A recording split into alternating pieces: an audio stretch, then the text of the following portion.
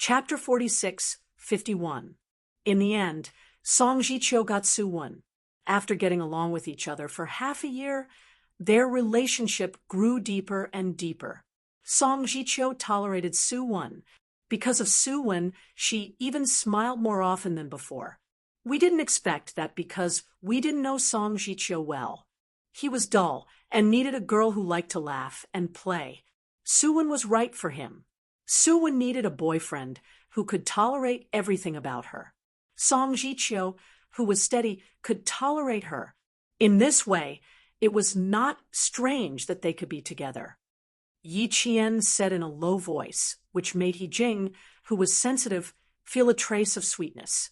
You and he are the same, aren't you? You never thought that two people who had nothing to do with each other would become your boyfriend. However, one day, he really became your boyfriend. You were surprised, hesitant, and at a loss. But you also had a trace of expectation, right?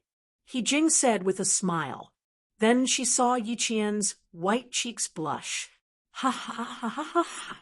Every time they talked about the affairs between men and women, she would blush. Blush again. Blush again. Your blushing problem. I really want to bully you more. Yi Qian patted his face with one hand and refused to admit it. I'm not blushing. I'm blushing because of the wind. Let's go. The exam is important. Let's stop chatting. It's not chatting. I've been thinking about whose wedding I'll attend first after graduation. By the way, when we have babies, I'll be the godmother of your babies. The more they talked, the more irrelevant they were. They were talking about babies. Yi Qian quickened his pace and rushed to the library. Babies? She and Captain Xia would not have babies in a short time. Even if they got married, they would not have babies so early. Would the elders in her family urge her to have babies? Family Xia's grandpa and grandma must be eager to have great-grandchildren. Last time when she went back to the old house, her family Xia's grandma teased her that she must work hard to take care of herself and hold her and Lalio's babies. Her grandpa nodded and said that he would take good care of himself, too. It was obvious that the elders in the family wanted to see her and Captain Xia's child as soon as possible. She wondered what her child with Captain Xia would be like. With Captain Xia's genes, it shouldn't be too bad. The girl would look like her, and the boy would look like Captain Xia. It was quite beautiful just thinking about it. Yi Qian, who had been led astray by He Jing, was thinking about all sorts of things as he walked briskly.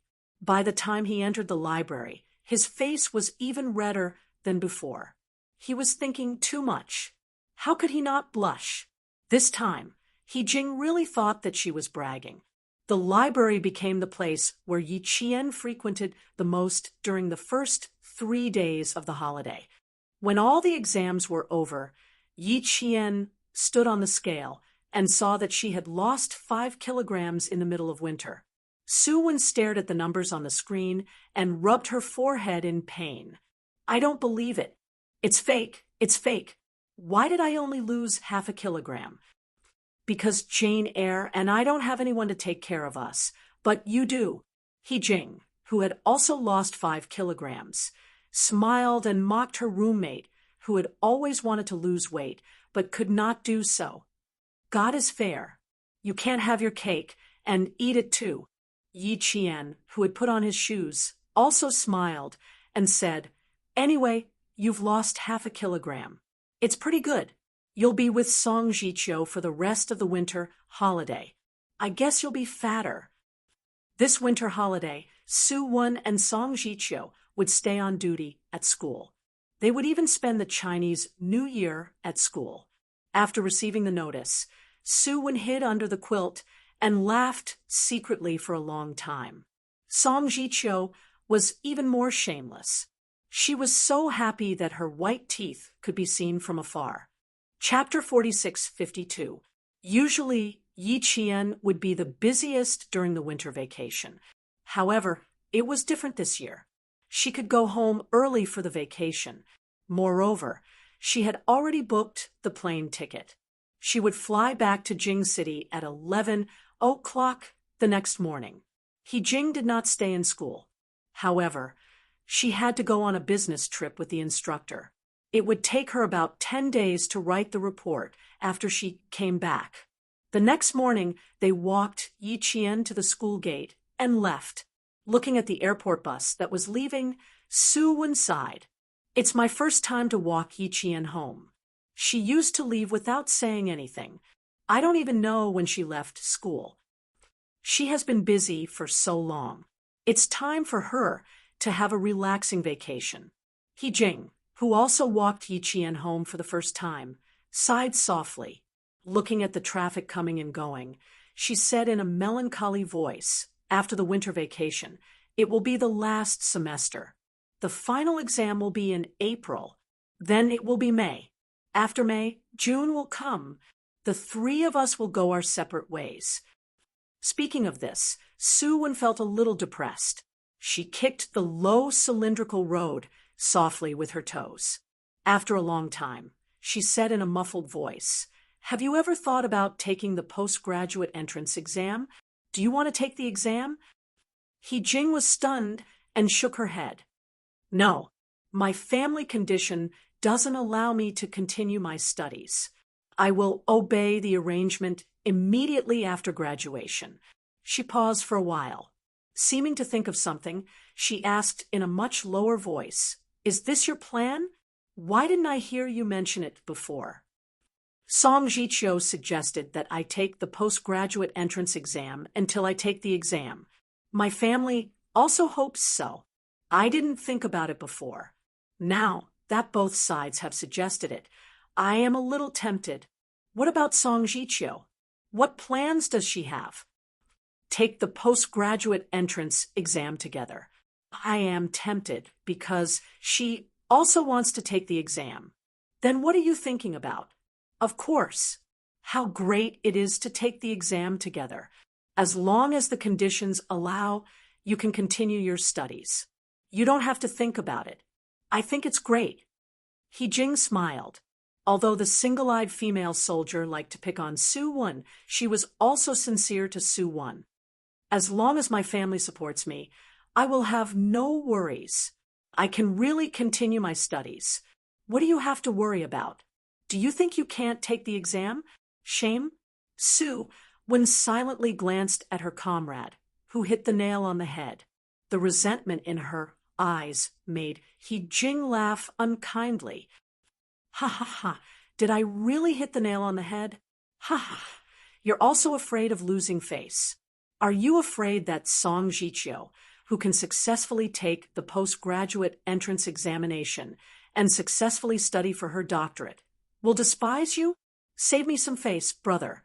I've been mentally exhausted during this period of time, and you're still making fun of me." Su rolled his eyes fiercely. "If you laugh again, we'll break off our friendship." It was impossible to break off their friendship. After Jing laughed wildly, she cleared her throat and raised her hand to pat the shoulder of her comrade, who was not confident about the entrance examination for postgraduate studies and doctorate. She said, "Don't worry, bro. With Song Jiqiu's help, you will definitely pass the examination.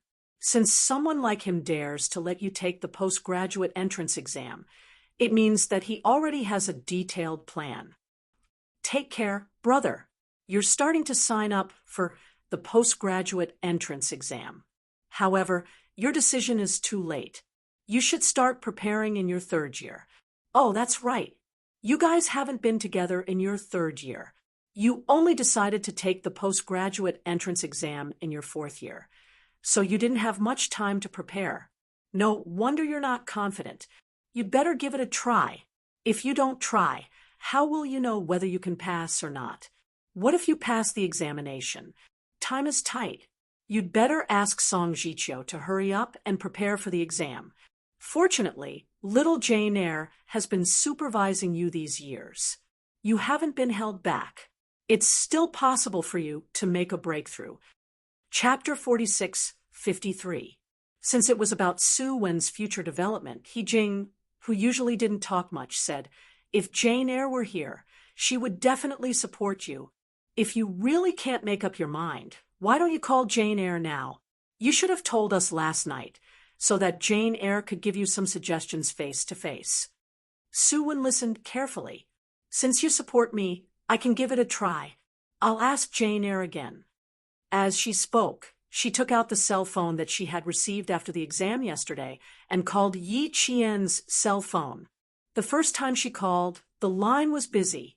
The second time she called, the line was still busy. When Su Wen remembered to call again, Yi Qian's cell phone was turned off. Su Wen looked at the time, displayed on the cell phone. It was 3:20 in the afternoon. Normally, Yi Qian should have already arrived in Beijing, and his cell phone should have been turned on. Why is his cell phone still turned off? Don't tell me something happened, she murmured. Song Jiqiu, who was reading beside her, didn't even raise her head. She said calmly, "Maybe the plane was delayed because of the weather. Try again later. Send a message to her and ask her to call you back as soon as she turns on her cell phone." Su Wen obeyed and sent a message to Yi Qian. It wasn't until 7 o'clock in the evening that Su Wen finally received Yi Qian's reply. The content was very simple. "Arrived safely. My cell phone is temporarily unavailable. I'll contact you when I'm free." After reading the message, Su Wen's heart skipped a beat. She handed the cell phone to Song Jiqiu. "What does that mean? I'm home. Why can't my cell phone be used temporarily?" Song Jiqiu, who had been studying materials for the postgraduate entrance examination with her girlfriend all day long, leaned forward to read the message. She slightly pursed her lips, and a trace of darkness flashed in her eyes. She smiled and said, "Nothing. Who would stare at their cell phones when they're home? They must be with their families. She'll contact you when she's free. Be good. Don't think too much. You'd better hurry up and take the postgraduate entrance examination." As she spoke, she naturally reached out to take Su Wen's cell phone and put it in her pocket. "My cell phone is temporarily unavailable. It seems that Yi Qian is doing something unknown and dangerous again. It wasn't a matter, but a mission." They were still working hard for the postgraduate entrance exam and were confused about which unit they would go to in the future. However, Yi Qian, who was always at the forefront of all the students, had already determined his direction and adapted in advance. Song Jiqiu looked at her girlfriend, who was reading the book seriously, and a faint smile appeared in her eyes. Fortunately, Yi Qian, who had a plan for the future, had been keeping an eye on Su Wen. Otherwise, he would not have proposed to take the postgraduate entrance examination. He hoped that she would be able to return safely. With her abilities, she would definitely be able to return safely. "See you next year, comrade." In the quiet library, there were people working hard for their future. Meanwhile, Yi Qian, who had received a phone call about a refund and rebooking, was already sitting in an inconspicuous black sedan. Other than her and the driver, there were 2 other people in the car. This is the information of all the missing girls. They all dropped out of school early to work because their families were poor. Last March, the anti-drug police intercepted a batch of new drugs, which was also the beginning of the disappearance of these girls. The man sitting in the back seat handed a stack of documents to Yi Qian. At the same time, there were several photos attached. If the families of these girls hadn't reported the case, no one would have realized that so many girls had gone missing. The investigating police also didn't think that their disappearance might be controlled by transnational drug dealers. It was not until last week that the anti-drug police found a new clue that the 2 were connected. During the day, when Yi Qian went to the airport, she received a call from Major General Yang. After a 5-minute call, Major General Yang changed her itinerary from flying to Jing City to flying to Yun Province. Chapter 4654. Yun Province was the province Yi Qian frequented the most. Every mission she carried out was more dangerous and more difficult than the last. And now, Yi Qian lowered her eyes as she walked. Her slender fingers unconsciously rubbed the corner of her clothes. Her beautiful face darkened. It's a dangerous trip. Write a letter to whoever you want. If you can come back, tear it up. If you can't, on the other end of the phone, Major General Yang said in a low voice. It was very, very heavy, like a huge rock sinking to the bottom of the sea. If you can't come back, this letter will be a suicide note. Her fingers touched her pocket lightly. The folded letter had clear edges. She just needed to put it in an envelope and give it to the anti-narcotics team. If you can't come back, this letter will be given to her lover, who will then pass it on to his family. It's a dangerous trip. It's the first time she wrote a suicide note. Yi Qian arrived at Yun Province's Cheli City at 11 o'clock at night. She followed 2 anti-narcotics police officers through a dimly lit corridor. After 2 turns, they arrived at the 3-story office of the anti-narcotics police in Cheli City. The office was small, but the training ground was quite large. Walking along the corridor, the right-hand side of the corridor was filled with training grounds. Vaguely, they could even hear the low growls of drug detection dogs. This area was about the size of 2 football fields, and it was the training ground for drug detection police officers to train drug detection dogs. The 2 anti-narcotics police officers who led the way only gave Yi Qian a brief introduction of their work environment. The most they talked about was Cheli City. Cheli City was located on both sides of the Lansang River Fault Zone. The terrain was mountainous, high in the north and low in the south. The mountains were high on both sides and low in the middle. The south was bordered by Myanmar. Cheli City was the closest county city to the Golden Triangle.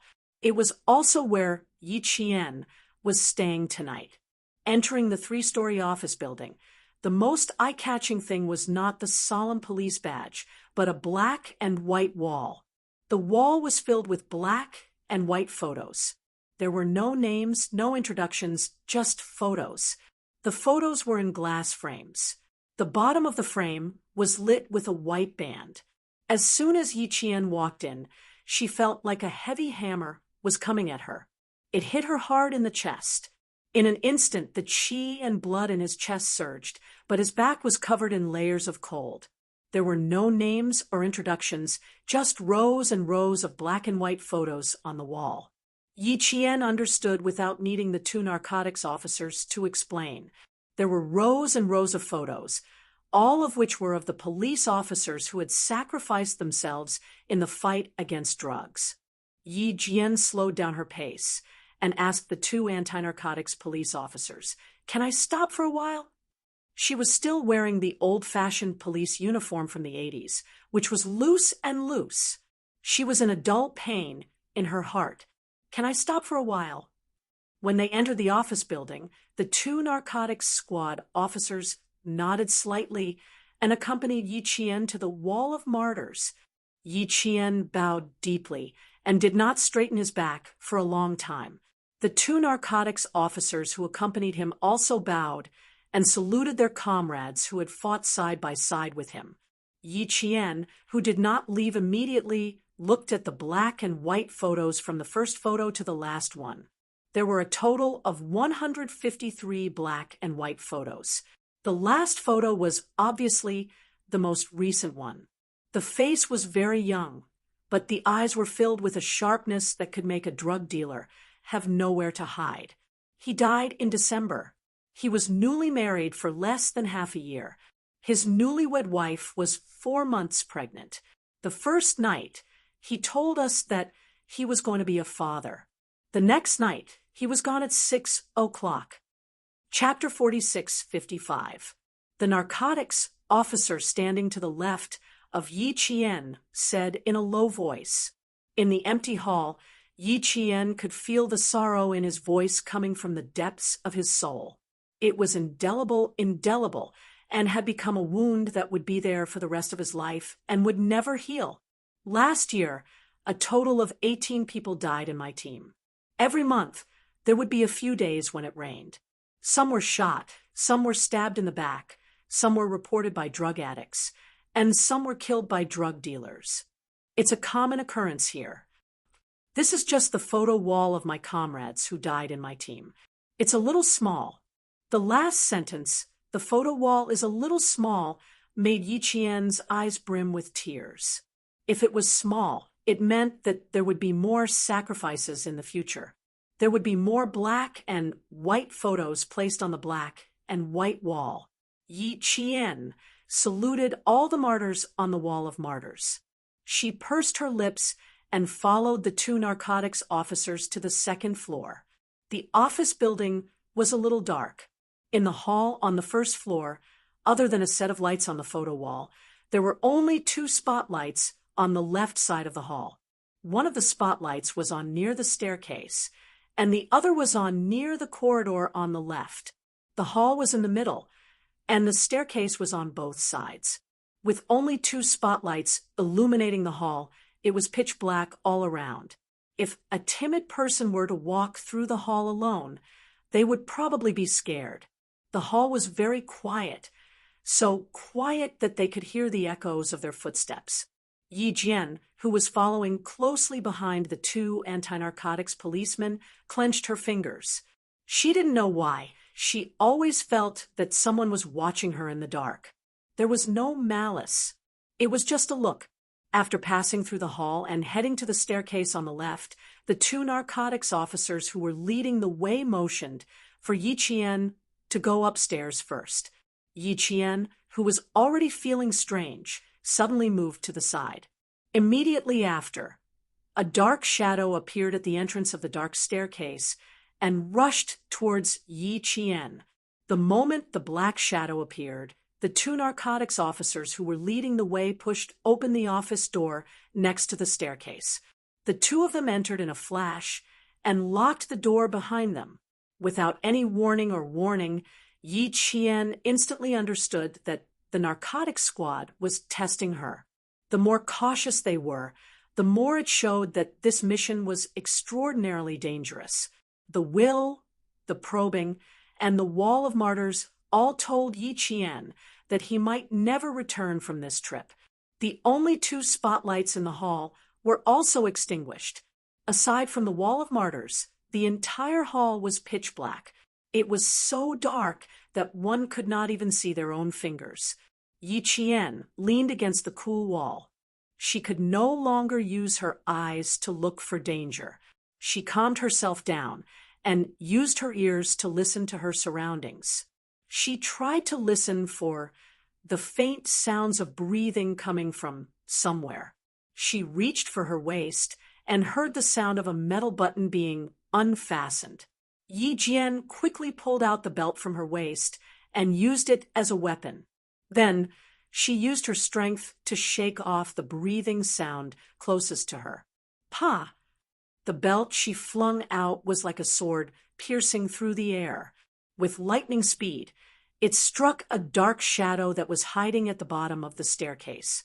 The shadow was slowly approaching Yi Qian. Yi Qian didn't know exactly which part of the shadow the belt hit. She only knew that she successfully heard the sound of the belt hitting the shadow. The shadow that was hit by the belt was in so much pain that her teeth cracked. Her facial features were distorted. This female soldier who came back, her reaction was much faster than the 7 female soldiers and policewomen from before. Although it was painful, the shadow smiled excitedly. Chapter 46:56. They needed a female soldier with superior intelligence, stamina, and brain power. They had been looking for her since half a year ago, and they had selected a total of 7 suitable female soldiers and policewomen to come to Cherry City. Although they were indeed quite outstanding, they still did not pass the preliminary assessment. There was a policewoman who had just returned from studying abroad. She was excellent in all aspects. She could fight, and her IQ was also above average. However, in the end, she failed because she did not know how to disguise. No matter how she disguised herself, her temperament could not fool people. She could let an experienced drug dealer see that she was an anti-narcotics police officer at a glance. There was really only one last level left. After passing the disguise level, the cute policewoman, who even had a cute name, would become the only undercover in this mission. However, she failed at this level. Even she herself said that she was lacking in disguise. There must not be any flaws, but perfection. In the end, this policewoman, named Nien from a special police force in the capital, failed the assessment. She was still recovering in the anti-narcotics force with regret. The black shadow who licked the tip of his tongue rubbed his arm that was burning with pain from being whipped by the belt. He held his breath and quickly pushed open an unlocked office. He flashed in and immediately locked the door. He first tried to test the water. He was very satisfied with the female soldier's quick reaction. Although the female SWAT officer, Nien, who had almost become an undercover agent, had reacted rather quickly as well, she was still a beat slower than this cadet who had just arrived. "Boss, there's probably some hope this time. I was whipped by her. No, I was whipped by a belt." In addition to the black shadow who just entered the office, there was another black shadow sitting on the desk. There was a red glow between his fingers. It was a lit cigarette that was slowly burning between his fingers. Don't worry. Whether it's good or bad, we'll only know after we pass the last level. The black shadow holding the cigarette said with a hoarse voice. He then took a deep puff of the cigarette until the red glow continued to light up and then suddenly extinguished. "Smoke less. Your throat is hoarse." The black shadow who came in reminded him softly. He walked to the desk and turned on the desk lamp. Then he turned the light source down. The square room was lit up, but the faces of the two black shadows could not be seen clearly. The black shadow who turned on the light took off his jacket and underwear, revealing his muscular upper body. He reached his arm under the table lamp and looked at it. Good heavens, he didn't even need to wait until tomorrow. It was already swollen. The black figure who was smoking turned around to take a look. He let out a cry of surprise and extinguished the cigarette in the ashtray. His gaze was fixed on his subordinate's red and swollen arm for a few seconds. Then he smiled and said, "Looks like a ruthless female soldier. Not bad. I'm afraid she's not ruthless enough. When it's over, use a bottle of safflower oil and rub it." I didn't even have time to dodge before I was beaten up. I was injured the first time I appeared. No matter how good that anniversary was, she only managed to injure us towards the end. This time, the military academy cadet sent by the military headquarters. Personally, I think there's still a chance. Boss, we can't pick anymore. If we continue to pick, when will we be able to close the case? How many girls in the stockade would go missing? That should be enough. Since I can't come back this time, I better look for an anniversary. If she doesn't know how to disguise herself, then she should learn how to disguise herself. Train her for about 3 days. With her comprehension, she will definitely pass. Today, a few of us went to see her. She even asked us to let her try again. Old AI talked too much and said that there would be another female soldier coming tonight. Anniversary didn't say much. She looked quite disappointed. Chapter 46:57. Boss was Captain Deng of Cherry City's narcotics squad. His squad was responsible for narcotics operations from Cherry City all the way to Nansan, which was closest to the Golden Triangle. They cooperated with the border anti-narcotics police and guarded the country's borders to prevent drugs from flowing out of the Golden Triangle. His head was worth as much as $1 million on the black market. It had increased by 500,000 US dollars since last October, and now it was worth 5 million US dollars. There were countless drug dealers who wanted to kill him, and he wanted to kill countless drug dealers as well. Captain Deng was only 45 years old. He graduated from the police academy at the age of 21 and was assigned to Yun Province as a narcotics police officer. Even he didn't know how heavy the drugs he had seized were. He didn't know how many drug dealers he had caught and how many drug dealers wanted him dead. No matter how dangerous it was, Captain Deng never thought of retiring from his current position. In his words, even if he had to die, he wanted to drag a few more drug dealers down with him. Captain Deng, who was hated to the core by the drug dealers, pulled out a chair and sat down with a tired face. He reached out to pick up the cigarette box on his desk, but the injured subordinate took it away. "Today's over, boss. Sister-in-law told us that you can only smoke 3 cigarettes a day." Captain Deng wasn't addicted to smoking, but he would smoke when he was in a bad mood. Hearing this, he retracted his hand, crossed his arms, leaned his head against the back of the chair, and slowly said, "We can't be similar. There's a lesson before, so we can't be similar anymore. We must find the most suitable person." The subordinate in uniform fell silent. There was a lesson before. It referred to a female undercover officer 2 years ago. In the end, she was accidentally found brutally murdered by a drug dealer. The squad received a set of bloodied clothes without sleeves, a pair of bloodied pants that had turned into shorts, and a head of hair that was stuck to the skull. It meant cutting off the hands, legs, and skulls. The cruelty made the eyes of all the narcotics officers in the squad turn red and cry. This time, they had to send another undercover officer. The tragedy from 2 years ago couldn't be repeated, so it had to be perfect. Outside, Yi Qian, who was being tested, stood on the stairs to the second floor for a long time. There were people lying in ambush on the stairs and around the stairs. She didn't know whether to go up or down. And there wasn't just one shadow. There were 6 of them. They were all narcotics officers who were deep in the field.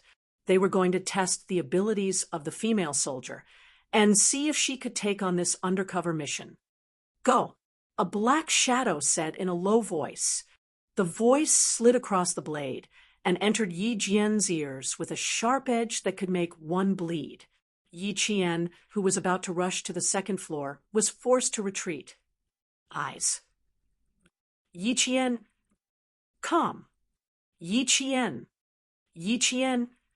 The sneak attackers all had daggers or similar weapons in their hands, but she only had a belt in her hands. She had to take it easy. She couldn't let them cut her belt in 2 pieces. There were already shadows lying in ambush at the bottom of the stairs.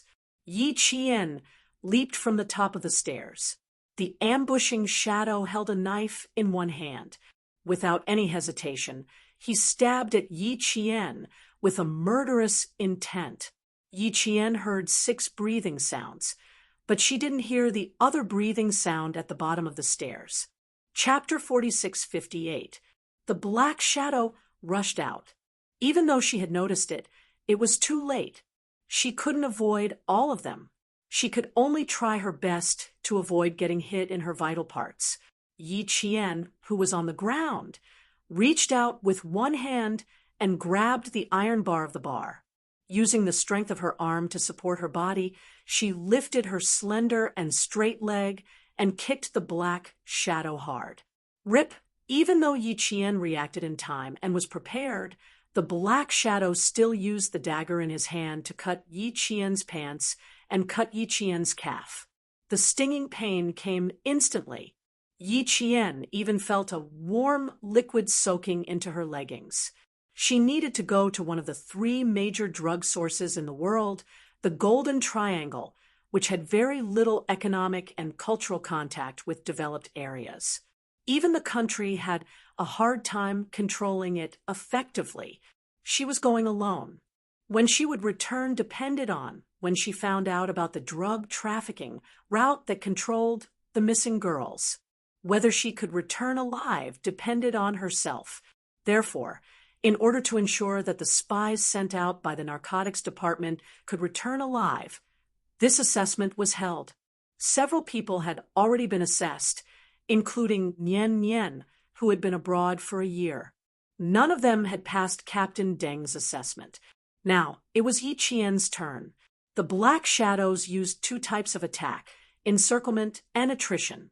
First, 3 people forced Yi Qian to retreat. Then, 3 more people came out and waved their knives at Yi Qian.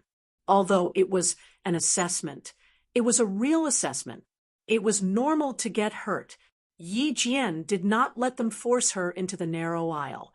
She tightened her belt around an anti-narcotics policeman's iron arm and slammed him forward. When the 2 of them were knocked down, Yi Qian pressed her elbow against the anti-narcotics policeman's chest. The moment she fell to the ground, she exerted her strength and flipped over above the anti-narcotics policeman's head. She broke out of the encirclement and retreated into the spacious hall. The consequence of breaking out of the encirclement was that her only weapon, the belt, was gone. It was wrapped around the officer's arm, and she couldn't retrieve it. Because they were entering Yun province, Yi Qian kept the silver thread in his luggage as a precaution. His luggage was held by the 2 anti-narcotics police officers who were leading the way. She had no way of retrieving it. Yi Qian faced the anti-narcotics police with knives hidden in the dark, barehanded, 1 against 6. Fighting 1 against 6 was not an easy task, not to mention the fact that they all had daggers in their hands. They did not even try to dodge the attacks, but instead stabbed at Yi Qian fiercely, treating him like a drug dealer. Without his belt, Yi Qian took off his jacket and wrapped it in his hands as he faced the attacks of the 6 Black Shadows. From time to time, the fighting figures flashed across the glass surface of the long Wall of Martyrs frame. More than 150 anti-drug martyrs who had sacrificed themselves silently watched, as if they were protecting and looking forward to what was to come. A narcotics officer was knocked down by Yi Qian. At the same time, he snatched the dagger and pressed it against the officer's neck. Because he used too much force, the sharp edge of the dagger cut through the officer's skin and traces of blood flowed out. Before Yi Qian could catch his breath, another narcotics officer came straight at him with a bayonet. His movements were so fierce that Yi Qian's pupils contracted. She quickly retracted her dagger and dodged. The narcotics officer whose dagger was snatched away by Yi Qian got up and retreated to the side.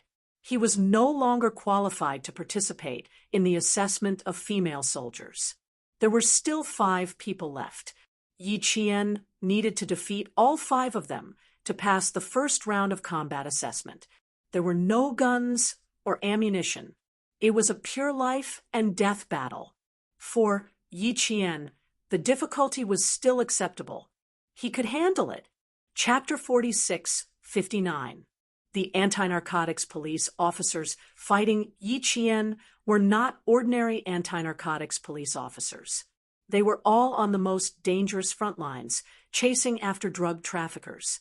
Each of them had made countless contributions and were very capable. As long as they were hit by their punches and kicks, they would be in so much pain that their facial features would be hideous. Yi Qian was no exception. His back was kicked hard by an anti-narcotics police officer behind him. Yi Qian let out a muffled groan as he fell forward.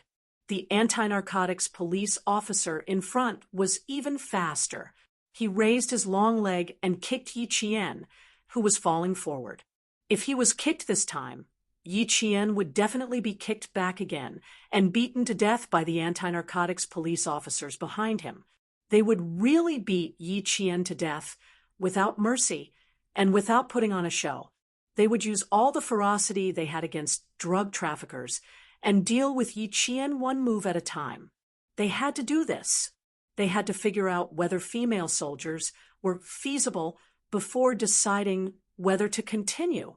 Carelessly and casually was definitely not acceptable. If they just let it go, the tragedy from 2 years ago might happen again. Therefore, they could not allow it to happen again. Yi Qian felt pain in her back, and she was kicked in the chest. Her blood was boiling.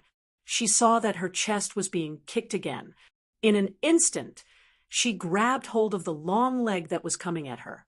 Her dark eyes were filled with anger. She finally found her balance after being kicked. She grabbed hold of the leg that was coming at her and stabilized her body. Then she took quick steps forward and slammed her whole body into the anti-narcotics police officer. One of the anti-narcotics police officer's legs was caught by Yi Qian.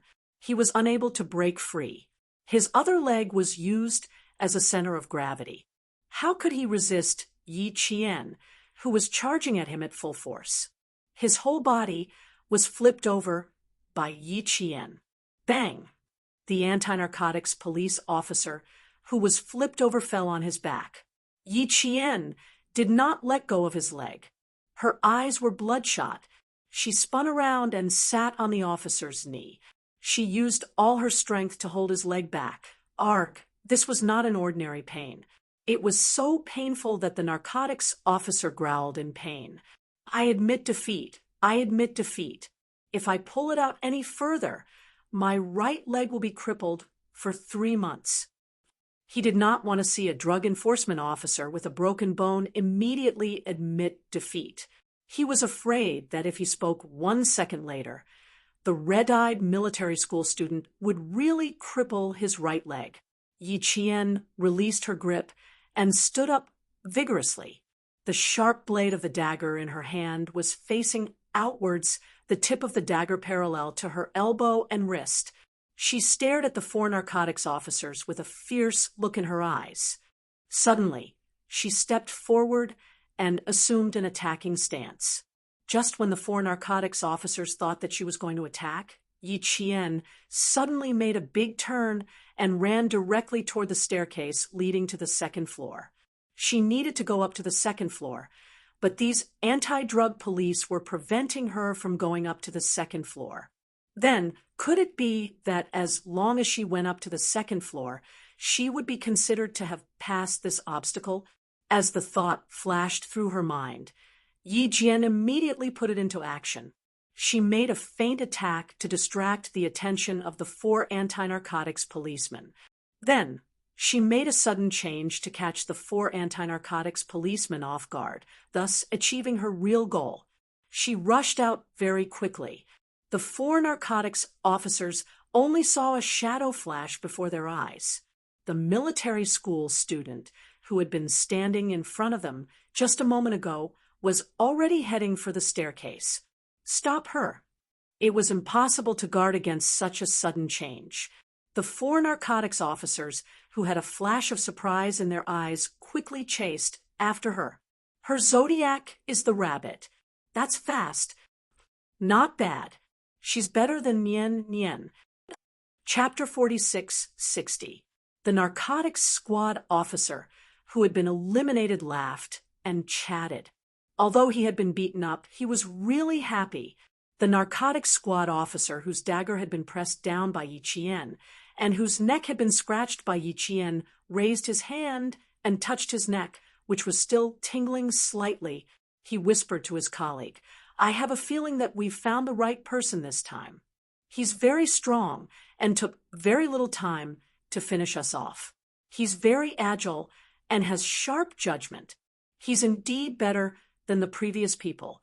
The narcotics squad officer, who had almost had his right leg crippled by Yi Qian, was not as optimistic as his colleague. He frowned as he listened to the sound of chaotic footsteps and the sound of fighting again. He lowered his voice and said in a low voice, We'll only know if we pass the last round. I hope we pass. I hope we can satisfy the boss. After he finished speaking, his gaze fell on the wall of martyrs. His heavy gaze did not need to search. The first thing he saw was a black and white photo of a policewoman. The policewoman in the photo had the same solemn expression as all her comrades who had sacrificed themselves. The corners of her mouth were slightly pursed, and her sharp eyes looked straight ahead. She was the policewoman who had sacrificed herself 2 years ago. Her body had not been found until now. There were rumors that her body had been eaten by a tiger fed by a drug lord. She was the 16th martyr whose body had not been found. She was also the most tragic martyr in recent years. She had become the pain of the entire narcotics squad and the pain of their boss, Captain Deng. The other narcotics squad officer also looked at the wall of martyrs. The two of them stood quietly and looked at each other quietly. Time had condensed into sadness, and it made the corners of their eyes sparkle with faint tears. All the black and white photos on the wall were taken on the first day of employment. Therefore, everyone's expression was the same. They were solemn and not restrained by smiles. The first thing they did on the first day of employment was to take photos. They had to wear their uniforms and caps when taking photos. They had to be serious and could not smile. In fact, no matter how good their mood was at the time, they would become silent and solemn after hearing the reason why they had to take photos on the first day of employment. This was because this photo was not only their employment ID photo, but also their posthumous photo one day. No one could smile. They took the photos with complicated and reverent feelings.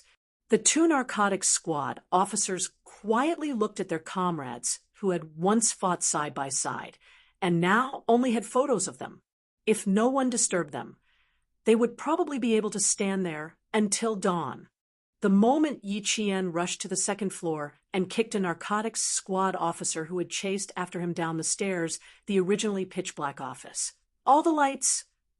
The narcotics officer who was kicked down the stairs by Yi Jian grabbed onto the handrail with one hand and barely managed to stabilize himself. Otherwise, he would have fallen headfirst and ended up with his head stuck in the ground. The door opened. At the same time, the door of the office opposite also opened. Two narcotics squad officers walked out. When they saw Captain Deng, they said in unison, "Boss, she went up to the second floor." Captain Deng looked up and nodded slightly. "Yes, she went up. Let's go and take a look." Chapter 46, 61.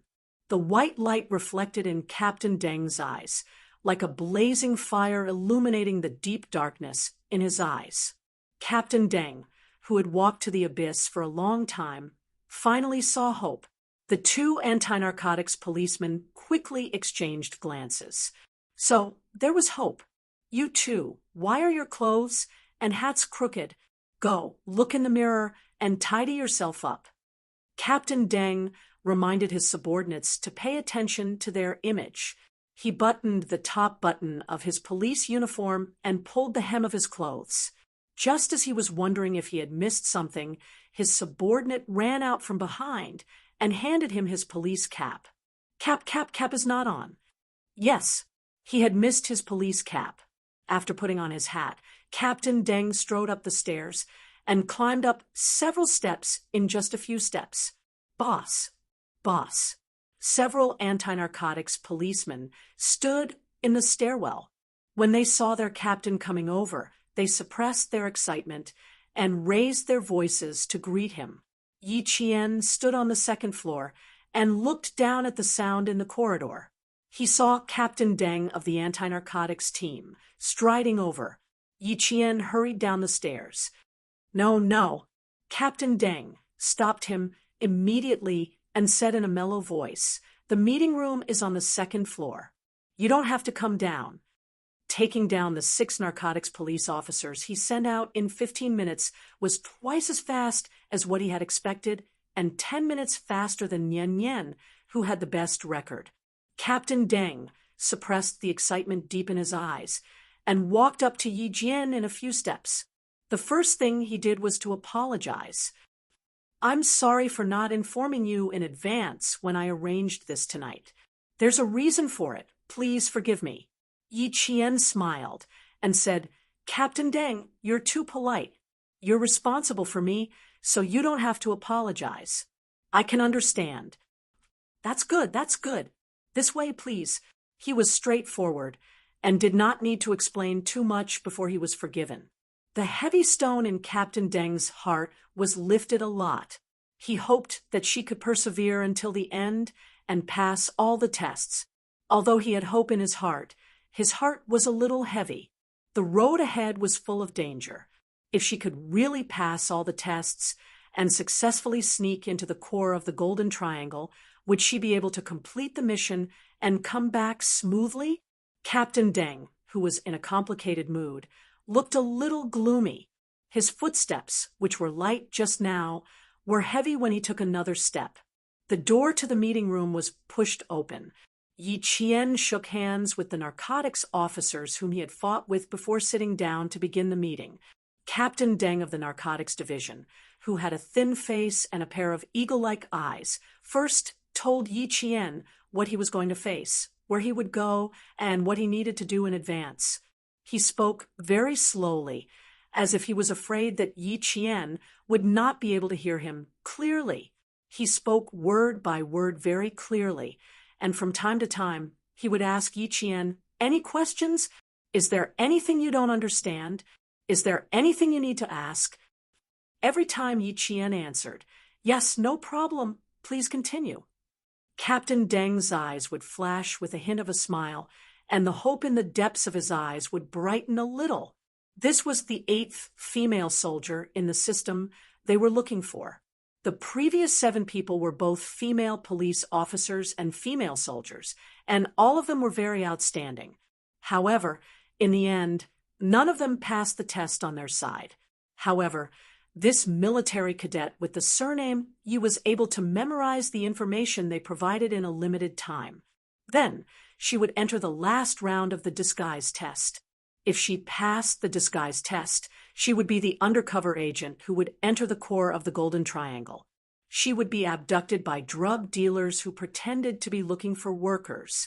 After being abducted, she would face the danger of being lured into taking goods, the danger of being beaten up, the danger of being illegally imprisoned, and even the danger of being humiliated by the drug dealers. Chapter 46:62. She had too much responsibility on her shoulders. Not only did she have to face many dangers alone, she also had to investigate the whereabouts of the missing girls. She had to report to the outside world about the new drug chain, the people involved in the transaction, the time of the transaction. Everything had to be reported to the outside world. Only by reporting to the outside world could the anti-narcotics police quickly eliminate this drug chain that controlled the girls' drug trafficking. It was so big that she had to fight alone the entire time. Once her identity was exposed, she had to think of a way to escape on her own. As for whether she had backup, she needed to see if there were any spies sent to investigate the place she entered. Captain Deng listed out almost all of the dangers Yi Qian would face one by one. He also showed many hair-raising, tragic photos of drug dealers who had committed crimes against their conscience. He wanted to see if Yi Qian's reaction would be fear or calm. From the beginning to the end of the last tragic photo, Captain Deng did not see a trace of fear on the cadet sitting across from him. Other than her expression being serious, there was no other change. There was no fear, no panic, not even a frown. He could not tell what she was thinking. "Little Yi, do you have any questions? If not, we need to hurry to the next step." After cutting the last tragic photo from the projection screen, Captain Deng stared unblinkingly at the cadet he could not see through. Even his voice became softer, as if afraid of disturbing Yi Qian. Yi Qian looked away.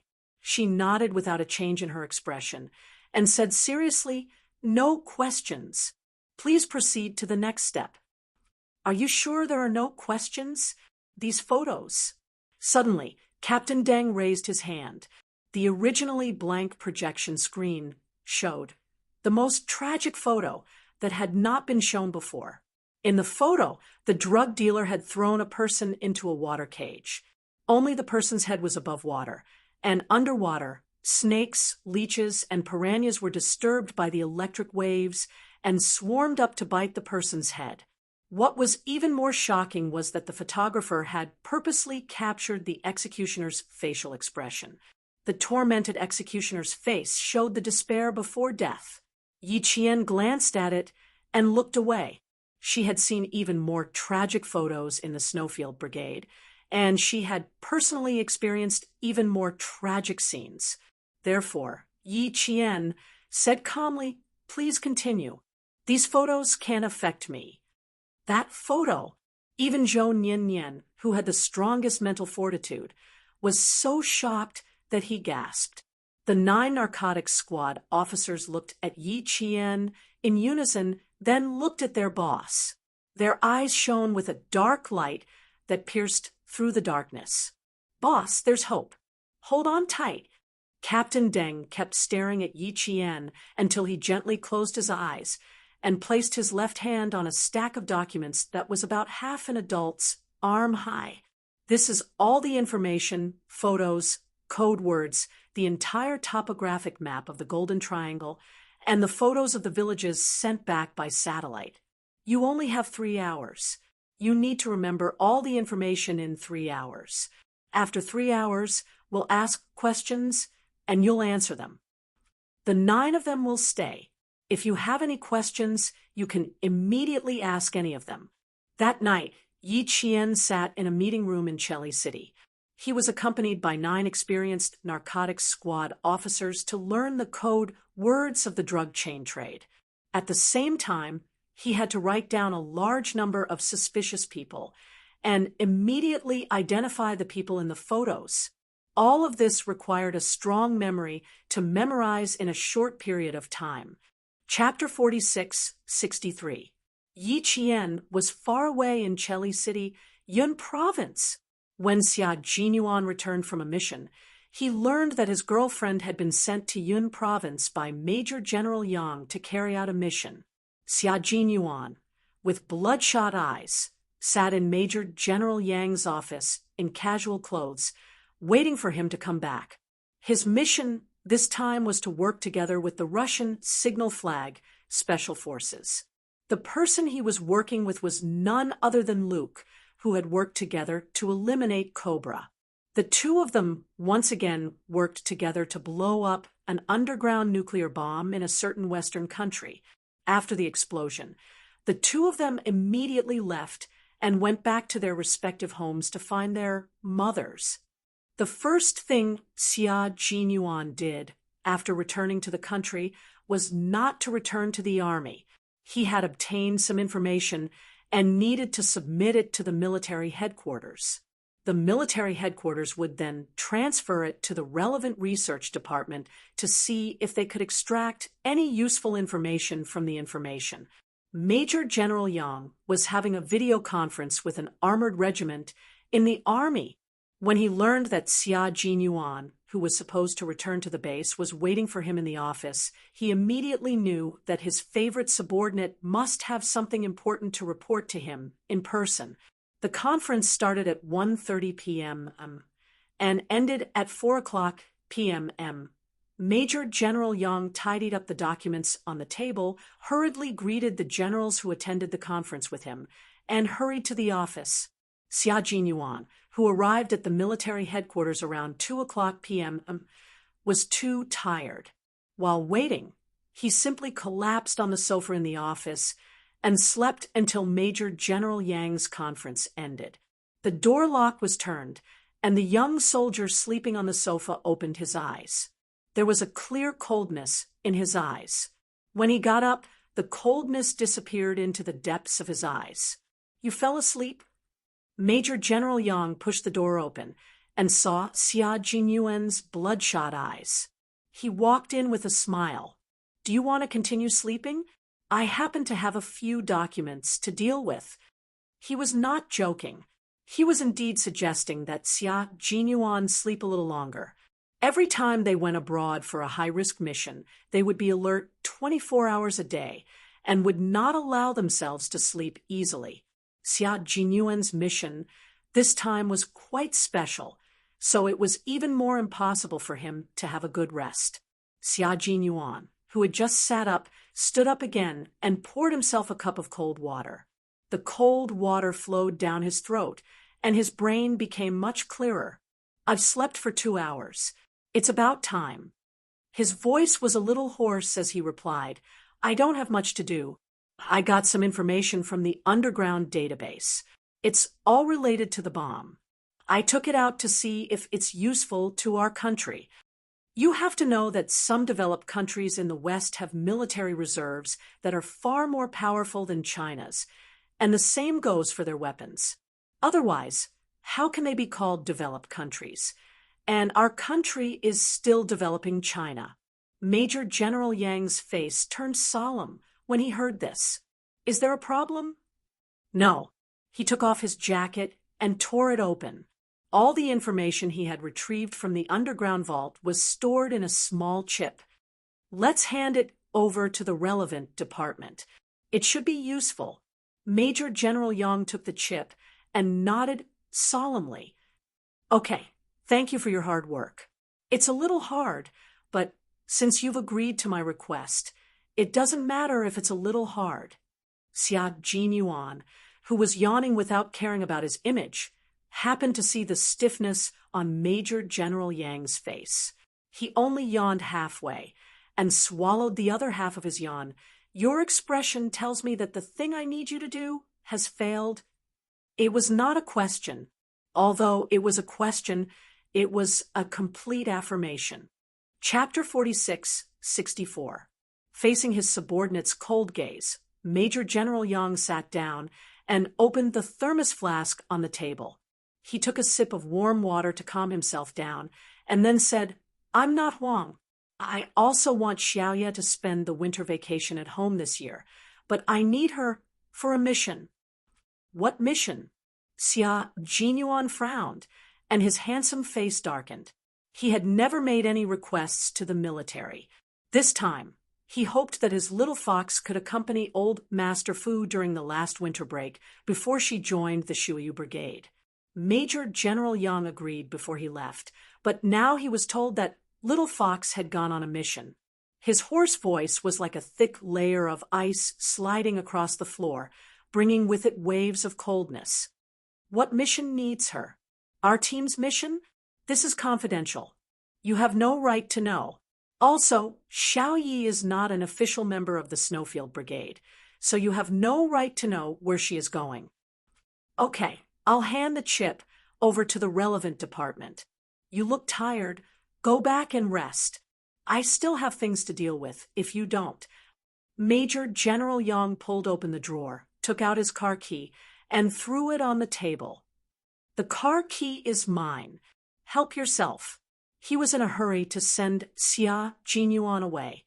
There was no other way. How could he not know about the boy, with a family Xia and the soldier under him?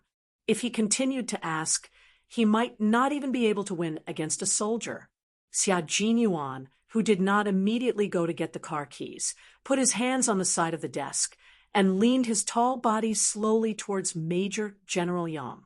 He looked at his old leader with his thin and sharp eyes. His dark eyes made Major General Yang's heart tremble with fear. Voila! The car key was dragged across the desk, and Major General Yang's eyelids twitched. Before Major General Yang could say rude, the young man who was staring at him curled his lips, picked up the car key, and left with a faint smile on his face. Major General Yang did not tell him the details of the mission, so Xia Jinyuan had no right to ask. Major General Yang also said that Yi Qian was not an official member of the Snowfield Brigade, so he had no right to know where she was going. He was not wrong. Therefore, Xia Jinyuan, who was engraved in his bones that a soldier's duty is to obey orders, didn't continue to ask, even though Major General Yang's words choked him to the point that he almost vomited blood. He was still not her captain? After this year, next June, he would not only be her captain, but also her man. Xia Jinyuan, who had not slept during the mission, directly drove Major General Yang's car to his apartment in Beijing to get some sleep. As for where his little fox went, he would know. When the special forces of the Snowfield Brigade went out on a high-intensity mission, If there were no more urgent missions or important matters to deal with after returning, they would usually take about 3 days off to rest. This was to ensure that the soldiers returned to their normal state and reached a balance between tension and relaxation. Xia Jinyuan was indeed very tired. He collapsed on the bed that he had not slept in for a long time. Within 3 minutes, the young soldier with dark circles under his eyes fell into a deep sleep. Yi Qian, who was far away in Yun province, had already completed the last disguise test. She had encountered 3 rounds of anti-narcotics police at the bus station in Cheli City, but no one had recognized her as a military school student. No one had investigated a girl who was dressed casually, spoke softly, and even had a clean temperament. Chapter 46, 65. The car passed through the checkpoint and slowly drove out of Sherry City towards the border between the 2 countries. After about 500 meters, Yi Qian asked the driver to stop. She said that she had left her passport at the hotel and needed to go get it. The driver used the excuse that the car wasn't waiting for her and sped off. Yi Qian slowly walked towards the checkpoint. On the other side, Captain Deng's face was dark as he stared coldly at the 2 narcotics officers who just got on the car to check. He stared until the 2 narcotics officers' legs trembled. "Just now, did you confirm that there were no suspicious people or items in the car?" After 3 consecutive rounds of narcotics officers couldn't find the military school student who was disguised and hiding drugs in the car, Captain Deng's face couldn't be any better. Today, Captain Deng seriously suspected that his subordinates weren't doing their jobs properly. Or rather, they just saw that the girl was pretty and casually let her go. Yi Qian didn't stop when she walked past the checkpoint. She only glanced at Captain Deng, who was scolding people. Her footsteps were a bit hurried, but her expression was very calm as she walked past the checkpoint. It was definitely not convenient for her to have any communication with Captain Deng outside. She kept walking for another 500 meters until she reached an egg-shaped cake spot designated by Captain Deng. She ate the cake while waiting for Captain Deng and the others to come over. The 2 narcotics officers who got on the car and didn't find anything suspicious were scolded by their boss until they couldn't even lift their heads. They really didn't notice that there was a pretty girl in the car. They also looked carefully, but didn't find anything suspicious. They also checked the luggage that they thought was suspicious. The narcotics dogs also didn't find anything wrong. How could their boss be so sure that there was a suspicious person in the car? "Boss, you can't just keep scolding like this. Let's chase after the car and check again to find the suspicious person." Beside him, the squad leader at the checkpoint reminded him in a low voice. He really thought so. Since they knew that there was a suspicious person in the car, what was the point of scolding them? They would definitely run over to find the person first, and then come back to punish them. Captain Deng snorted heavily. What's the point of chasing? They already got off the car. His cold gaze swept over the several anti-narcotics police officers standing in front of him, and he said word by word, "This is the last border inspection station that belongs to us, the anti-narcotics police, before the domestic drug traffickers leave our country. Today, you're giving them a chance to bring drugs back to our country next time. All of you must check carefully. Don't let any suspicious person go, and don't just let them go. You hear me?" Yes. Several narcotics officers straightened their backs and accepted their captain's criticism. They were the last line of defense for the country, and it was their job to not let any suspicious targets go. Captain Deng didn't say anything more. He glanced in the direction of the cake shop and turned to his subordinate, who had been reprimanded by him. There was a comrade in disguise who left the car just now. She had suspicious items on her, but none of you noticed her, and none of you suspected her identity. Our reconnaissance ability still needs to be strengthened. They weren't the only ones who didn't see through Yi Qian's disguise. Captain Deng didn't feel good when he thought about how none of them saw through his disguise. He was both happy and worried, half happy and half sad. They were happy because there was finally a female soldier who passed all their assessments. They finally found the most suitable undercover to enter the core area of the Golden Triangle. They were worried because 3 waves of anti-narcotics police did not find anything suspicious about her. Were there more suspicious people with strong psychological qualities who escaped under their noses? Chapter 46, 66. Because of Yi Qian's successful disguise, the anti-narcotics police in Cherry City had to strengthen their assessment and training. It was much more difficult than before. Of course, their skills had also improved by leaps and bounds. As a result, drug traffickers no longer dared to transport drugs through Cherry City. Captain Deng saw Yi Jian in the cake shop. With mixed feelings, he looked at the cadet, who was leisurely eating the sweet pastries one bite at a time. Suppressing his mixed feelings, he walked in. When the shop assistant saw this, he narrowed his eyes and nodded at their boss as a form of greeting. The cake shop was a secret spot for the anti-narcotics police in Cherry City. If the informants had any information, they would first pass it to the anti-narcotics police through the cake shop. This ensured the informant's safety and allowed the anti-narcotics police to gather information as quickly as possible. You're very good. You managed to disguise yourself under 3 waves of anti-narcotics police. Captain Deng sat down and spoke slowly. There was admiration in his eyes. Little Yi, you passed our assessment. Tonight, we will send you to a place. Whether you can be targeted by the drug traffickers or not is up to you. We will wait for your good news outside. Yi Qian put down his spoon and wiped the corners of his mouth with a tissue. He smiled and said, Captain Deng, wait for my good news. Yes, I think we will definitely wait for your good news. After all, you are much more outstanding than the previous few. To be honest, a female special police officer came from the capital the day before yesterday.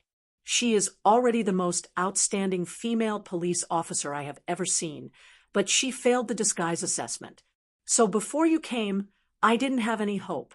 I even almost refused to let you come. Captain Deng spoke in a low voice. There was a hint of a smile in his voice. He seemed to be comforting himself. And Yi Qian, let's go. We need to go back to the team and prepare. We can only send you off tonight. He stood up and left without waiting for Yi Qian. He was afraid that if he chatted with her for a while longer, he would make the decision not to let her go. Yi Qian looked at the back of the man who left quickly and was slightly stunned. Then she seemed to realize what was going on and smiled slightly. Captain Deng was a rather soft-hearted narcotics squad leader. When they reached the brigade, Yi Qian walked through the same corridor as last night. After turning a corner, she suddenly stopped in her tracks. She looked at the woman walking towards her with a look of surprise in her eyes. Anniversary year.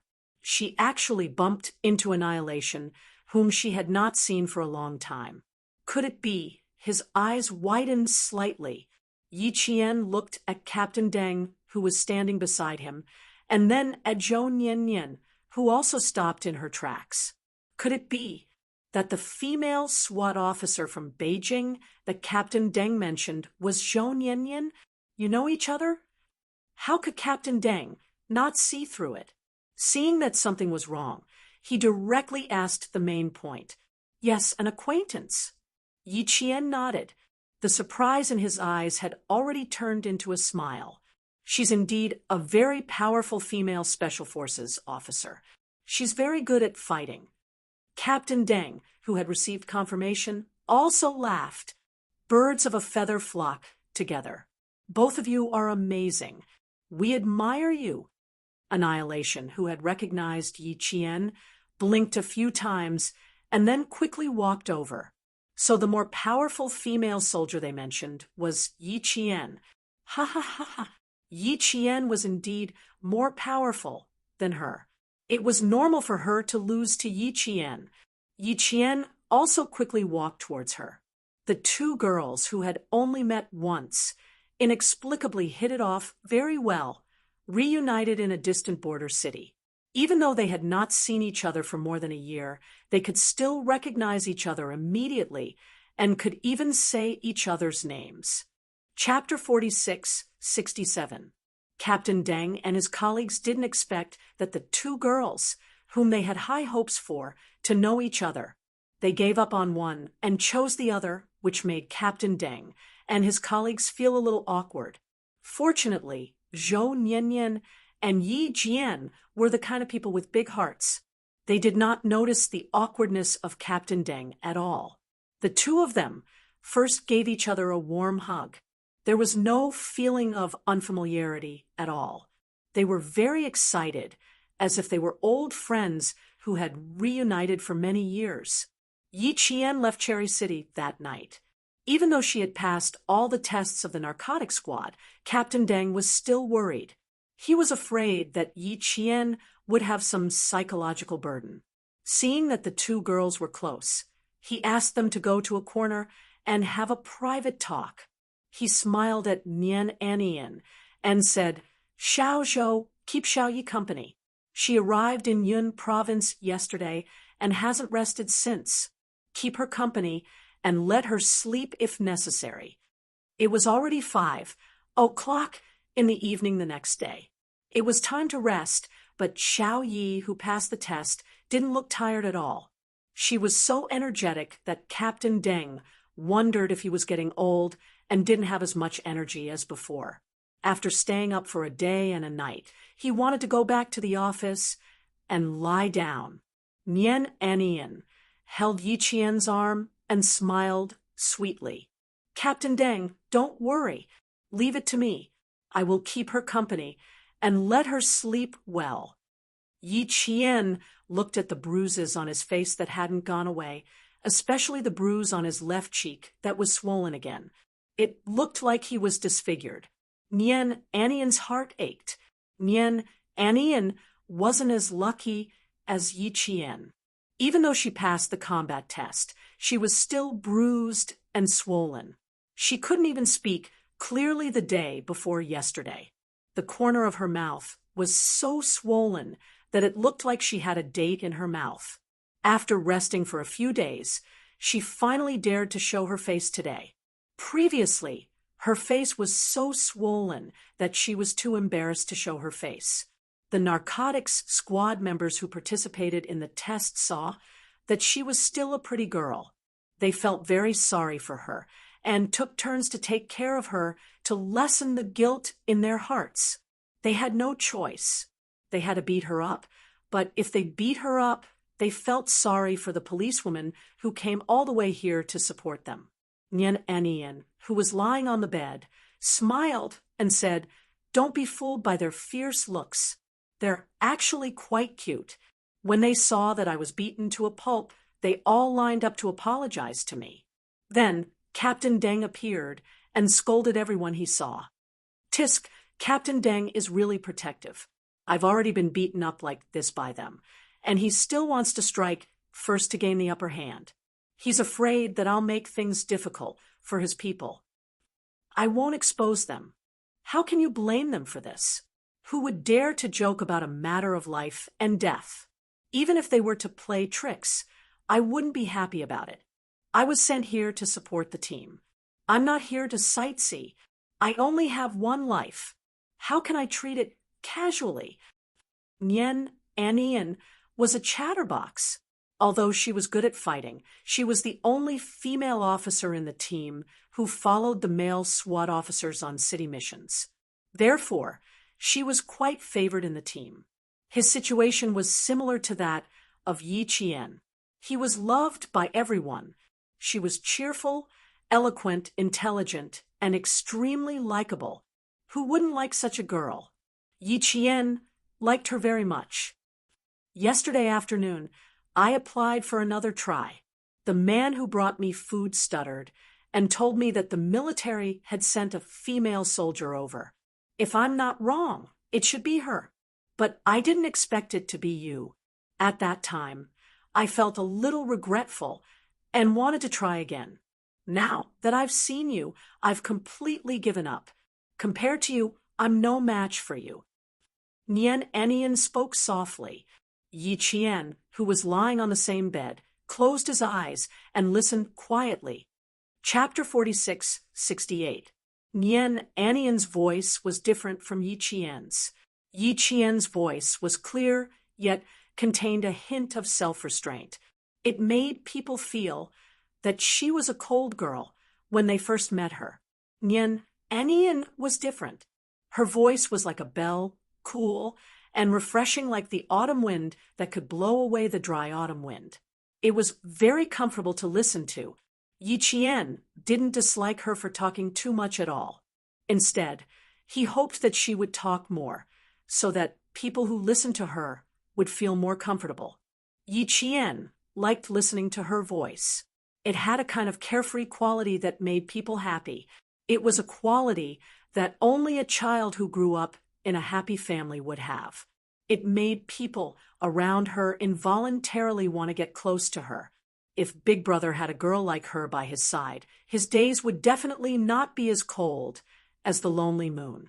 The reason why Grandpa liked Nian Anian at first sight and told her that he hoped that Nian Anian would become his granddaughter-in-law was probably what she thought.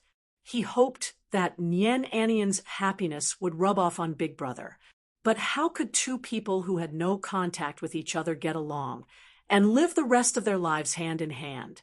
Yi Qian, who was listening quietly, kept thinking.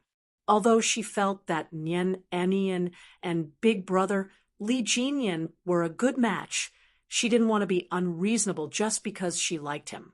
If the two of them could be together, everyone would be happy. If they couldn't, then it could only be said that the two of them were not meant to be. The other half of their lives didn't belong to each other. She would find a day to ask Big Brother's opinion first, then ask Nian Anian. She had to know if the two of them had any impression of each other. They should have. After all, Nian Anian was the first policewoman to treat Big Brother as a suspicious person and to search his body forcefully. They had such a big misunderstanding, so it was impossible for them not to have any impression of each other. She kept thinking about it in a daze. She didn't even pay attention to Zhou Nianyan's question. It was only when Nian Anian touched her that she came back to her senses. Do you want to sleep? Why don't you sleep for a while? Nian Nian, who was not sleepy, saw that Yi Qian had not answered him for a long time. After touching Yi Qian, he regretted that he had disturbed Yi Qian's sleep. Go to sleep. I'm afraid you'll have to leave at night. She had also gone through the test and had failed in the disguise test.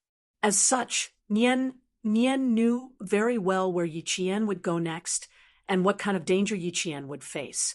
That was why she asked if Yi Qian was afraid. Yi Qian, who hadn't heard her question clearly, opened her eyes. She turned her head to look at Nian Junyan, who was also lying flat. She said apologetically, "I'm sorry, I was thinking about something. I didn't want to sleep. What did you ask me?" "Still don't want to sleep." Nian Anian also turned his head and then turned his body sideways to face Yi Qian. The two of them looked at each other at such a close distance, and there was not a trace of awkwardness. "Don't lie to me. Captain Deng told me to sleep with you." Yi Qian laughed. "I'm not lying to you. I'm not sleepy at the moment. Ask me, and I'll sleep after I answer." "That's fine, too." Nian's lips curved into a smile. Her delicate eyes were bright and clear as she looked at Yi Qian. The smile at the corners of her mouth slowly disappeared. "Yi Qian, are you afraid? Going to a place like that, you might stay there for the rest of your life. Are you afraid?" When she asked, her expression was particularly serious.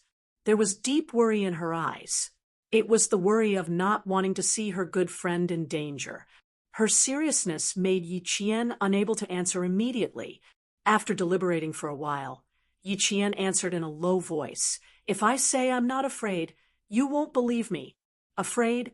Why wouldn't I be afraid?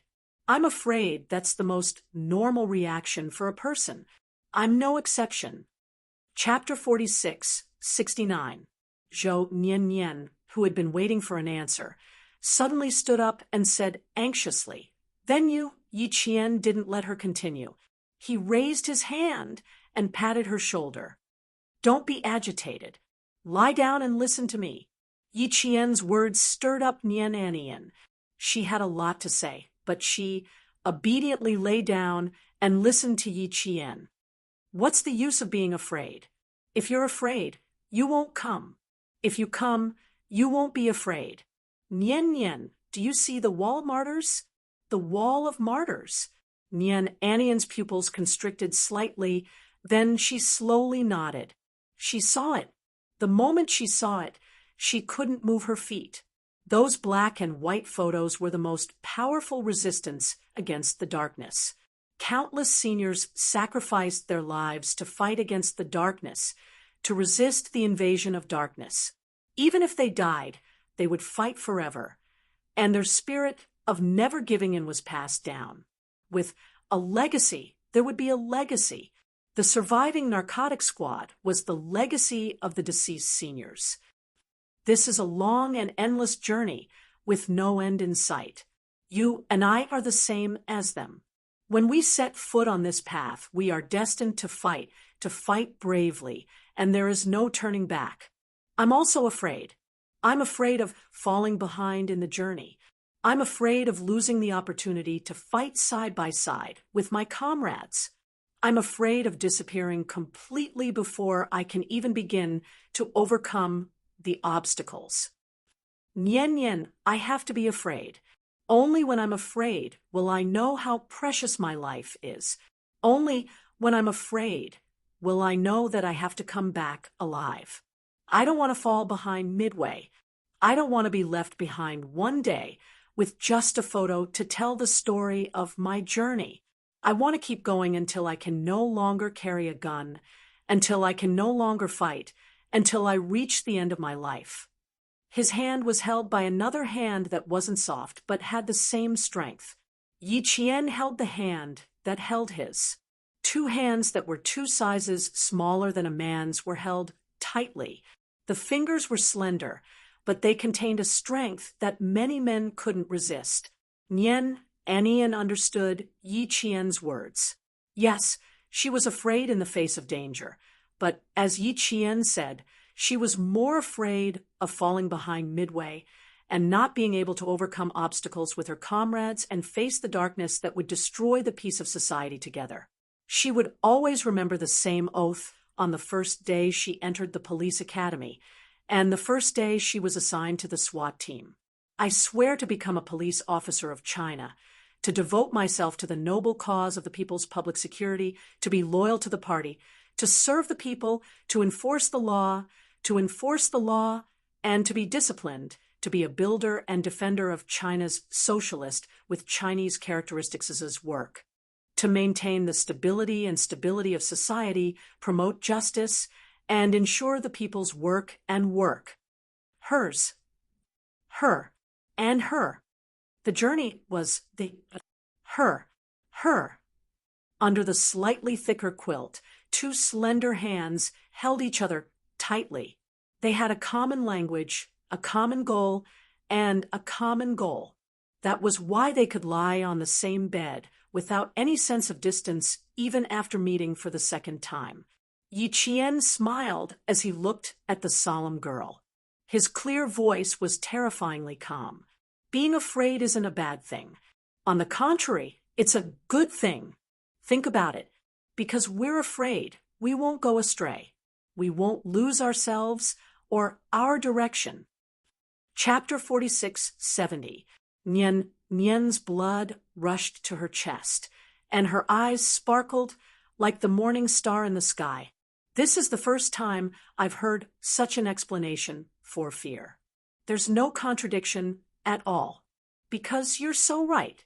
Sometimes fear is a good thing. It won't lead us astray, and we won't lose ourselves or our direction. That's why we're so determined. She spoke in a low voice. She had already gained a deep understanding from Yi Qian's words. After saying the most important thing, Yi Qian relaxed his breathing and slowly closed his eyes. His voice gradually softened. To me, fear isn't a big deal. It's like finding a powerful whetstone in the face of danger. It's a cornerstone that trains us to become stronger day by day. We can't lose our cornerstone. With it, our foundation will be more stable. There's nothing to be afraid of. The ones who are truly afraid are those who can't see the sun and can only walk in the dark. After saying so much, she really did seem a little tired and sleepy. What defeats us often isn't external factors. What defeats us is our lack of confidence and fear. If you want to win, you have to use tenacious willpower and strong ego to defeat your lack of confidence and fear. I want to sleep. Nian Nian, I want to sleep. I'm very happy chatting with you. It makes me feel very relaxed. I'll sleep first. Good night. The sky outside had already darkened. Although Yun Province's winter was warmer than the mainland, it was still winter. The sun was always longer than the other 3 seasons, and the temperature was also much lower. Lying in the warm bed and chatting with like-minded friends, the time was so beautiful that it was isolated from the outside world. It was the most relaxing moment of peace. The girl beside her breathed slowly, and Nian gradually closed her eyes. She didn't feel sleepy. She just wanted to sleep with her. She and her were walking on a path with no end. It was a path full of thorns that could only be cut open with the weapons in her hands. She and her had never thought of turning back. They only wanted to continue walking. Even if they died early, they would have no regrets. The room with no lights turned darker. Nian, who had been quietly thinking, fell asleep as well. There was an anti-narcotics policeman outside the door. He raised his hand to knock on the door and send in the food, but was stopped by Captain Deng, who waved his hand to tell him not to worry about the girls who went in and never came out. Let them chat and sleep for a while. In a few hours, it would be time for them to separate. Time ticked by, and the sky was getting darker and darker. The clock pointed to 8 o'clock sharp, and the preset alarm rang. The man on the bed stretched out his well-defined, masculine arm from the quilt to turn off the alarm. He then got up from the bed, took off his slippers, and walked to the bathroom. From washing up to changing clothes, Xia Jinyuan followed the habits he had developed in the army. Within 3 minutes, he was done. He was already standing by the shoe cabinet at the entrance and changing his shoes. He had to go out and find something to eat. He was hungry. Wearing a medium-length coat, he changed into a pair of casual black leather shoes. The man who rarely wore casual clothes walked out. He was tall and handsome.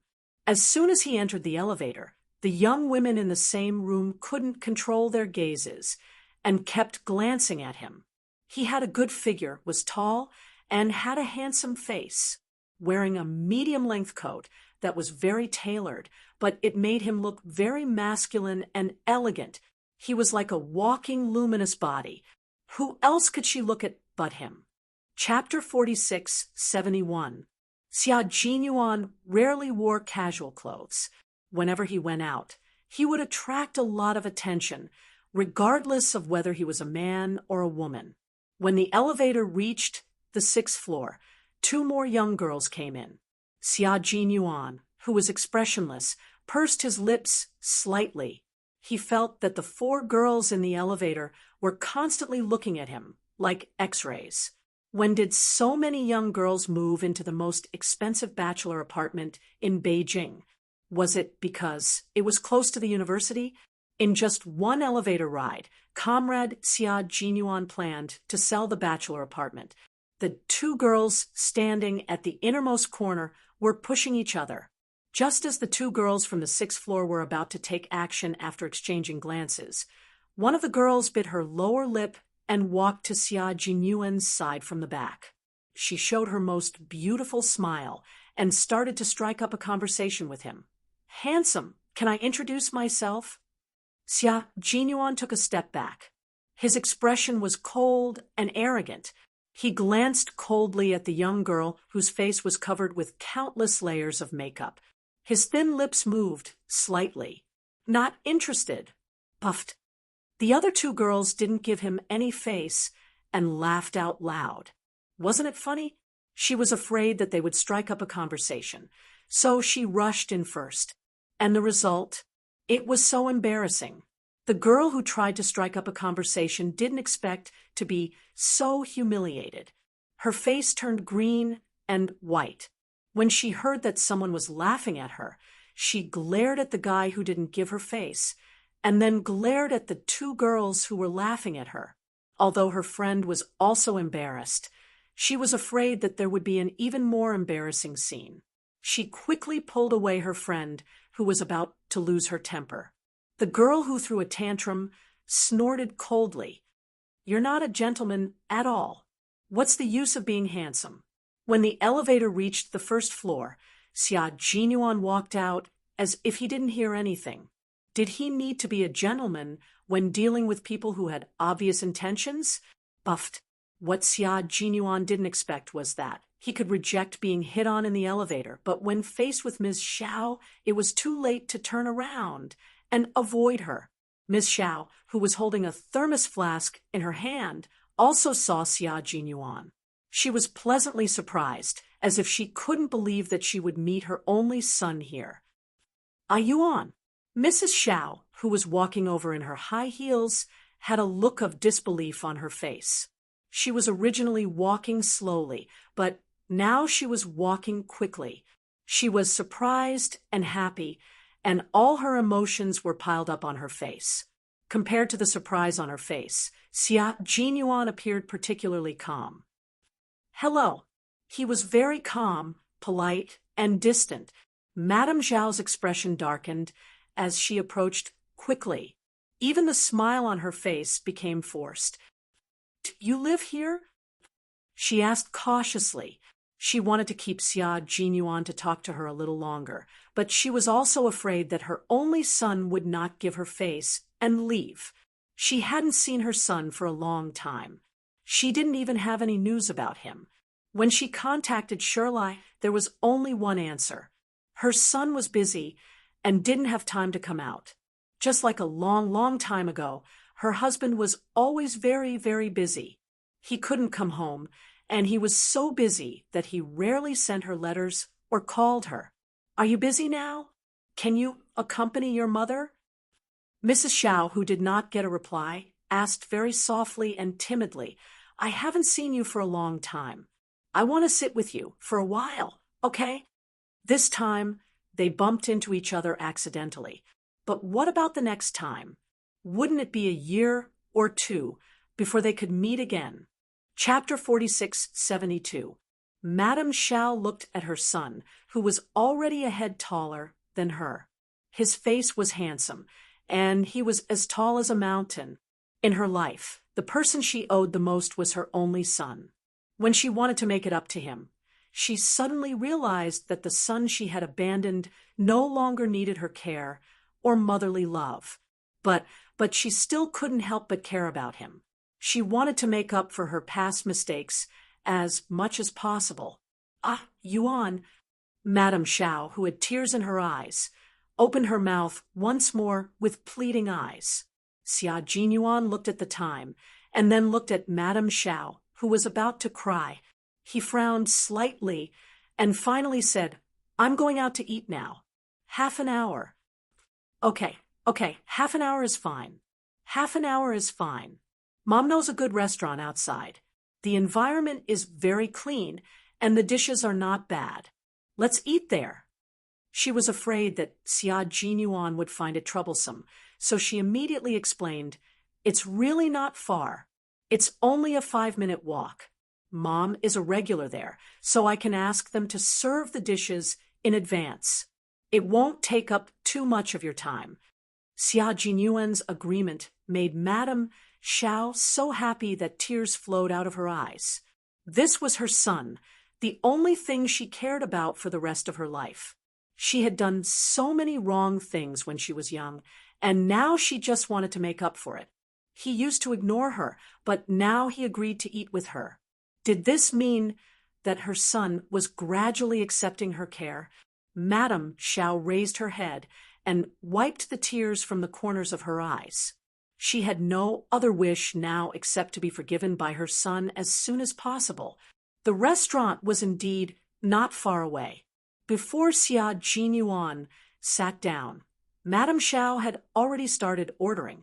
After ordering 4 or 5 dishes in a row, Xia Jinyuan lightly tapped the table with his slender fingers and said, "We don't need that much. Hurry up. These dishes are all the restaurant's signature dishes. They're delicious. You can try them all. It's okay if you can't finish them. They're all." Madame Xiao. Before she could finish, Xia Jinyuan unhurriedly interrupted her. "I don't have much time. Thank you." His voice was very cold, like a basin of cold water being poured directly on Madame Xiao. Madame Xiao's expression stiffened and finally became gloomy. "Okay, just 5 dishes. I won't order any more." Closing the menu, Madame Xiao asked the service staff to serve her dishes as soon as possible.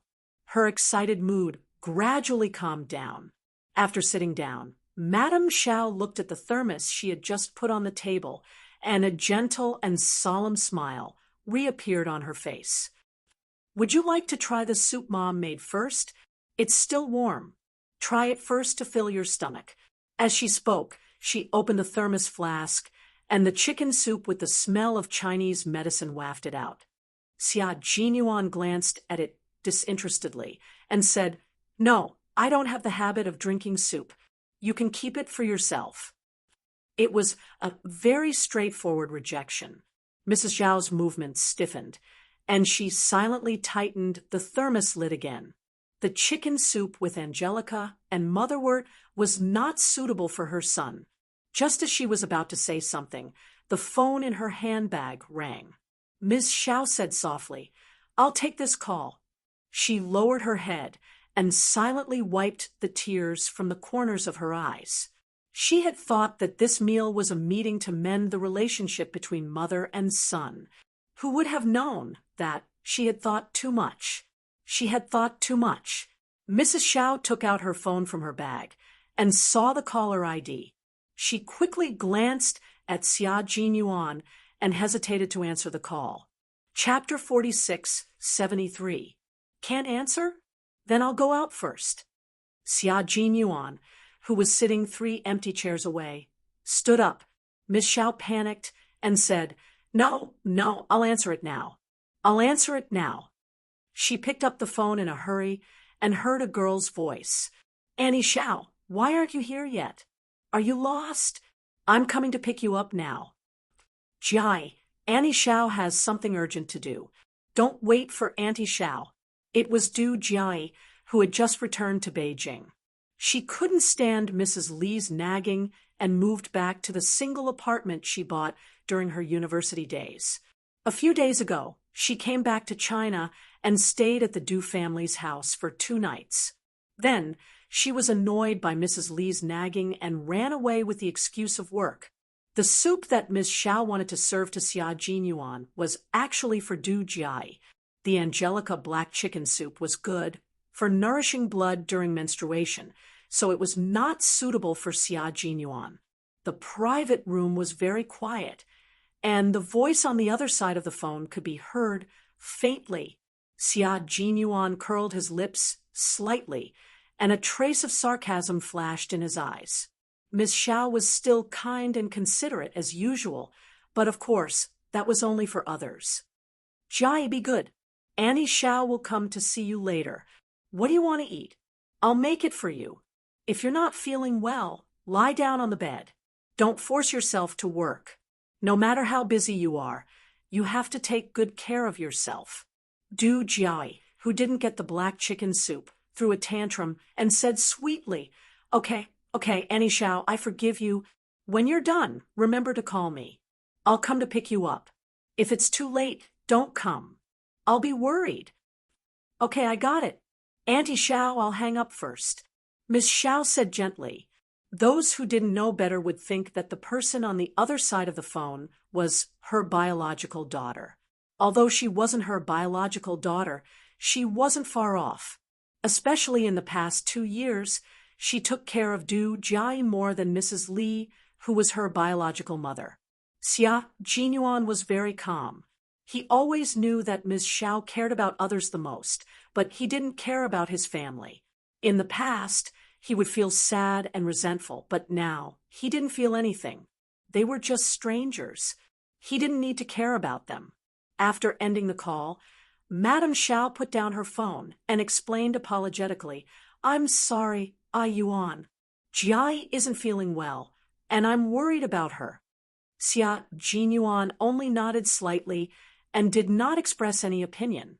As long as she was happy, it didn't matter to him who she was worried about. Mrs. Xiao probably knew that she shouldn't mention outsiders, and seeing Xia Jinyuan's cold expression, she forced a smile and tried to make her expression look natural.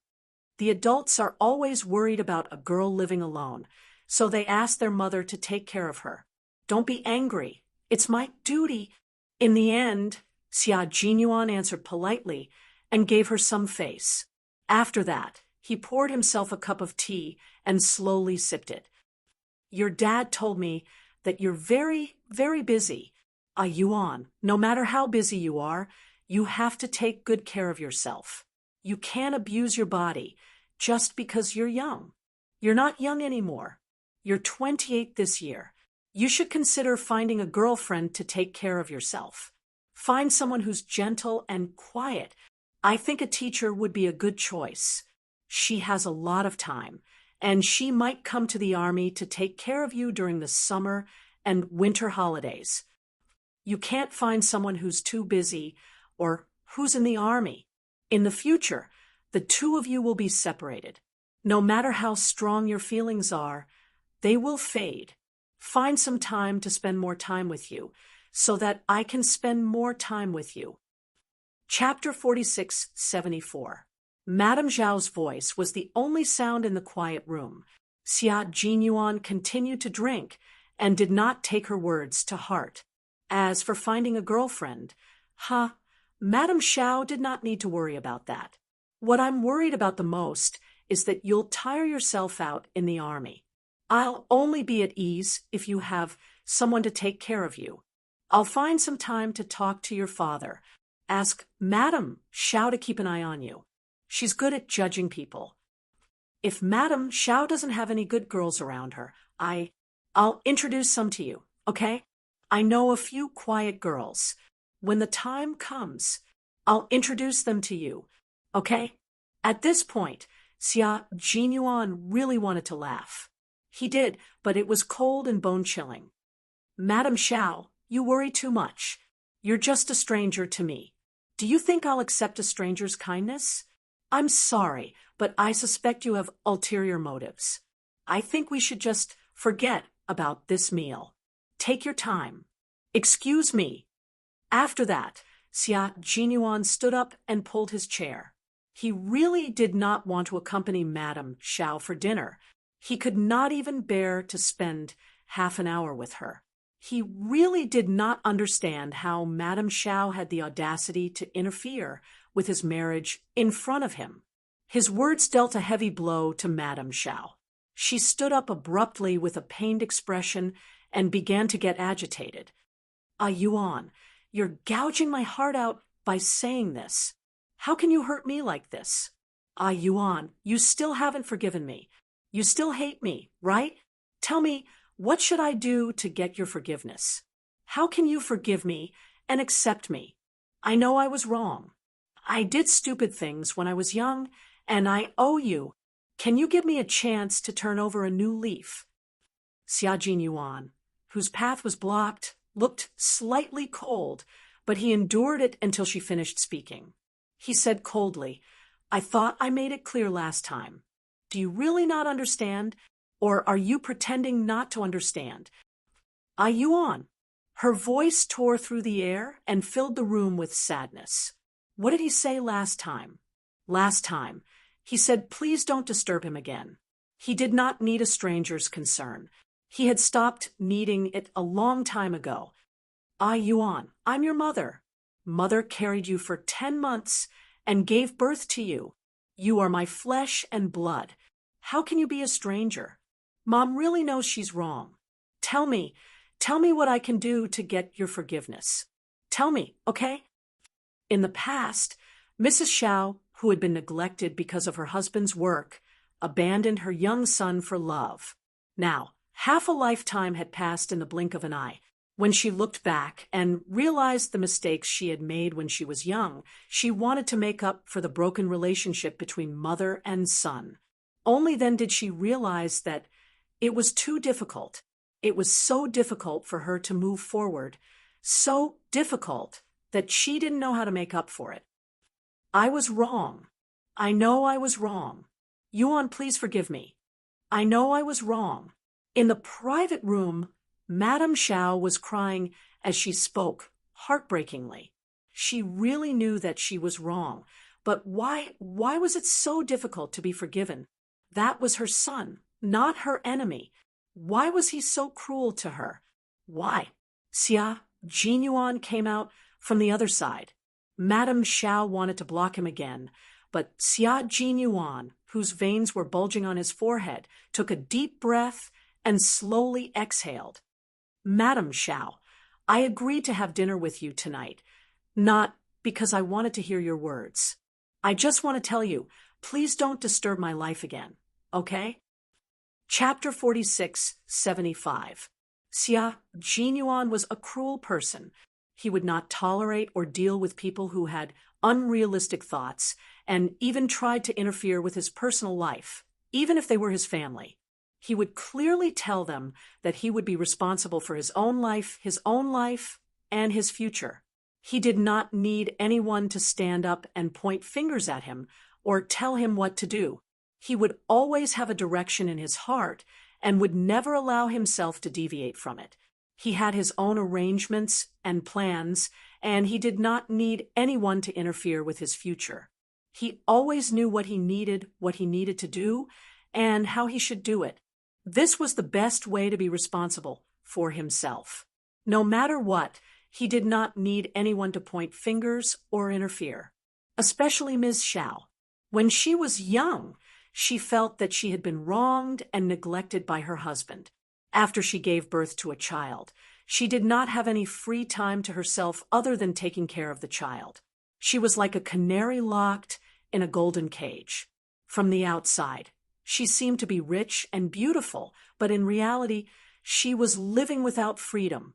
Therefore, for the sake of freedom, she gave up her identity as a canary. With a resolute attitude, she abandoned her young son and husband and threw herself into the embrace of freedom that she had found with the greatest passion. Later, after half of her life had passed, her youth was gone, and her freedom gradually lost its luster. The lover who had once ignited her passion for life was getting further and further away from her. One day, she found a new lover who could bring waves to her peaceful life. Finally, the two people who had once sought freedom and thought that they had found their soul mates divorced and went their separate ways. Finally, Ms. Xiao came to her senses and repented. She remembered that she still had a son in the country and that she had to make up for the mistakes she had made when she was young. She resolutely returned to the country. She thought that she would definitely be able to make up for the mistakes she had made. Just like what Mrs. Li said when she persuaded her to return to the country, the bond between mother and son is thicker than water. How could there be a son who doesn't recognize his mother? The bond between mother and son is thicker than water. How could there be a son who doesn't recognize his mother? Xia Jinyuan snorted softly and glanced at Ms. Xiao, whose face was full of despair. He walked away, leaving behind a handsome back view. A mother could abandon her own child, But in the end, how could she let her own child accept her without any grudges? A 3 or 4-year-old child woke up one day to find himself sleeping in the closet, and the mother he loved the most was having an affair with another man on the bed. The mother he loved the most abandoned him and ran away. Although he was young at that time, he knew that his mother would never come back. Later, the grown-up child once again saw his mother, who he thought had gone far away and would never return. He saw her treating another little girl affectionately as if they were mother and daughter. When he saw the real father and son, his mother looked at him as if he was looking at a piece of trash. She spat out sharp and harsh words word by word. It was like a basin of cold water was poured into the grown-up child's heart, completely extinguishing the last trace of the child's love for his mother. It didn't take much time for them to go from being disheartened to being relieved, only about 5 to 6 years. Now, it had been more than 10 years. In more than 10 years, children of 3 or 4 years old would have found another life partner. Maternal love? I really don't need it. Xia Jinyuan didn't look back as he strode away. Even if Ms. Xiao collapsed on the ground and cried sadly and desperately, he wouldn't feel the slightest bit of pity for her. If he saw a stranger crying, he would go out and ask if they needed help. Ms. Xiao was even worse than a stranger. Chapter 4676. Madame Zhao's cries didn't bring Xia Jinyuan back. The waiter who served the dishes stood by the side in a dilemma. In the end, the manager helped Madame Xiao back to her seat and asked Du Jiai to pick her up and take her home. The moment Du Jiai stepped out of the elevator in a hurry, she saw the young man standing outside the elevator. Her delicate face suddenly changed, and panic flashed across her eyes. Xia Jinyuan glanced at her indifferently and walked straight into the elevator. As soon as he moved, Du Jiai, who was standing in the middle of the elevator, instinctively took a step back. She realized what she had done and was secretly upset. She bit her lower lip, held her breath, and walked out quickly. Ding! The elevator door closed behind her. Du Jiai, whose eyes were glued to the marble floor, seemed to have thought of something as she abruptly turned her head to look at the closed elevator door. Xia Jinyuan, why is he here? Auntie Xiao said that she had something urgent to attend to. Could it be the urgent matter Auntie Xiao mentioned was meeting Xia Jinyuan? It had only been 15 minutes since she received Auntie Xiao's call saying that she had something urgent to deal with. Last time, Auntie Xiao said that she hadn't seen Xia Jinyuan for a long time and didn't know where he went. If she had seen him just now, why did they only chat for 10 minutes? Du Jiai saw Madame Xiao with questions in her mind. Before she could ask, she was shocked by Madame Zhao's haggard face and quickly walked over. Auntie Xiao, what's wrong? You're fine. Why are you crying? When the heartbroken Madame Xiao saw the young lady's worry for her, she suddenly raised her hand and gently caressed Du Jiai's face, revealing a smile that was uglier than crying. Jiai, why aren't you Auntie Zhao's daughter? People always say that daughters are sweet little jackets. They're not wrong. Aren't daughters their parents' sweet little jackets? Even you care about me and worry about me, but... Tears flowed down from Madame Zhao's eyes. She was crying and laughing at the same time. Du Jiai was so anxious that she grabbed the hand that was stroking her face. Auntie Xiao, don't cry. What's wrong? What happened? Tell me quickly. Tell me quickly. She glanced at the dining table from the corner of her eyes. The untouched food on the table confirmed her suspicions. She frowned and swallowed before she dared to ask in a soft voice, Did you bump into him? Did he make you angry again? Don't be angry, Aunt Xiao. He's not worth your anger. Du Jiai's fear of Xia Jinyuan was so deep in her bones that she didn't dare to mention his name. She only dared to use him instead. Madame Xiao cried and laughed. She had lost all her poise. "Even you know that I'm angry, but my son doesn't. He clearly heard me crying, but he was so heartless that he didn't even turn around to look at me. How could he be so cruel? Why is he so cruel? How good would it be if it was a daughter? A daughter like Jai would definitely be soft-hearted and forgive me, right? How good would it be if it was a daughter? Auntie Xiao wants a daughter." Madame Xiao, who was in her 50s, cried like a helpless child. Du Jai tried to coax her, but to no avail. In the end, Du Jai had no choice but to ask Madame Li for help. Madame Li arrived just as Xia Jinyuan was knocking on Major General Yang's door.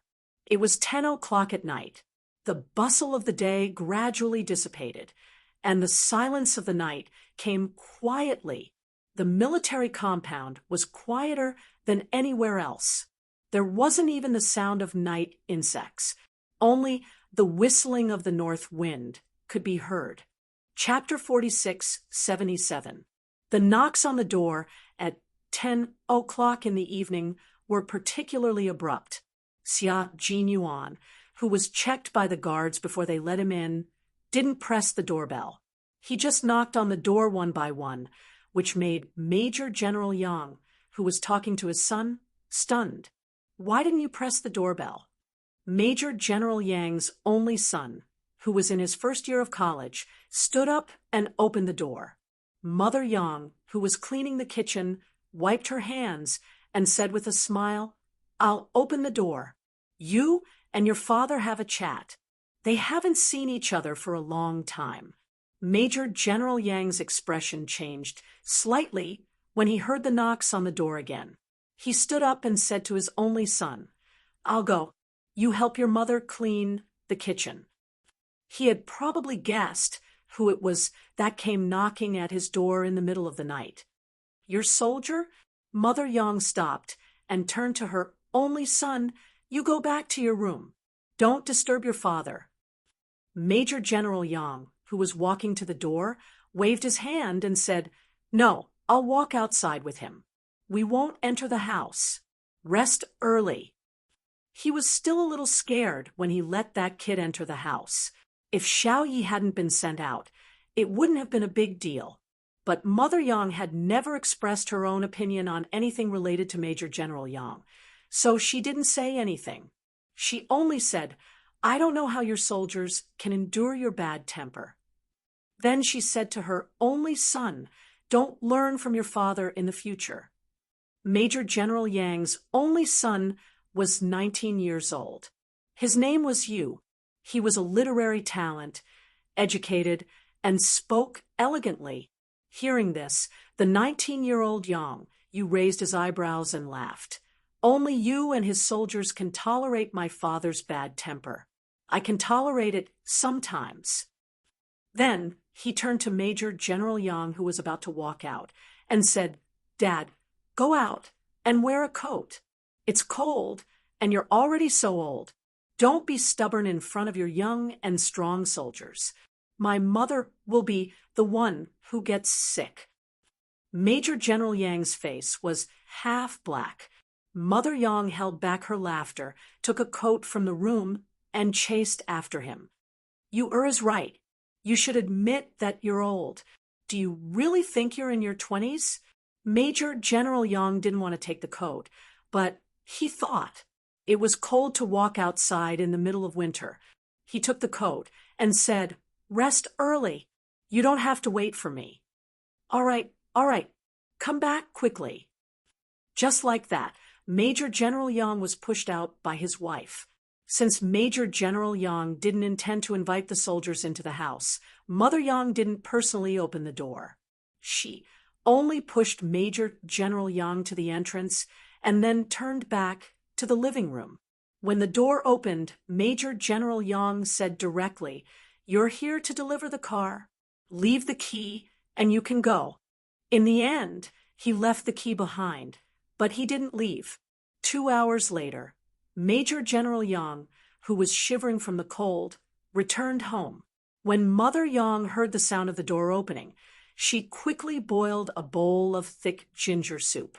As soon as the bowl of hot ginger soup entered his stomach, Major General Yang felt his body gradually warm up. Seeing her husband's frozen purple lips gradually return to normal, Mother Yang felt distressed and said, "Isn't it better to talk in your study? Why did you have to go out for a walk? You must be freezing to the bone. I wonder if you'll catch a cold tomorrow morning. Next time, when your soldiers come over in the middle of winter, invite them over. It won't affect you much, but you have to suffer." Major General Yang never received subordinates who came to his house in person except for work. Mother Yang knew her husband's character, so she didn't say much before. Now that he saw Major General Yang's lips turn purple from the cold, his heart ached, and he couldn't help but say a few more words.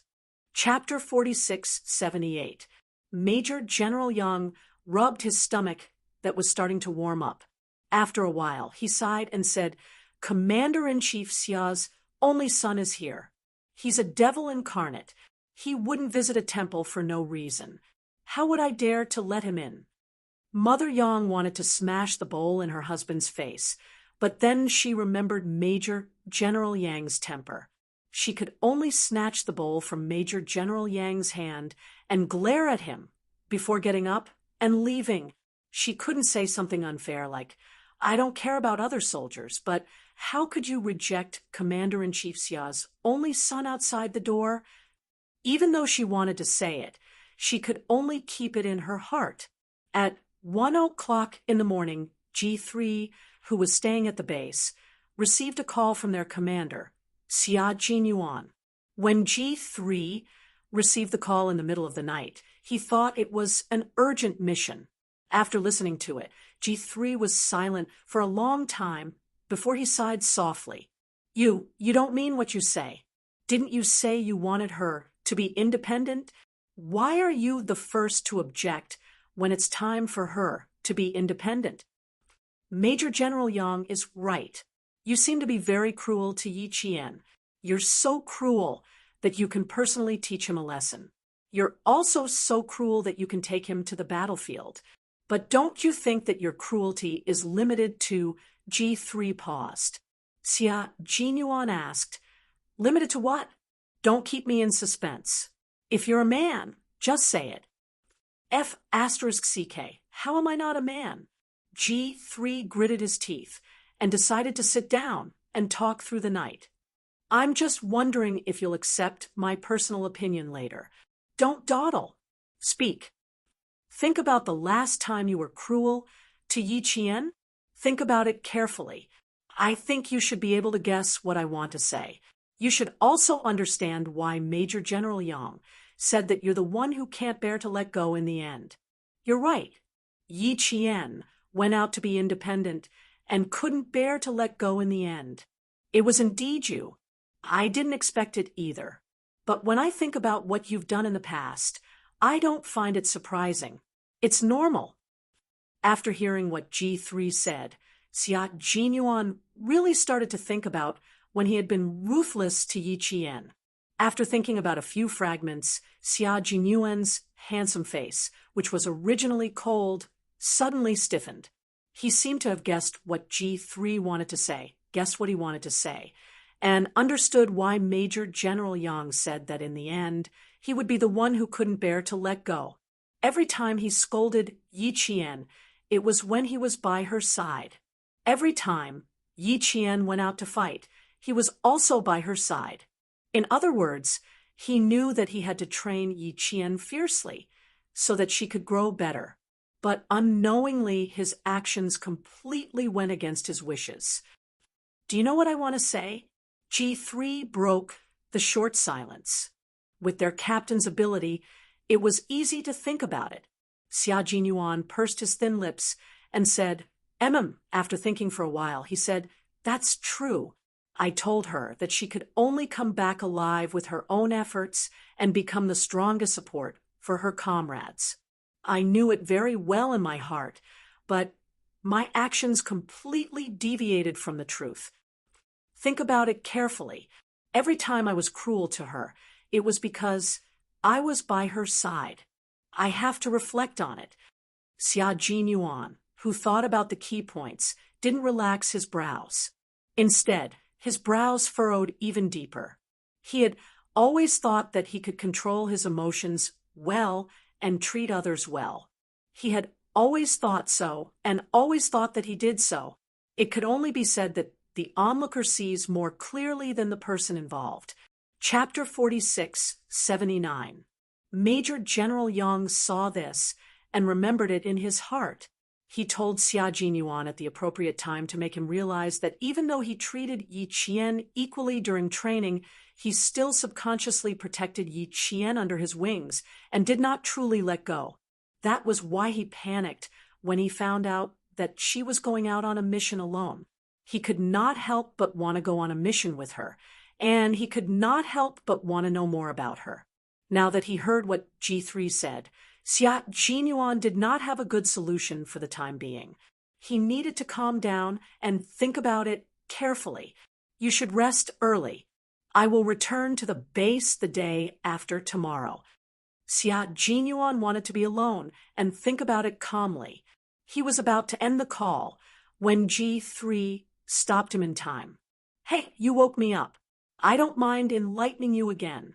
After all, I don't have many opportunities to enlighten you. Xia Jinyuan laughed and raised his eyebrows. Why?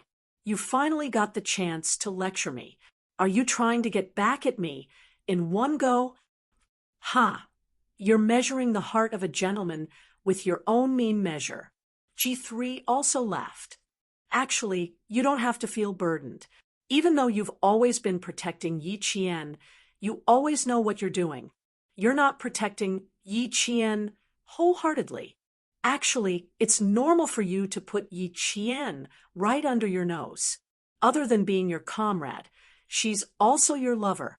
What kind of man is a man if he can't protect his lover? It's completely a man's nature to protect Yi Qian. If you don't believe me, let me ask you. If there's a mission that only Yi Qian can complete and no one else can, but it's very dangerous, you might not be able to come back. At that time, the situation is very tense and you can't think of a better solution. Captain Xia, what would you do? Would there be a second choice? No. Without any consideration, Xia Jinyuan said in a deep voice, there wouldn't be a second choice. Yi Qian is the first choice. That's right, you would definitely do that. We all believe that you would do that. So, it's normal for you to put Yi Qian right under your nose to protect him. We can all understand and accept it. The reason Major General said this is to remind you to let go when it's time to let go. When it's time to protect, Major General won't hesitate. You're the one who messed up. G3 originally had a slight smile on his face, but his eyes gradually turned serious. Could it be that Yi Qian has already gone on a solo mission this time? Tall, danger? Not our team's mission? At this point, Xia Jinyuan pursed his lips and lowered his voice. Undercover, core member of the Golden Triangle, one person. The specific mission is unknown. Major General Yang had originally planned to find out more tonight, but who would have thought that after being exposed to the cold wind for 2 hours, Major General Yang still couldn't find out anything? Undercover agents and core members of the Golden Triangle were naturally related to drug dealers. So why did they need Yi Qian to go? Unless the situation was very tricky and they needed someone who was strong in all aspects and male soldiers couldn't do the job and could only be completed by female soldiers, Yi Qian, who was outstanding in all aspects, became the first choice. G3's heart sank slightly. Yi Qian, who was far away in Yun Province, didn't know that her first undercover mission had already made many people worried. Yi Qian woke up at 2 o'clock in the morning. Xia Jinyuan, who was startled awake, held her hand tightly and said seriously, "We'll wait for you to come back. Please come back safely." Yi Qian, who had already completed his disguise, held her hand back. She smiled without a trace of fear. Don't worry, I'll definitely come and find you when I come back. If I can't find you, I'll bring my brother to find you. It was considered a test. Chapter 4680. When she suddenly mentioned Li Jinyan, a young and stern face flashed across Nian Anian's mind. His eyes were like cold stars, and his back was as steady as a mountain. He had only seen him once, but the memory was so vivid as if it had happened yesterday. The corners of her mouth curled up, revealing a smile as bright as the morning sun. All right, I'll wait for you to come back and find me. It's a deal. It's a deal. The two like-minded girls high-fived and smiled at each other like old friends. I know you and you know me, so there was no need to say more. Captain Deng personally sent Yi Qian to the car, but it was inconvenient for Nian to do so. Walking through the corridor of the drug sniffer dog training ground, Captain Deng reminded her again and again, remember to protect yourself first. Don't act recklessly, and don't underestimate those drug dealers. They are active at the border all year round, dealing with the anti-drug police forces of various countries. Sometimes their abilities are not as ordinary as you think. Never underestimate them. Even if it's a child, your inadvertent exposure can be fatal. Don't trust anyone easily. Before you have a good foundation, don't move around casually. They are a group of drug dealers who would rather kill 1,000 innocents than let one person go. They won't listen to any explanation, and will only solve the problem cruelly in their own way. Do more, talk less, and protect yourself first. You understand? Captain Deng spoke for as long as the corridor was long, and some of his words were repeated over and over again. He didn't stop until he reached the car door. 2 plainclothes policemen came to pick up Yi Qian. They greeted Captain Deng first, and then introduced themselves to Yi Qian. Captain Deng waited for them to finish their introductions, and then said to the 2 plainclothes policemen, "Before Xiao Yi leaves, I'll leave her safety to you too. You must protect her well." "Don't worry, Captain, we know." The door of the sliding door opened, and one of the plainclothes policemen asked Yi Qian to get in. Yi Qian, who was standing in front of the door, was about to step in, but then he retracted his right leg and turned to look at Captain Deng. He gave a solemn military salute. "Captain Deng, wait for my good news." "Okay." Captain Deng, who returned the salute, nodded. "I believe you will bring back good news safely." News and safety were both indispensable. However, what they lacked the most when carrying out high-risk missions was safety. After the car had driven for some distance, Yi Qian turned back to look at the back of the car. She saw that Captain Deng was still standing there motionlessly, silently watching her leave. As the captain of the narcotics squad, Captain Deng didn't know how many comrades he had sent out to carry out high-risk missions. Every time he saw them off, his mood would be the worst and the heaviest. He liked to see his comrades return safely, but the thing he didn't want to see the most was his comrades who came back with their eyes closed forever. Even after experiencing so many life and death separations, Captain Deng was still afraid of the scene that he did not want to see the most. "Xiao Yi, you're a Special Forces soldier. Use all your skills and abilities as a Special Forces soldier. I believe you'll be able to return safely." The departing car had long disappeared from his sight. Deng Dui, who had almost blended into the night, was still standing there. It was not until the wind blew and brought a burst of chill that he slowly turned and left. She couldn't sleep from 2 in the morning until the morning assembly. She didn't sleep, nor did she lie in bed. She just sat there until dawn. She found Captain Deng and decided to return to the capital today. Captain Deng did not force her to stay. They had already found the most suitable spy and had sent it out. If Anian wanted to leave early, they could do as she wished. Chapter 4681.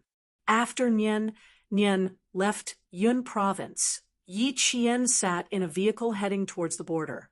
It wasn't until 1 o'clock in the afternoon that she arrived at a small border town. Next, it was time to pick the goods, and she was the goods being picked. The two plainclothes policemen became human traffickers who were familiar with the place. One of them kept an eye on Yi Jian while the other went to the market outside.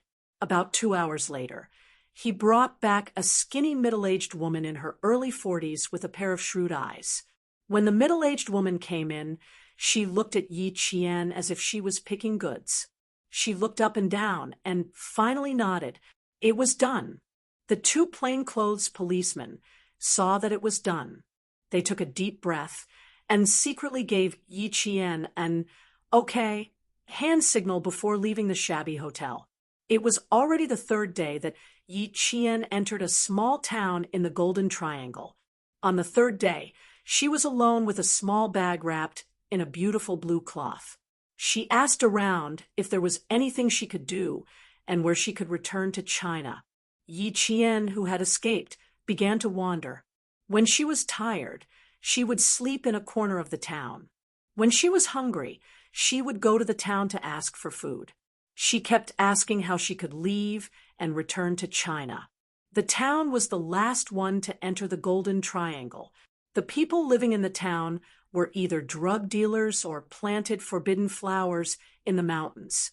They were very vigilant against outsiders, especially people like Yi Qian, who had been tricked into coming to the Golden Triangle. Girls who wanted to return home would not easily get close to him. There were rules in the underworld. Whoever broke the rules would be cutting off their own path of survival. No one would help Yi Qian leave the town out of pity. The town was very strict against outsiders and was especially vigilant against strangers. Who knew if a girl who came to the town would call the police when she returned to China?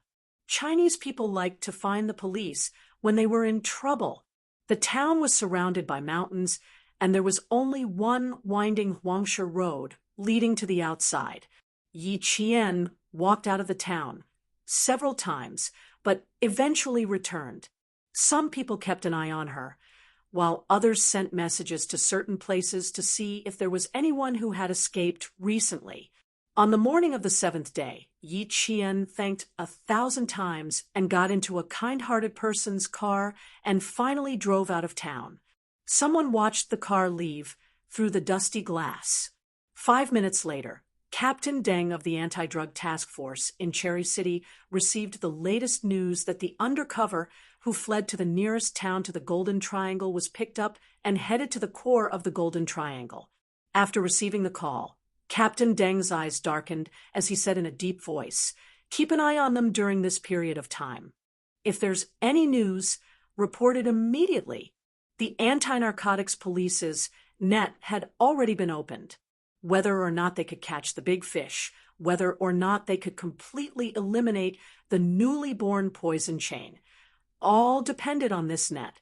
Captain Deng, who had stayed up all night, hung up the phone and walked out of the office. As soon as he walked out of the gloomy sky, a golden light suddenly broke through the layers of dark clouds and shot straight to the ground like a golden arrow. Dark clouds covered the entire ground, but this golden light pierced through thousands of mountains and thousands of rivers and just illuminated the office building in front of him. There were countless martyrs guarding the place. The female soldiers who had left last night stood on the wall of martyrs and saluted again. But today, the golden light shot straight like an arrow. The majestic momentum seemed to be able to cut a path out of the bottomless abyss. Captain Deng stood outside and looked up at the golden light until it disappeared. It was a very good sign, a sign that could gradually improve his mood. Next was a tough battle, and he and his comrades were already prepared for it. They were just waiting for the tough battle to start. Chapter 4682. Yi Qian, who had already entered the border of another country, started to make a ruckus in the car. She shouted that she wanted to get out of the car, that she wanted to go home. She was slapped in the face several times, and the person in the car with her threatened to kill her if she screamed again. She was so scared that she didn't dare to make a ruckus anymore. She didn't even dare to cry, because the other party really showed her a scimitar that was about 20 centimeters long and 4 centimeters wide. The sharpened scimitar flashed past Yi Qian's eyes. A cold gleam flashed across her eyes, and the cold gleam of the blade pierced into Yi Qian's eyes. She couldn't help but close her eyes. She was so scared that she didn't even dare to cry. Yi Qian had been watched since the first day she escaped into the small town. By the second day, her whereabouts and how she entered the country from the Chinese side were all clearly investigated. On the third day, she was secretly watched. On the fourth day, they watched her even more closely. On the fifth and sixth day, they began to arrange her whereabouts. On the seventh day, they successfully lured her into the car. The car was bumpy all the way. They turned many corners and passed through many mountains. Listening to the mountain wind whistling past their ears, they saw the mountains one after another behind them. Yi Qian, who was in the tiger's den, was getting further and further away from the Chinese border. In order to prevent Yi Qian from escaping, the two people in the car only gave Yi Qian very little water to drink for 2 consecutive days. Other than that, there was no food. Being able to endure hunger was a hurdle that a special forces soldier had to go through. Yi Qian's record of being able to endure hunger and lack of water was 6 days. Xia Jinyuan's record was 7 days, and the Snowfield Brigade's record was 9 days. 2 days of drinking only a small amount of water was enough for Yi Qian. On the 4th day, Yi Qian, who had secretly memorized the route, arrived at a small mountain village. "Get out of the car." The car door opened. The thin man who had been watching over Yi Qian directly reached out and grabbed Yi Qian's wrist. He pulled hard and forcefully pulled Yi Qian out of the car. 11 days after leaving China, Yi Qian arrived at a small village in Myanmar. The entire village was surrounded by undulating mountains. It was like a paradise, but it was also dangerous. Before coming here, Yi Qian had an understanding of the terrain of the entire Golden Triangle and how many days it would take to enter the core area of the Golden Triangle. According to their current travel time and vehicle speed, it would take at least 2 days to reach the core area. Moreover, they had not entered a traffic blind spot yet and could still drive a car. It was enough to show that she had not approached the dark zone where various forces were divided and where deformities were bred that could corrupt the energy of civilized society. Although they had yet to enter the core of the darkness, Yi Qian could smell the faint scent of biscuits in the air. He knew that she was nearing the outermost edge of the darkness, the edge of what seemed to be calm. The biscuit-like aroma was naturally not emitted by real biscuits, but the aroma of sesame fruit. She was still outside the small mountain village and had not completely entered it, but she could already smell the aroma of sesame fruit. Once she entered the village, she was afraid that the entire village would be shrouded in the aroma of sesame fruit. Sesame fruit, also known as magu, was a processed drug of ice. The main ingredients were methamphetamine, caffeine, and so on. Most of them were in the form of pills. The poison directly acted on the central nervous system and had a hallucinogenic effect. It was highly addictive and extremely harmful. Accurately identifying various drugs by smell was also a test that Yi Qian had to pass in the early morning of the day she arrived at the narcotics unit. That early morning, she saw a total of 108 kinds of drugs and smelled 108 kinds of drugs. After smelling them, she plunged her head into a basin of cold water that had been prepared in advance to disperse the mixed smell that lingered at the tip of her nose. That night was the most mentally exhausting night in her history. It was also the night that she memorized the most information and the fastest speed. It was also the night that she received the most and most complete drugs. It shocked her to the core. Chapter 46, 83. It wasn't until Yi Qian stood here that he truly understood Captain Deng's good intentions and why they were so strict in choosing the most suitable undercover agent. She only stood at the outermost periphery of the village and only touched a little of the darkness, but she knew how big and cold the iceberg was under the darkness. Walking into the small village, there were children running happily. When they saw people coming in, their first reaction was not to avoid them, but to make a pistol gesture with both hands and shoot at the 3 people entering the village, simulating a gunfight. These were all children's games, and the adults were used to it. A man who was no more than 25 years old fearlessly walked over barefoot, with only a horizontal apron with the local ethnic characteristics around his waist, and a big knot on the left side of his waist. When he passed by the children, he raised his hand and pushed one of the children's head, and said in the local language, "Useless boy, if I give you a real gun, do you dare to use it? Give us a real gun. Give us a real gun." A few children ran around the young man, and one of them directly hugged his leg and said that he wanted to give them a real gun. The young man laughed and kicked the child down, but the children didn't cry. They got up and threw 2 handfuls of soil at the young man, and then they all laughed and left.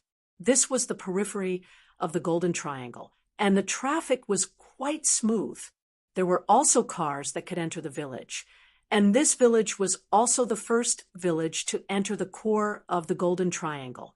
Yi Qian, who was dragged out of the car, kept his head down, but the corner of his eyes had a panoramic view of the surroundings. The young man walked in front of the 3 people who entered the village. He looked at Yi Qian from head to toe, and then said to the 2 people who kidnapped Yi Qian, "New goods? Who are they?" "They came from the mountains in China to work and were kidnapped to Yun province to be sold to the kidnappers.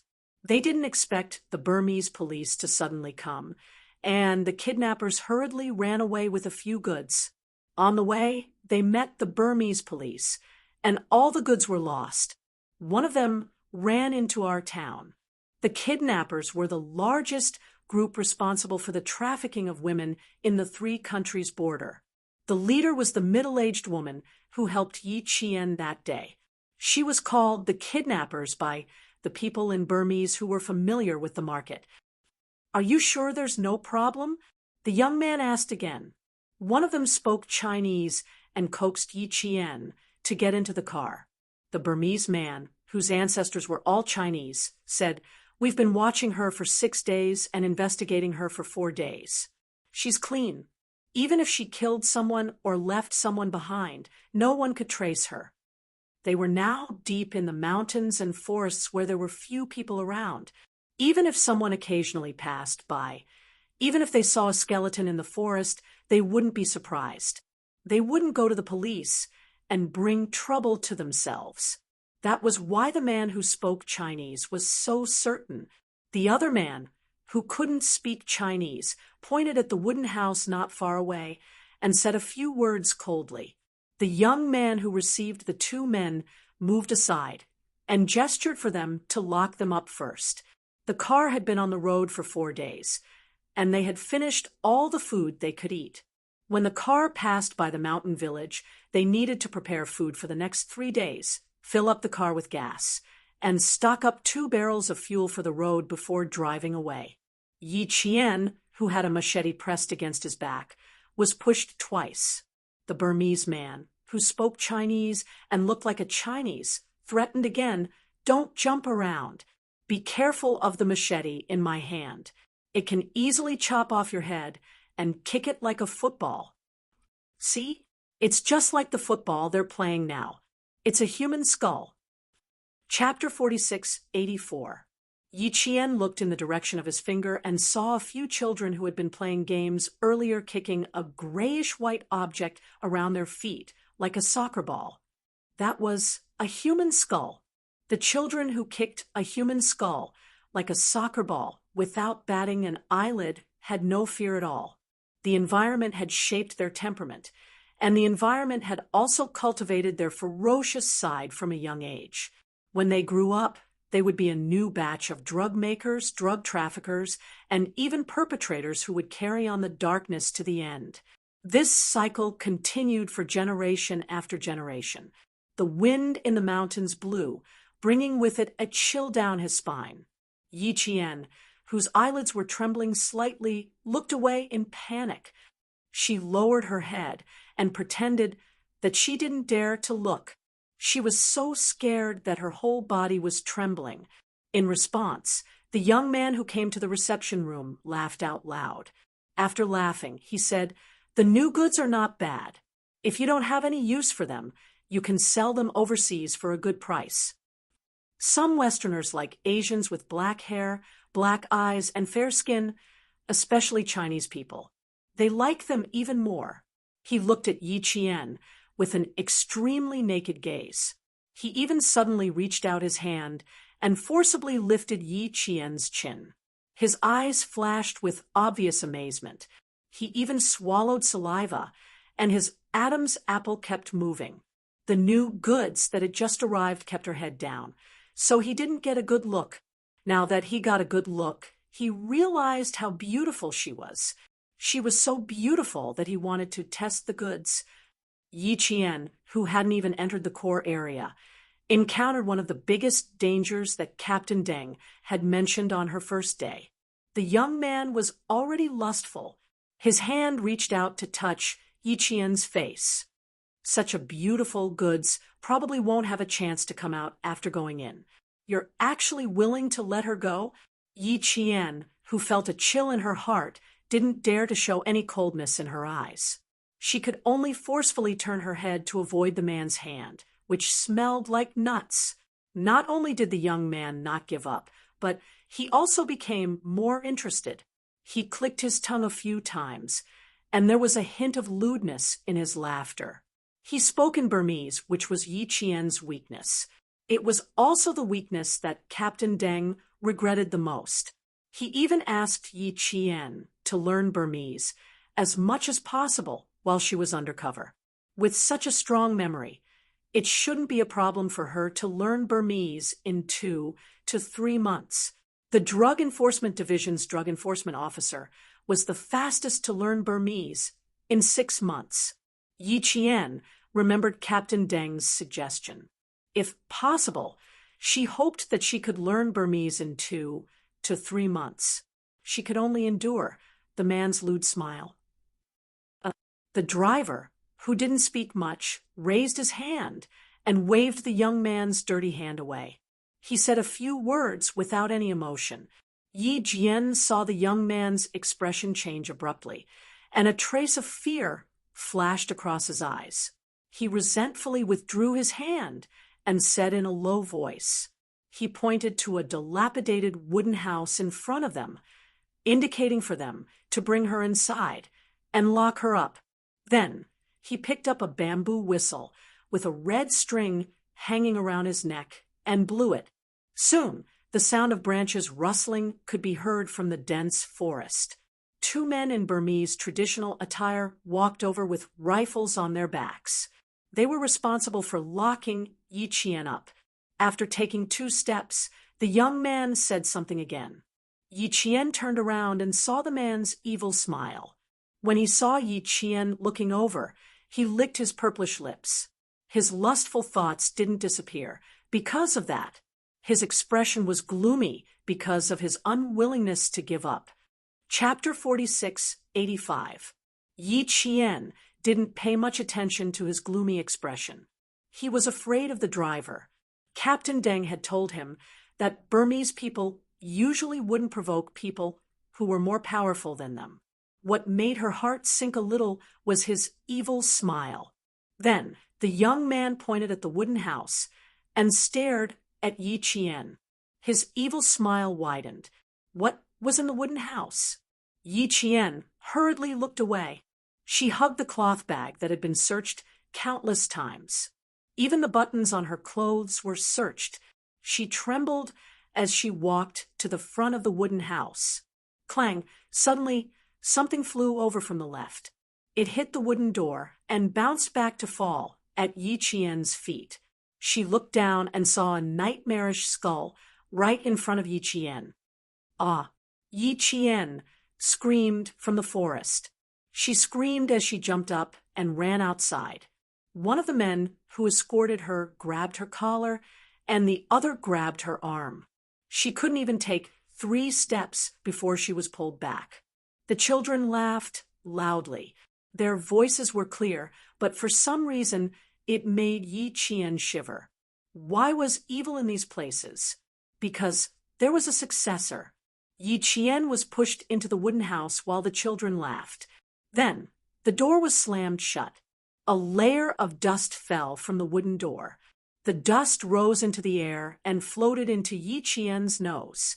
A damp and musty smell entered her nose. Yi Jianxian originally thought that seeing a human skull would be the biggest show of strength today. However, when she smelled the lingering stench in the air and tried to smell it, it disappeared. Yi Jianxian knew that the real show of strength was the ghastly white skeleton over there that was still wearing clothes. The skeleton's body, limbs, and torso were all there. The only thing missing was the head. And the reason why the young man was harboring evil intentions was probably because of this eerie white skeleton. The people outside heard even more horrified screams coming from inside. The old wooden door, which had turned dark gray due to the sun and rain, was being slapped so hard that it seemed like it would break into pieces if it was slapped a little harder. "Don't make noise. Shut up." The fierce-looking man guarding outside used a homemade gun to hit the door a few times. He warned Yi Qian to stop making noise in the local language. "Tang Ta, what's inside?" The Burmese man who spoke Chinese frowned. "Now is the time when we need your help. I hope that our 2 villages can always get along well. Maji, if I didn't want our 2 villages to get along well, I would have dragged your new goods into the forest and tasted them myself." Tang Ta was the man who lusted after Yi Qian. He was the elected leader of the village, similar to the village chief of the Chinese village. He coaxed Yi Jian into the car.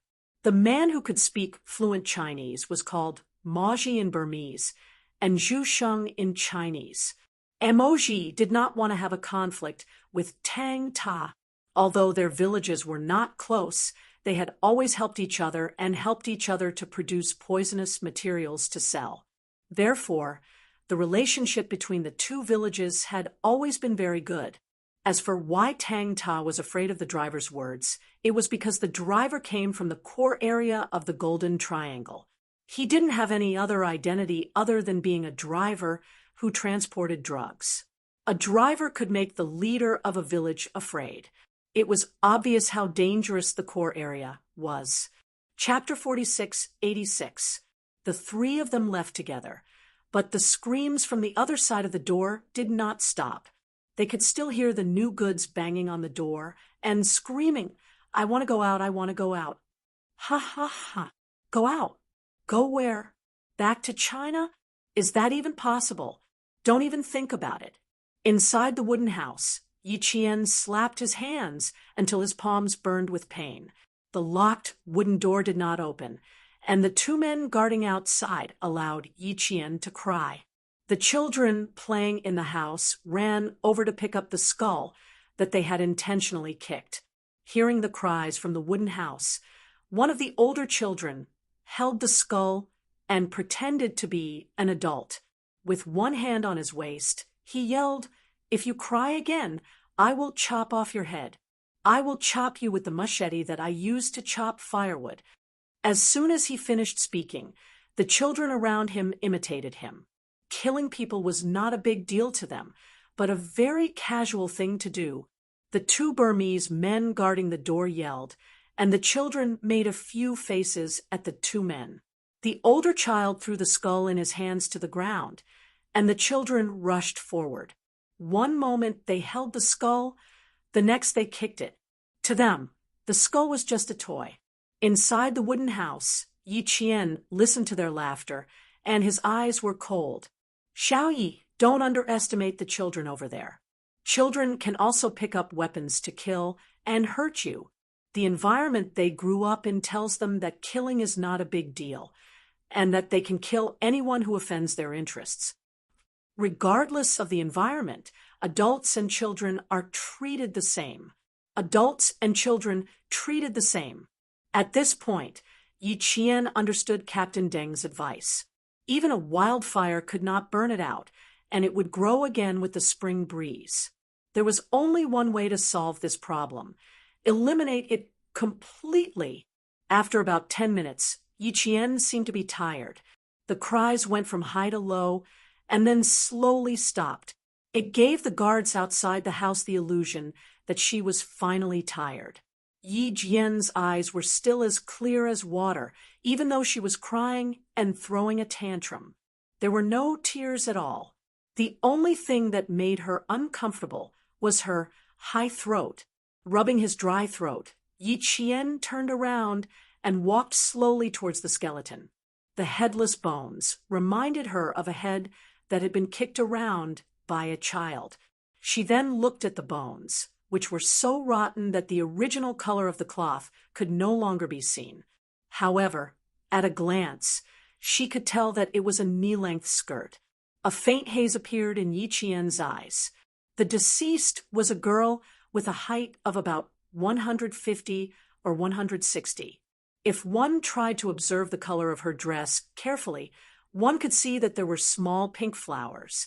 The bottom of the dress should be a plain color between white and grayish-green. Only one of the exposed feet had a shoe. It was not a high-heeled shoe, but a pair of canvas shoes with black cloth and white edges. Yi Qian was inclined to believe that the deceased was a very young girl. A very young girl. Yi Qian, who had come with a mission, thought of the dozen or so young girls who had gone missing. The average age was 19, the youngest was 16, and the oldest was 21. They came from poor mountain villages and left their homes to reduce the burden on their families.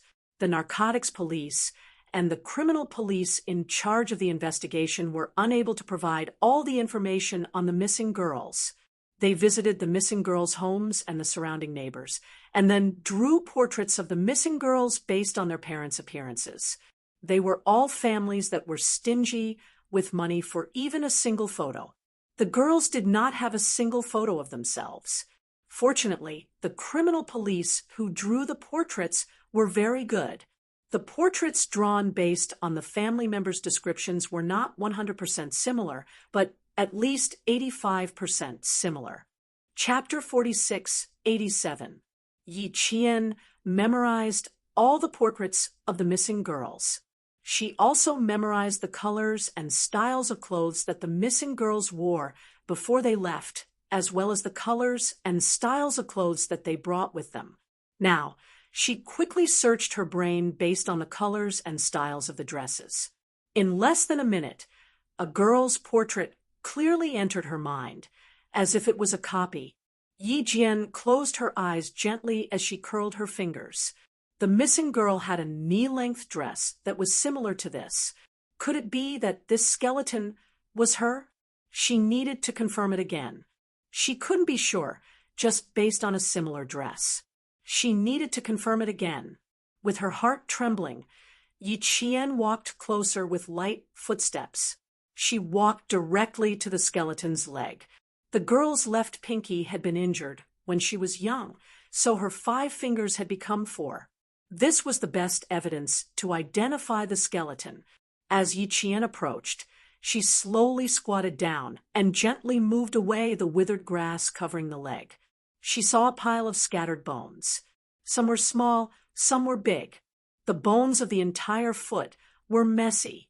It was impossible to identify them immediately. She needed to examine the bones carefully. In order to find evidence that could prove her identity, Yi Qian needed to examine it closely, but she also needed to avoid being seen by the people outside.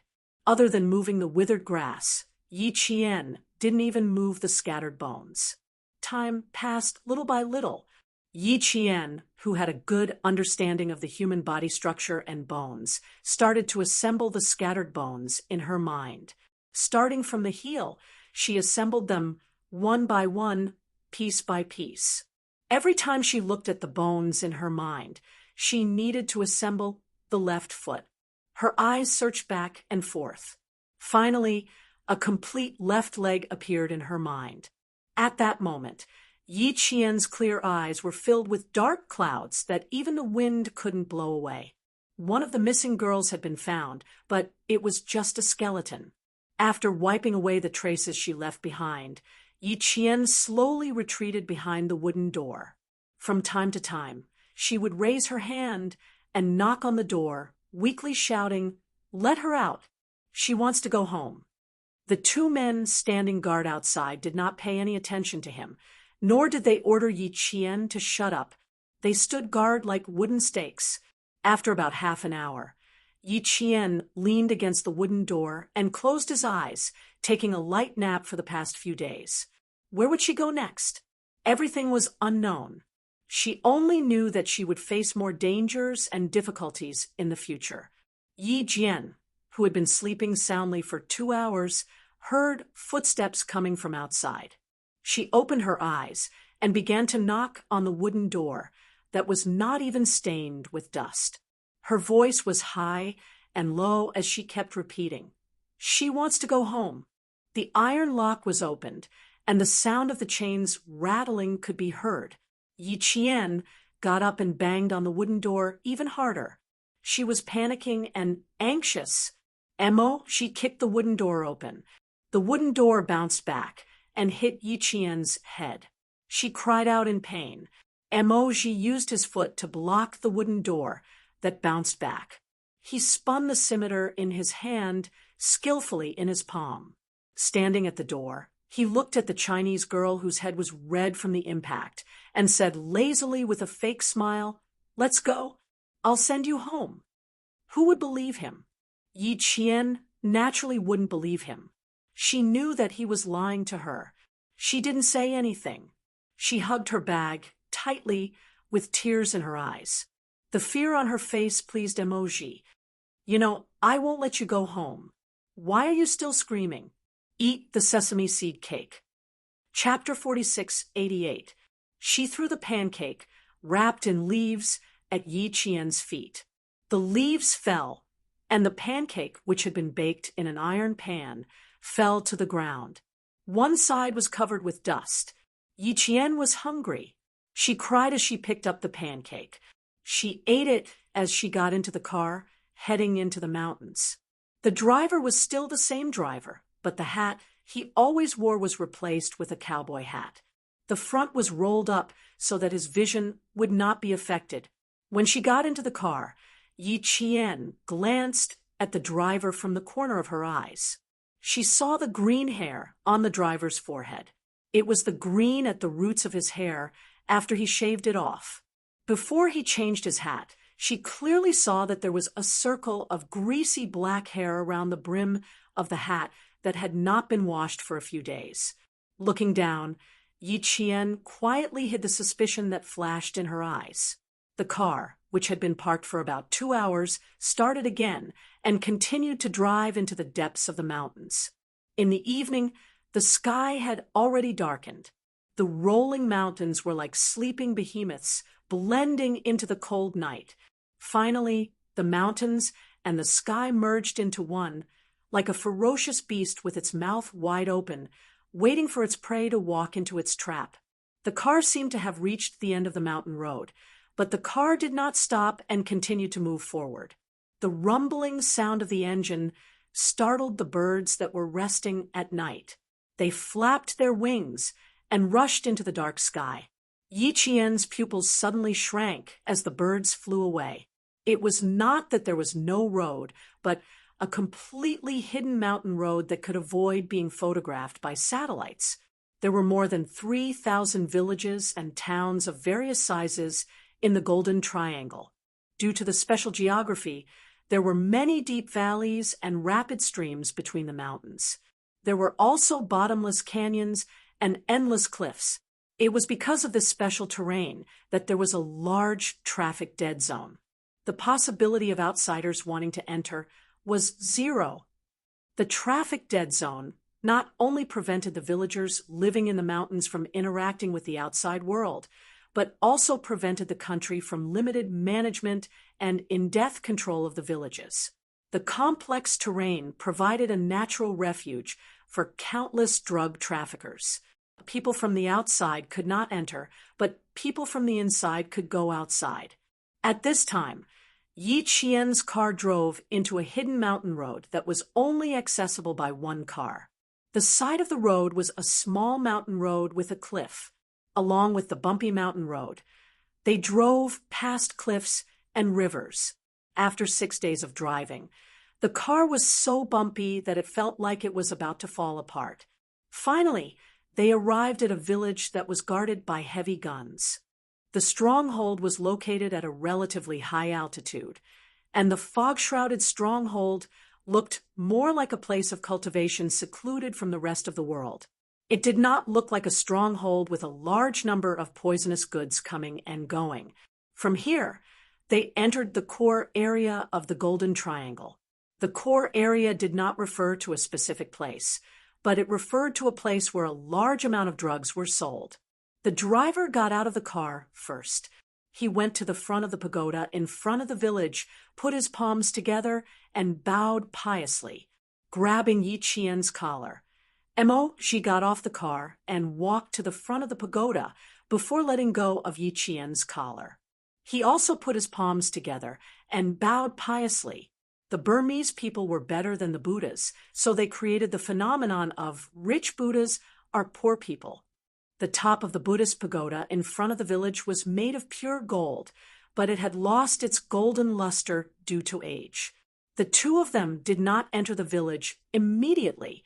They first greeted the whistle with a gun and stood outside quietly. After waiting for half an hour, someone finally came out. What surprised Yi Qian was that the person who came out was a monk with a shaved head, a thin layer of green hair covering his scalp, and wearing a khaki kasaya. Chapter 46:89. Monk. She looked at the pagoda outside. Could it be a temple? Burmese people believed in Buddhism, and Buddhism was the national religion. Some Burmese even worshipped monks to show their piety. Could it be that the village was not a village, but a temple? Why were there whistles with guns? Was it because a drug lord had come to the temple? The appearance of the monk caused Yi Qian's train of thought to stop for a few seconds. However, the monk who walked over did not behave like a monk. Even his face was very fierce. Yi Qian, who had been silently observing, immediately realized that she might have met a fake monk. Would a real monk have a gun at his waist? A monk's 6 senses were pure. How could he carry a gun? There was no information about a fake monk in the information provided by Captain Deng. The monk in the khaki kasaya looked at Maji. He did not know Maji, but he did not ask for his identity. Instead, he glanced at the driver, frowned, and asked a few questions in the local language. The driver lowered his head slightly. He was not as cold as he had been in the village 2 days ago. His posture was very humble as he answered. Yi Qian noticed that the driver looked at Maji after a few words. After a few more words, the fake monk's furrowed brows finally relaxed. With the driver's introduction, the fake monk started talking to Maji. At the end of his words, Ji pushed Yi Jian, who had been lowering her head and looked like she was scared out of her wits, to the front of the monk. Even his expression became flattering. A very beautiful Chinese girl. There's no problem. Even if she dies, nothing will happen, he said a lot, and the fake monk listened. He glanced at the driver from time to time. When the driver nodded slightly, a faint smile appeared on his fierce face. When Maji saw the smile on the fake monk's face, he secretly sighed in relief. Yi Qian, who had been pushed in front of the 3 people, continued to lower her head. Her slightly trembling shoulders showed that she was very, very scared. The fake monk and Maji had a short conversation. Due to the language barrier, Yi Qian could not understand what they were saying. She was even more eager to learn Burmese. When the two of them ended their conversation, Yi Qian, who was being shoved away, saw the driver take off the cowboy hat that he hadn't taken off for several days. She saw that the driver had a bald head like the fake monk, but the roots of his hair were bluish-black. Is the driver outside, also using the identity of a monk as a cover? Yi Qian's eyes darkened as she entered the mountain stronghold guarded by whistles and spears. Just as she had guessed, the mountain stronghold was indeed a temple built deep in the mountains for the villagers to worship. The temple was not a real temple. Naturally, the monks guarding the temple were not real monks either. Apart from the Buddhist pagoda, which was a real Buddhist pagoda, everything else was a disguise for drug dealers. Yi Qian was dragged out and locked up alone. Mo Ji left with the fake monk and did not appear until daybreak the next day. 2 days later, Yi Qian, who had been imprisoned, seemed to have been forgotten. Other than someone who brought him a bowl of water and a pancake, no one else came by. On the 3rd day, someone came to deliver water and pancakes. Then, for 2 consecutive days, no one was seen. It seemed that they were not really regretful. They just did not want to give Yi Qian too much food and water in case she had the strength to escape. On the 7th day, a bowl of water and a pancake were delivered punctually. On the 8th day, she was starved again. For 8 consecutive days, Yi Qian's activities were limited to the small room where she was locked up. During the day, she was accompanied by the sun, and at night, there were insects chirping. It was so quiet that it seemed like she was the only person in the mountain stronghold. On the 8th day, around 10 o'clock, Yi Qian, who had lost a lot of weight from hunger, heard the sound of countless cars and motors. The quiet mountain stronghold suddenly became lively. There were torches illuminating the dark night. Even from where she was, she could vaguely see the light of the torches. Push the book. Gay friends good book. Yu Banqing pampered the book, baby Meng as betrothal gifts. Sweet wife, addicted to pampering, angrily threw 2 marriage certificates at her and forced her into a corner. He taunted, not satisfied, serve me in bed. Not satisfied, continue to serve me. Just search for the name of the pen or book. Chapter 4690. The village that was illuminated by the fire was no longer as peaceful as it used to be. However, there was no sound of people talking. As the car engine turned off, the village returned to its former tranquility. Even the fire was extinguished. If it wasn't for the faint light from the fire, Yi Qian would have thought that she was hallucinating due to hunger. Yi Jian took a deep breath. Even though she was so hungry that her stomach was sticking to her back, Yi Jian's skills were not affected at all. She ran up and kicked her legs against the wall. Then she jumped up. Her slender body was as agile as a bird flying through the leaves. She stretched out her arms and grabbed the bars of the only window tightly. Using a pull-up position, she used her arms to exert force and finally saw the outside through the window. She was locked up in a utility room. The front of the room was extremely spacious. The surrounding trees were all cut down, creating an open-air square. The car that disturbed the tranquility of the mountain was parked in the square. There were people guarding the front and back of the car. Someone got out of the car. Even though the night was hazy, Yi Qian could still see who it was with the help of the light from the torch. The first man to get out of the car was none other than Ma Ji, who had coaxed her into the car and could speak fluent Chinese. He got out of the car first and immediately opened the back door. A middle-aged man in a suit with polished black leather shoes came out calmly while buttoning his suit jacket. A fake monk wearing a khaki kasaya received the man. The two of them shook hands politely, and the fake monk made a pleased gesture. A middle-aged man wearing a suit and leather shoes with the temperament of a businessman, Ling Chung, naturally walked at the front. He was used to walking in front and would never stop to wait for others. He was a successful man who could be categorized as a strong man. The man in the suit and the fake monk walked in front together, talking as they walked. From Yi Qian's position, she could faintly see the two of them talking happily under the light of the fire. Maji, who was following the man in the suit, waved his hand behind him. Several men in black suits who were guarding the car immediately followed, fulfilling their duties as bodyguards. Yi Qian's gaze fell on one of the bodyguards.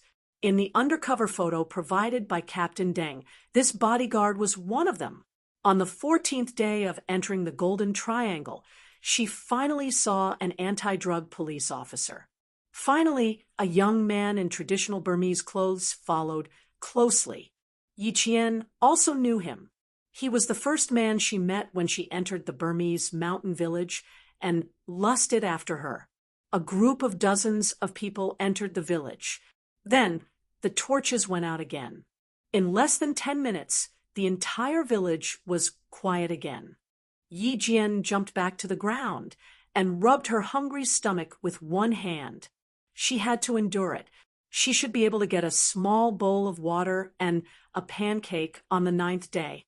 As for the people outside, Captain Deng clearly told her that her mission this time was not to keep an eye on the drug dealers entering and leaving the core area of the Golden Triangle, but to thoroughly investigate where the missing girl went and which villages in the Golden Triangle the new drug chain came from. Although the Golden Triangle was a world-famous drug supply area, there was not only one person who controlled the entire Golden Triangle drug chain. The Golden Triangle of today was formed by local ethnic militants, local warlords, local drug lords, and some villages that produced and supplied their own products. Yi Qian, who sneaked in, could not immediately find out who abducted the young girls and where they went. However, since she found that the skeleton was one of the missing girls and she was sent to the village to be controlled by a group of fake monks, she faintly felt that the missing girls were likely to be under the unified management and control of several forces after discussion. Chapter 46, 91. If that was the case, then the Chinese anti-narcotics police would be the enemy of the entire Golden Triangle. Once they found out, not only would the missing girls be in danger, but the Border Patrol Police and anti-narcotics police would also be in great danger. Yi Qian did not pay any more attention to the anti-narcotics police. Since Captain Deng had warned her not to interfere in other things, she would remember not to act on her own. Yi Jian, who hadn't had a full meal for 14 consecutive days and was ignored, curled up in the corner of the wall and continued to sleep in a daze. Yi Jian, who was on the enemy's side, did not sleep well. Apart from waking up from hunger, she was also woken up by the noise outside. The car parked outside started again at about 3 o'clock in the morning. Yi Jian, who woke up again, heard footsteps hurriedly approaching. Not long after, the sound of chains twitching could be heard. Someone opened the door and ordered 2 men in black to come in. Without saying a word, they carried Yi Jian out of the room on both sides. "What are you doing? What are you doing? Let me go. Let me go. I beg you, let me go home. I beg you, I want to go home. I want to go home." Yi Qian kept begging. Her hoarse and unpleasant voice was so weak that the men in black could not hear what she said clearly. After being hungry for so long, even a person made of iron could not bear it. Yi Qian knew that she had lost weight due to hunger, but she did not know that she was so hungry that she was out of shape. Emoji looked at Yi Qian for a long time and only recognized her from the clothes she had not changed out of. "Why is she still here?" Emoji was very surprised and asked a fake monk accompanying them. The fake monk wearing a khaki cassock was not anyone else. Yi Qian recognized this person from the corner of his eyes. The driver also wore a khaki cassock after returning to the village. "We'll wait for you before leaving." The driver answered simply. Emoji looked at the Chinese girl, who was so thin that he almost could not recognize her. He laughed and said, "In your hands, Even the most beautiful girl will become the ugliest person, as long as she won't die."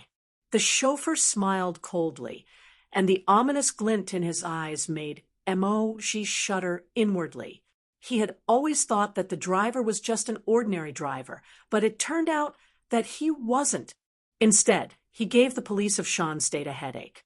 Who knew how many Chinese anti-narcotics police and border defense police had died in his hands?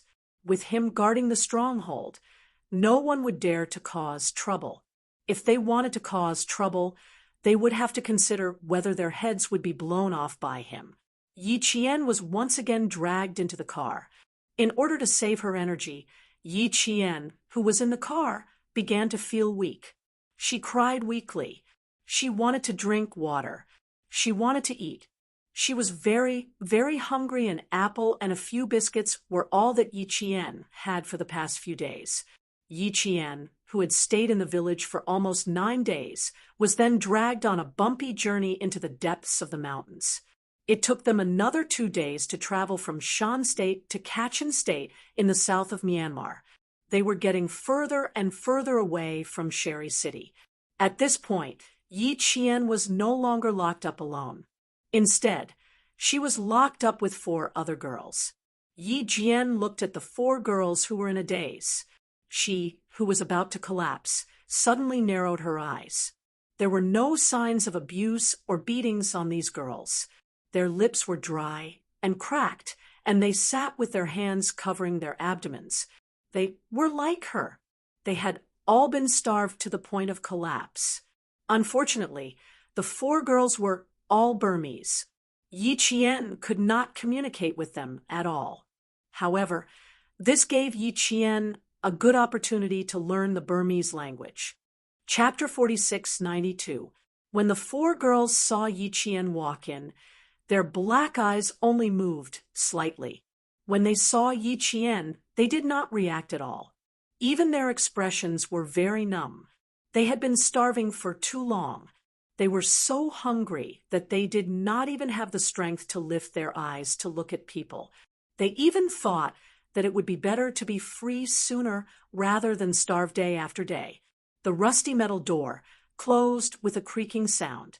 Yi Qian, who had been thrown in like a rag, waited until he could no longer hear the footsteps outside before he slowly got up and moved to the 4 girls' side. Her arrival made the girls, who were as still as wooden pillars, move slightly. They looked at Yi Qian, and their gazes fell on the bundle that Yi Qian was holding tightly in his arms.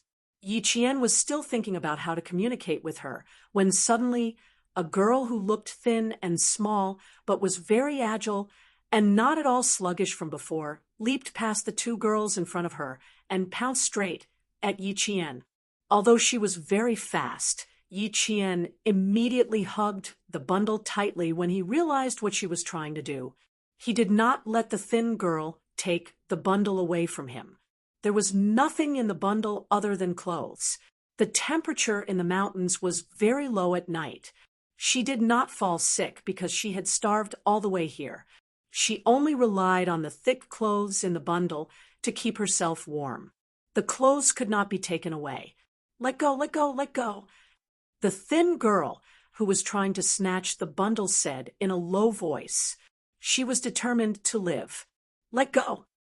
You hear me? I want to eat. I want to eat. Let go of me now." She stared at Yi Qian. Her sluggish eyes, which were like a pool of stagnant water, were no longer filled with despair. Instead, all hope was ignited. There seemed to be a fire burning in her eyes. Yi Qian could clearly see her desire to live. Yi Qian did not understand what she was saying at all. He only knew that she was trying to snatch his bundle away. The more she tried to snatch it away, the more Yi Qian did not want to give it away. He hugged it tightly and shouted in Chinese, "What are you doing? Let go. This is mine. This is mine." One snatched while the other defended. In the end, both of them fell to the ground. Not only did they have to use their hands, they also used their legs. The skinny girl was no match for Yi Qian, so she had no choice but to call for help. in Burmese. She screamed at the three girls who were just watching and not moving. "Why aren't you moving? She must have food on her. Aren't you hungry? Don't you want to eat? Don't you want to live?" One of the girls' expression changed. The skinny girl's words had piqued her interest. She was also very hungry. She also wanted to eat. She also wanted to live. The other girl, who was slightly older, pulled her back and shook her head gently. The two of them looked very similar, so it was very likely that they were sisters. There was also a girl who closed her eyes. She was so scared that she was trembling. On the other hand, Yi Qian only knew that the other party's voice suddenly became shrill. That was a scream that used all the strength in her body. Her excitement reached its peak and then suddenly dropped. Then she no longer had the strength to snatch the bundle away from Yi Qian's arms. Her hands finally let go.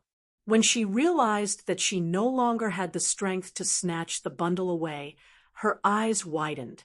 Her facial features became ferocious, and she pounced on Yi Qian like a madwoman. "Food, food. I want to eat. I want to eat," she kept repeating herself. She was too hungry. She was so hungry that she could even drink a mouthful of water. Yi Qian was confused and could vaguely guess what she was trying to do. Yi Qian, who was retreating, looked a little flustered. He opened the bundle, took out a few pieces of clothing, and shook them vigorously. He used his actions to tell the other party that there was really nothing in the bundle. There was really nothing. Chapter 46:93. The girl who was trying to snatch the bag kept staring at Yi Jian. Her eyes did not move at all. When Yi Qian threw away all the clothes in the bag, the flame in the girl's eyes died down bit by bit. Her last hope was gone. Her hope was shattered again. The thin girl screamed even more desperately. Then she threw herself on the ground and cried loudly. Seeing this, the oldest girl among the four moved her body with difficulty. She even lost the strength to stand up. She crawled to the crying girl and comforted her in Burmese in a low voice. Yi Qian had met 4 Burmese girls in such an environment. Like her, they had been abducted and sold, sent to the depths of the Golden Triangle, and starved all the time. Yi Qian knew that the 4 girls had been detained on the same day. The 2 sisters had been sent in the morning. The thin girl and the other girl, who looked quite timid, had been together. As for how long they had been detained, they all shook their heads, indicating that they did not know how long they had been detained. It seemed that time had stopped in the depths of the mountains. No one knew how much time had passed in the mountains. Suwon had been waiting for Yi Qian's call. She had sent countless messages to Yi Qian and called her back countless times. Since the beginning of the year, she had not received any reply from Yi Qian until the beginning of the semester. Seeing this, Song Jiqiu hugged her girlfriend's shoulder gently and said in a low voice, "You should know that Yi Qian is different from us. She might have gone somewhere to deal with something. When she is done, she will naturally come back to school." "Different from us? What's the difference?" Suwon frowned slowly. There was an inquisitive look in her eyes. "You know something? Like you, I don't know anything. But you should think about the difference between Yi Jian and us. You can't contact her. I think it's not that she doesn't want to contact you, but that it's inconvenient for her to do so. So, no matter how many times you call her or send her messages, she can't reply to you. What's the difference between her and me?" Suwon was lost in thought. Song Jiqiu sighed, silently, and frowned secretly. There had been no news from Yi Qian for so long. Was the task she was carrying out difficult? What was her mission? There were only 2 days left before school reopened. Suwon no longer checked her phone every time she returned to the dormitory to see if she had received any replies. She vaguely understood why her boyfriend said that Yi Qian was different. After the New Year and the Lantern Festival, the students returned to school one after another. The day before school started, all the students who had to report back to school had arrived. Yi Qian, however, had not returned. Su Wen's phone had to be turned in again because school was about to start. Without any news from Yi Qian, she felt uneasy and waited with He Jing. On the third day of school, the two of them went to look for the teacher together. The teacher also did not know where Yi Qian had gone. He only knew that Yi Qian had other plans and that his return time was uncertain. "Don't worry. I thought you guys were used to Yi Qian disappearing from time to time. She's fine. It's just that she's busy right now and can't return to school on time." He Jing frowned slightly and asked, "Is she in danger?" "Danger?" The teacher was stunned. He laughed and said, "What danger can there be in the army? Don't worry, especially Su Wan. You're in your senior year. You can't relax your control just because Yi Qian is not by your side. The closer you are to the end, the more you have to persevere. When Yi Qian comes back, I'll ask her to test you and see if you've regressed. She's going to the army." Hearing this, Su Wen felt that the stone in her heart had been removed instantly. She smiled at the teacher and said, "Then I won't disturb you. Have a rest. Goodbye, teacher." Chapter 46, 94. After that, Su Wen did not ask where Yi Qian had gone, and neither did He Jing. However, when the two returned to the dorm, they would first look at the empty bed. Every night before going to bed, they would spread out the army green quilt and fold it into tofu pieces the next morning. Everything was carried out according to the rules of the three of them being together. Yi Qian, who Su Wen kept a close eye on, was still worrying about 3 meals a day. No one paid any attention to them. Every 2 days, they would starve, and on the third day, a bowl of water and a pancake would be delivered punctually. No matter how the 5 of them begged the person who delivered the food, his lips seemed to be glued shut. No matter what the girls said, he would not answer. His silence made the girls feel more and more hopeless, and their negative emotions grew stronger and stronger. The skinny girl who snatched Yi Qian's bag began to show signs of self-harm. In the middle of the night, she kept banging her head against the wall. The other girls were so hungry that they forced themselves to sleep that they did not notice. Yi Qian, who had always been vigilant, opened her eyes and listened carefully to where the banging sound was coming from. Only then did she notice that something was wrong. She knew who was banging her head against the wall, but she did not act rashly.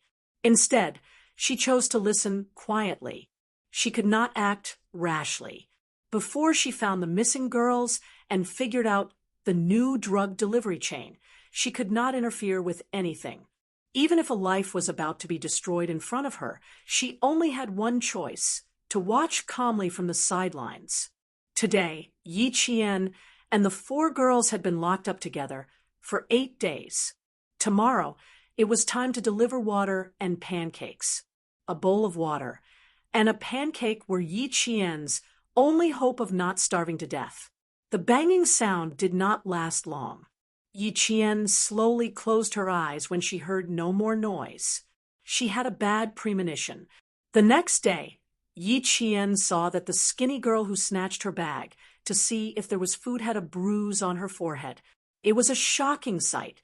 When the other 3 girls saw this, they crawled to the skinny girl's side and asked her softly with concern. The skinny little girl didn't say anything. Her head was lowered, and no one knew what she was thinking. Seeing this, the 2 sisters no longer surrounded them and retreated to the corner, leaving only the other girl to accompany them. After about a few minutes, the skinny little girl took the initiative to talk to the other girl. His voice was very, very soft. He was so weak that he had to pause several times in the middle of his sentence. Yi Qian didn't pay much attention to it, but the other party's gaze intentionally or unintentionally glanced in her direction a few times. This made Yi Qian feel both puzzled and wary. The 2 of them seemed to be discussing something. Today, It was time to deliver water and pancakes. The iron gate opened on time again. The Burmese man who delivered water and pancakes to them every time appeared on time and took out the water and pancakes from the bamboo basket. There were 5 servings in total. After putting them down, he left immediately. Every time he left, the 5 girls would only dare to crawl over and grab their share after he left. Yi Qian also took her share. Just as she was about to turn around, her back suddenly tensed up. She felt someone staring at her from behind, waiting for her to turn around. Yi Qian, who was so thin that she didn't have much flesh on her body, narrowed her eyes slightly. She didn't immediately turn around. Instead, she chose to eat the pancakes with her back to them. The 2 girls who were staring at Yi Qian exchanged glances. They put their pancakes into their pockets and rushed forward at the same time. The 2 girls began to fight for the food. Their first target was Yi Qian. They had a plan and were waiting for this moment to come. The 2 sisters weren't part of their plan. First, there were 2 of them. Second, they were both Burmese. They didn't want to attack them, but it didn't mean that the platoon wouldn't attack them next. Chapter 46, 95. The younger sister was frightened. She sat on the ground and kicked her legs, not forgetting to grab 2 palm-sized pancakes. She stuffed them into her mouth as she retreated. She was afraid that her pancake would be snatched away. The older sister immediately protected the younger sister and retreated. She didn't dare to join the fight, nor did she have the thought of snatching someone else's pancake. Yi Qian, who was here on a mission, wouldn't give anyone a chance to snatch the pancake away. She also wouldn't sympathize and give up the brand in her hand. The 2 girls rushed over, but Yi Qian nimbly avoided them. Seeing this, the 2 sisters couldn't help but lean back. At the same time, they held the brand in their hands tightly. They looked at the 2 girls who collided with each other in shock. Yi Qian's avoidance caused the girls to collide with each other. Their foreheads hit each other, and the sound of bones colliding could be heard. This collision was a little fierce. The 2 girls fell to the ground. They saw stars and blackouts. At the same time, one of the girl's pancakes fell out of her pocket and fell beside the skinny girl's leg. The girl who didn't have a pancake didn't notice it. The skinny girl's eyes lit up. She picked up the pancake and crawled to a corner, ignoring the blackout in front of her eyes. She wolfed down the pancake in a short while. The girl who didn't have a pancake realized that her pancake was gone. She didn't expect the skinny girl to snatch her pancake and was still looking for it. No one reminded her. The 2 sisters didn't remind her. They only kept reminding her with their eyes. They also looked at the skinny girl who was eating the second pancake. The girl who didn't even take care of her pancake was only looking around and didn't notice.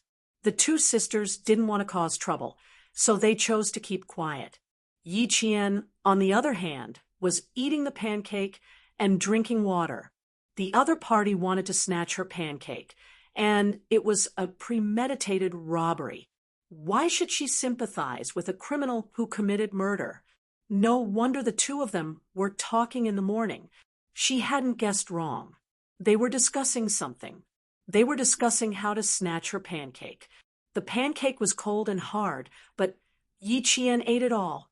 Even when the girl fell to the ground without the pancake, Yi Qian did not show any sympathy. In the end, the 2 sisters each left a small half of the pancake for the girl who couldn't find the pancake and was so hungry that her eyes rolled back and she looked like she was going to die at any moment. After receiving 2 pancakes, the skinny little girl finally felt full. At the same time, Yi Qian saw that her eyes narrowed slightly, as if she was plotting something. Seeing this, Yi Qian's mind flashed with a very vague feeling. It surged up quickly, and then disappeared in the blink of an eye. She seemed to have grasped something, but before she could think deeply about it, it suddenly disappeared. The skinny girl licked her lips and crawled towards Yi Qian. Yi Qian stared at her and slowly retreated. The strange feeling that flashed through his mind appeared again. This time, Yi Qian grasped it tightly. In that instant, his heart was in turmoil and his expression changed. The trouble that happened today was probably the beginning of the worst. It was quickly verified. The next time, there would only be 4 pancakes. This meant that there was definitely one more pancake that hadn't eaten yet. The girl who lost the pancake didn't wait for the person who scared her to leave. She immediately pounced and tried to take 2 pancakes. The skinny little girl, who was already strong and wanted 2 pancakes, didn't want to be left behind. She fiercely bumped into the first girl who pounced to snatch the pancake and said something in Burmese. With a fierce expression, she was the first to snatch 2 pancakes. Chapter 46, 96. She took 2 portions, and the remaining 2 portions had to be split among the 4 of them. This time, even the 2 sisters did not agree. The situation instantly went out of control. The 4 Burmese girls fought over the food. Yi Qian was the first to get the pancake. At night, the skinny girl who managed to get 2 portions was taken away.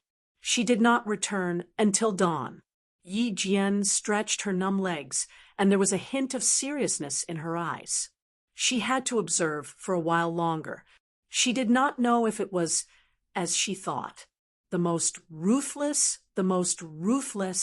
and the one who fought for their own benefits would end their hunger early. The next time, Yi Qian confirmed her suspicions. The second girl was taken away that night. She also did not return. When it was time to deliver water and biscuits again, Yi Jian started to snatch the water and biscuits. She had already stayed here for 20 days, so she had to start snatching because she needed to leave this place. She needed to hurry up and investigate. This time, the one who was taken away was Yi Qian. Spring had come quietly. The ginkgo trees and willow leaves on campus seemed to have sprouted overnight. They welcomed the warm spring breeze, and the faded colors of the seasons were replaced by the fresh green of spring. A row of dark green figures walked through the trees. Their steps were orderly and powerful. They walked forward with fearless determination. The 4th-year students were beginning their final year of study. The compulsory and elective courses were the focus of the 4th-year students. As for the physical training, it was still the same. They continued to train as usual. The students of the command faculty heard the most from the instructors in charge of their training. Every time they saw that the results were not ideal, they would say, "Without Yi Qian, I'm not even interested in training you. Look at your results. Look at your results. Is this reasonable? Is this reasonable? If Yi Qian comes back, he'll crush you in minutes. I say, did you guys not eat? Are you still asleep? Yi Jian isn't here. Don't you have anyone to compare with? You think you're so great. Look at all of you. You're saying that the training is too heavy. Did Yi Qian say that it's too heavy? She thinks it's not enough. Such an outstanding person is still working hard. What about you guys? Do you think you're as outstanding as Yi Qian?" Although Yi Qian did not come to school, his presence was stronger than when he was here.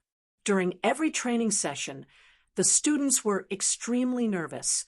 They were afraid that the instructors would compare them to Yi Qian. Yi Jian was a legendary existence. Most people were mediocre and incompetent. How could it be so easy to become a legend? Since he could not become a legend, he naturally could not be compared to the legendary Yi Jian.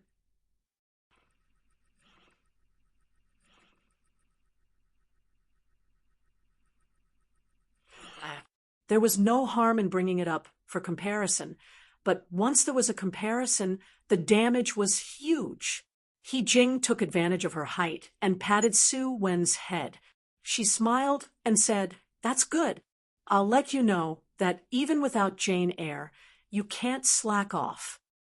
The instructors are right. Our Jane Eyre is so amazing. Who dares to say no?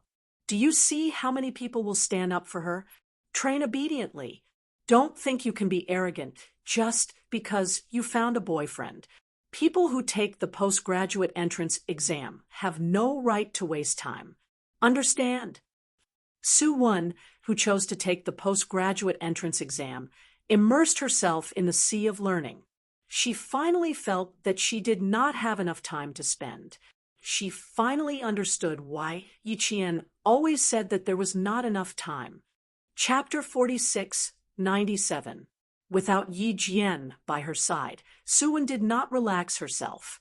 Occasionally, she also wanted to relax and slack off. However, her boyfriend, Song Jiqiu, appeared out of nowhere and supervised her in a domineering yet gentle manner. Sue Won was a typical person who could be persuaded by reason but not cowed by force. As for Song Jiqiu, she was smart, although it was always Song Jiqiu who made concessions.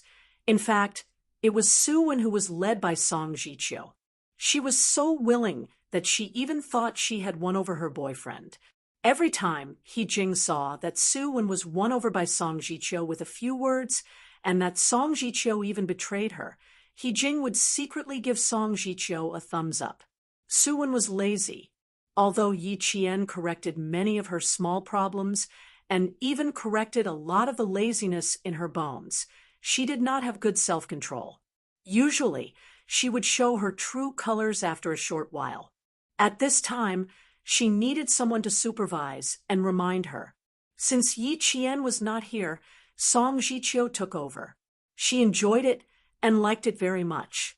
In private, Sue Won obviously threw a tantrum several times, but Song Jiqiu was not angry. Instead, she smiled at He Jing and said, "You are very cute. The more I look at you, the cuter you are. The more I look at you, the more I like you." He Jing, who was speechless, almost vomited because of his mushy words. She did not expect Song Jiqiu's understanding of cute to be so weird. There was always an insurmountable chasm between men and women. Sue Won was very good at acting like a spoiled child. She knew when to stop. Sometimes she was barbaric, sometimes she was charming, and sometimes she was a little emotional. To some extent, she had Song Jiqiu under control. He Jing thought they were a match made in heaven. One was willing to be hit, while the other was willing to be hit. She appreciated the relationship between Yi Qian and her boyfriend, whose surname was Xia. It was a normal relationship. It was not as mushy as Sue Won and Song Jiqiu, which made people want to avoid them. The 4th year seemed to pass very quickly. Only then did she feel that the willow leaves were beginning to sprout. When she looked up again, she saw that the peach blossoms had already withered and small green fruits were hanging on the branches. In the blink of an eye, spring was coming to an end and was about to pass. Yi Qian, who was the target of many students and teachers, entered the western part of Langbang province in Laos. Langpang province was also part of the Golden Triangle. Jean Sanjia's territory included Shan State and Kabang of Burma, Thailand's Qing prefecture, and my prefecture to the north, Laos Wangta province, Shaili prefecture, Usiai prefecture, and the western part of Langpang province. There were more than 3,000 villages and towns of various sizes. 2 days ago, Yi Qian was still in Kabang in northern Burma. 2 days later, she was in the western part of Langbang province in Laos. She was going to complete the first drug trade in her life here. It was already May.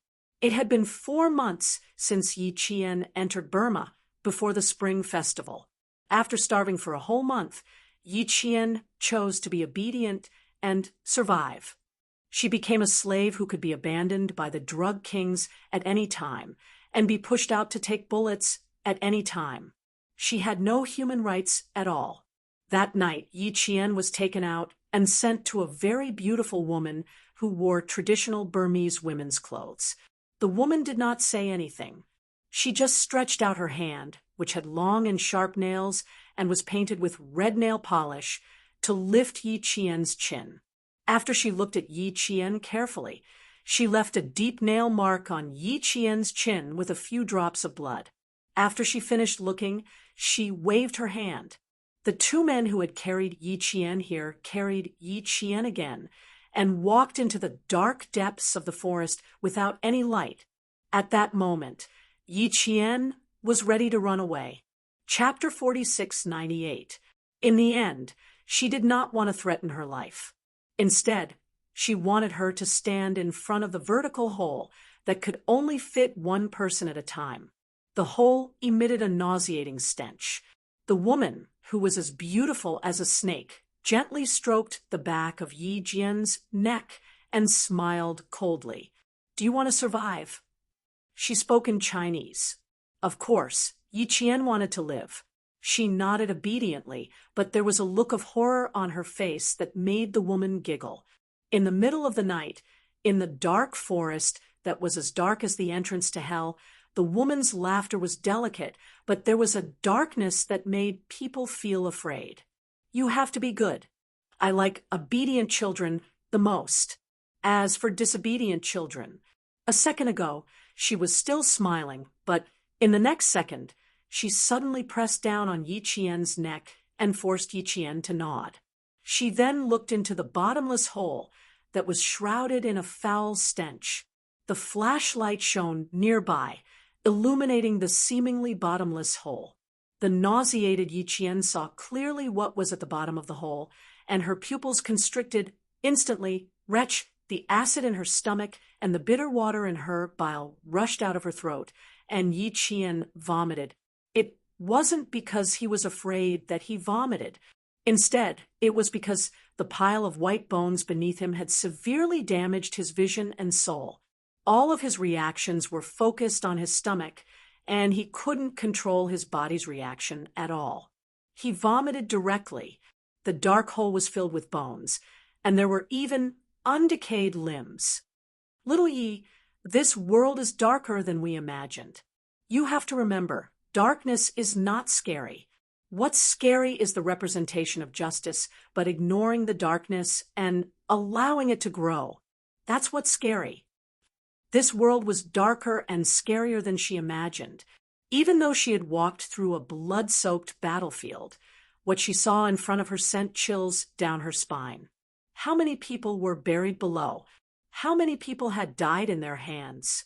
How dark could a person's heart be? How bad could it be? Would there be an end to the bad? Yi Qian vomited until her stomach hurt, and tears welled up in her eyes. Would there be an end to the bad? She was afraid there was no end. The woman's chilling laughter echoed in Yi Qian's ears. For several nights in a row, Yi Qian would wake up from nightmares. For several nights in a row, he could still hear the woman's laughter. It was cold, sinister, and inhuman. Why did the Chinese anti-narcotics police vow to fight to the death with the Golden Triangle drug dealers? Why did they continue to move forward and continue to fight to sweep away the darkness, even though they knew that the road ahead was full of dangers and that one day they might fall behind and sleep here forever? The piles of bones were the best answer, because there was justice in the heart. That night, Yi Qian found out that this woman was the trainer who trained all the abducted girls. In the following days, she was trained by this vicious woman. The days of training were torturous. Of the girls who were locked up, only 3 made it through, and 2 disappeared without a trace. The first to disappear was the girl who had lost her cooked rice. After that, the younger sister of the sisters disappeared. She was still around that night, but they were never seen again the next morning. Her elder sister had cried and asked, but she was beaten up in return. She was told that if she wanted to see her younger sister, she had to be obedient. Where did the 2 of them go? No one knew. Of the remaining 3, the first to leave alive from the vicious woman was the skinny girl, then her elder sister, and finally Yi Qian. Yi Qian, who survived, had the opportunity to come to Laos today. Chapter 46, 99. Before entering Laos, Yi Qian thought that it would take some time, but unexpectedly, everything went smoothly. Even though she had drugs on her, she entered Laos without a hitch. When she encountered the local police, Yi Qian, who was coming out for the first time, broke out in a cold sweat. In the end, it was a false alarm. They didn't even check on her. The drug dealer who was in charge of the exchange gave one of the Laos police a roll of US dollar bills and even casually searched their luggage before letting them go. If this were China, no drug dealer would dare to be so impudent. China was one of the most strict countries in the world in terms of drug prohibition, and its harshness often drew criticism from Western countries. No other country was as strict as China in terms of drug prohibition. No matter how much drugs were used, once they were caught, they would be held criminally responsible. More than 100 years ago, because of opium, China became a country riddled with holes. In the end, the mountains and rivers collapsed. Countless people died in the war, and countless people were destroyed by drugs. With history as a mirror, one could see the rise and fall of China, and that was how China became so strict in its drug prohibition. Yi Qian, who saw with his own eyes that he could buy and sell with just money, shuddered in the depths of his heart. After successfully entering Laos, Yi Qian changed into Laos' traditional clothes. He hadn't cut his hair since the winter break, and his long black hair was combed into a high bun. He changed into a brightly colored tube skirt and a matching shawl. He wore gold and silver bracelets on both of his hands and followed closely behind the venomous woman named Lena. After entering Laos, he immediately got into the car that had been sent to pick him up. It was a black Benz, and the interior was extremely luxurious. One bodyguard immediately opened the car door, while another stood on the side vigilantly. The venomous woman, Lena, got into the car first, followed by Yi Qian. The car drove into the border county and finally stopped in front of the most luxurious and ethnic hotel in the county. A doorman immediately came over to open the car door and politely asked Lena to get out first, followed by Yi Qian. As for the bodyguard, he got out of the car himself, and there was no need for the doorman to serve him. The sun at the end of May was just right, and it shone brightly on the azure blue sky. Yi Qian couldn't help but squint when he got out of the car, as if he had forgotten to follow Lena's footsteps. Lena, who was walking in front of him, swaying her hips like a snake, realized that the person behind her wasn't following her. She stood still and elegantly turned around. Although there was a smile on her lips, her eyes were cold, and she waved at Yi Qian. "Little cutie, hurry up and follow me." Lena's face, as if he had never seen the world, caused Lena, who had never seen such a scene. Lena couldn't help but frown. She raised her hand, slowly touched Yi. "As face, she's Lena, like a poisonous needle needles, a poison needle like a needle. Poison Lena. She, be." The weather at the end of May was already very hot. Lena's hands were just like her. No matter how hot the weather was, they were cold like a snake, sinister and cold. She chuckled softly and said, "You need to slow down and relax your expression. I need a beautiful and obedient girl. I don't need a girl who is as stiff as a rock and completely uninteresting." It's so good to be young. Her face is so soft, and it feels like playing a piano. Every touch is so addictive. Such a good face, such a tender body, and so beautiful. Let's not talk about whether men would like her. Even a woman like her would like her. She liked her so much that she couldn't help but want to destroy her. She had to endure. Chapter 4700. It wasn't easy to train a new product. It would be a waste to destroy it so quickly, especially with such a beautiful face. TSK. If only it was hers. Unfortunately, it wasn't hers, so it was better to destroy it. "Be good, little cutie. When you take out the good stuff later, remember to introduce it seriously. If the customer is satisfied, there will be a reward. If not, her sharp nails scratched Yi Qian's chin, and a sharp pain suddenly came. Yi Qian instantly felt a burning pain on his chin. Be good, you understand? Yi Qian, who was in so much pain that tears welled up in his eyes, nodded frantically and replied in Burmese, I will be good. I will definitely satisfy Sister Lena. Wrong. Lena's eyes flashed with ruthlessness. You don't have to satisfy me. You have to satisfy the customer. Understand? Sister Lena will only be satisfied if the customer is satisfied. Yes, yes, yes. I understand. I understand. I will definitely satisfy the customer. Sister Lena, don't worry. I will be good. Yi Qian's eyes were filled with tears, and his face was filled with deep fear. Lena was satisfied that he didn't dare to resist, and she let go of her hand. She didn't forget to pat Yi Qian's face lightly. That's more like it. Sister Lena likes obedient little cuties.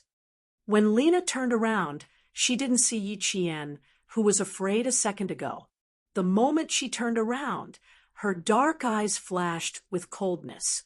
The girls who were abducted and sold to Burmese were all under her control, and then brought out to hide drugs and sell them.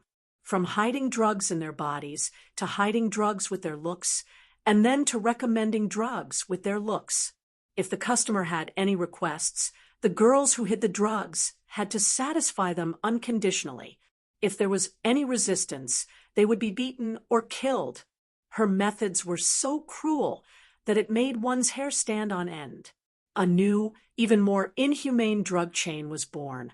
No one thought that it was against humanity and only recognized the benefits it brought. And Yi Qian was one of the people who could bring benefits to Lena's group. In order to prevent Yi Qian from escaping, she had 2 bodyguards following behind her. The bodyguards didn't hide any drugs, only Yi Qian did. A total of 50 grams of high-purity ice seed, mainly supplied to Europe, America, North America, and other countries. Lena entered the 4th floor and pushed open the Japanese-style sliding door. Lena, who had a cold expression a moment ago, bent over and entered the door with a smile blooming on her face. She clasped her hands together and waited in the room, greeting the buyers from the Western countries. She could speak fluent English with an authentic American accent. She sounded more like an American than a Burmese. The interior of the house was also decorated in the Japanese style. There was a raised floor, and the entire floor was covered with a plain carpet. There were tatami mats, a tea room, a chess room, and a sparring room. The most conspicuous thing was 2 crossed katanas, which could be seen upon entering. Including Lena, there were 6 people in the spacious room. The 2 buyers from North America were introduced to Lena, and they quickly chatted. Yi Qian did not go in immediately. Instead, he waited outside for Lena's instructions before going in. After about 3 minutes, the tightly shut sliding door opened again. Lena walked out and held Yi Qian's hand as they went in together. One of the 2 bodyguards went in while the other stayed outside to keep watch. The high-purity ice seed was removed from Yi Qian's calf. Lena personally bent over to retrieve it, and then handed it to Yi Qian. In turn, Yi Qian handed it to the North American customer sitting across from him. The newest purity. The quantity is very small. I hope you will be satisfied. Yi Qian introduced in Burmese. The 2 buyers from North America did not immediately take the goods. Instead, they smiled and asked the person who introduced them, "Is this the special deal you were talking about?" Chapter 47:01. The North American buyer's question made Yi Qian's palms sweat slightly. Even her eyes darkened a little. After being undercover for 4 months, she knew a lot of things that the narcotics police couldn't find out. For example, girls not only went missing in China, but also in China, Burma, and Laos. There were even single girls who went missing from these 3 countries. She also knew that Lena was the creator of this new poison chain. She came up with the idea after contacting an underground network in the UK and quickly got the approval of the boss behind the scenes. From a year ago until today, this new poison chain had spread to the West. Those missing girls, Yi Qian knew that they couldn't be found. Even if they were found, they wouldn't be the same as before. The longer she was undercover, the more she knew. A month ago, she found out that all the girls who had been taken by Lena were taken out like her. They were completely useless. The girls who were taken out would be forced to complete the drug trade. They would become playthings or even test subjects for the new poison. Yi Qian only needed to investigate who controlled these missing girls, where they went, how the whole new poison chain was operated, and where the other party's base was. She only needed to investigate this clearly, and then she could leave. However, although she had investigated clearly, she couldn't immediately spread the news. Therefore, Yi Qian needed a chance to go out. She used the chance that originally belonged to the skinny girl to make Lena choose her. That was why she had the chance to go out. Next, she needed to find a way to get the news back to China. Yi Qian slowly opened the new poison paper and calmed herself down.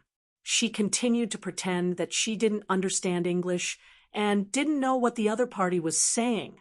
The snake woman, Lena, immediately heard that the other party wasn't interested in the human goods she brought out. She smiled charmingly and calmly said, "I don't know what Mr. Lowell likes. If possible, I really hope Mr. Lowell can tell me personally." "Ha ha, no, even if I tell you, you won't be satisfied with me, because you're not the biggest boss of your group. What I only want to tell your boss personally. Isn't that right, my old friend?" Laura, the drug dealer from North America, turned her head and looked at her old friend. The two of them looked at each other and smiled. They had no intention of negotiating with Lena. Lena was not the biggest drug dealer. The person behind her was the real drug lord behind the scenes. However, her position in the stronghold was also quite high. Whenever she appeared, it was to receive big clients. The transactions between them were as high as tens of millions of dollars. In the face of the North American buyer's doubts, Lena smiled like a blossoming branch of a flower. Her eyes were full of charm as she replied, "Mr. Laura, Mr. Spar, today we are just getting to know each other. Business matters can be discussed after we get to know each other better. We're just chatting now. It's not a special deal. It's just that the company of a beautiful and cute girl will make our transaction easier and more pleasant. I wonder if Mr. Raoul is satisfied, or does Mr. Raoul need a better specialty service?" Raoul, one of the North American drug dealers, used to only cooperate with 2 local drug factories in Melbourne and the Silver Triangle. Recently, Melbourne's drug shipments had been completely taken over by several major drug dealers in North America. The monopoly of the market made Raoul and Spa, who were inferior drug dealers, lose the lowest cost of goods, so they had to find another way. Chapter 4702. They split into 2 groups. One group went to the Golden Triangle, where there were more and more drug dealers, and the other group went to the Golden Crescent to look for partners. It was their first time in Laos, and they bypassed the local drug dealers to find Lena. The North American underground market suddenly had a trend of girls testing drugs, and selling sex. Originally, Raoul and the other drug dealers didn't know where these girls came from. In the end, they found the person behind the scenes through the seller who controlled the girls. Raoul and Spar flew to an Asian country. For the sake of caution, they arranged to meet in Laos instead of going directly to Myanmar. Lena's appearance disappointed Raoul and Spar because they knew that the woman in front of them was not the real boss behind the scenes. Lena, a very mature and charming woman. They could smell the same kind of dark aura on her. Although Raoul was very interested in the special service, it was his first time in Laos, so he didn't want to try it out immediately. He raised his eyebrows and glanced at Yi Jian with some interest, but there wasn't much interest in his eyes. Instead, he was interested in the sexy and voluptuous Lena. I do like better special service, like the special service in the North American underground market. Young and beautiful girls are locked in iron cages, and you can watch them twist their waists crazily. That kind of feeling is really great. I like it very much. I hope that one day there will be a mature and sexy woman who can perform for me. For example, I would be more interested in a lady like you.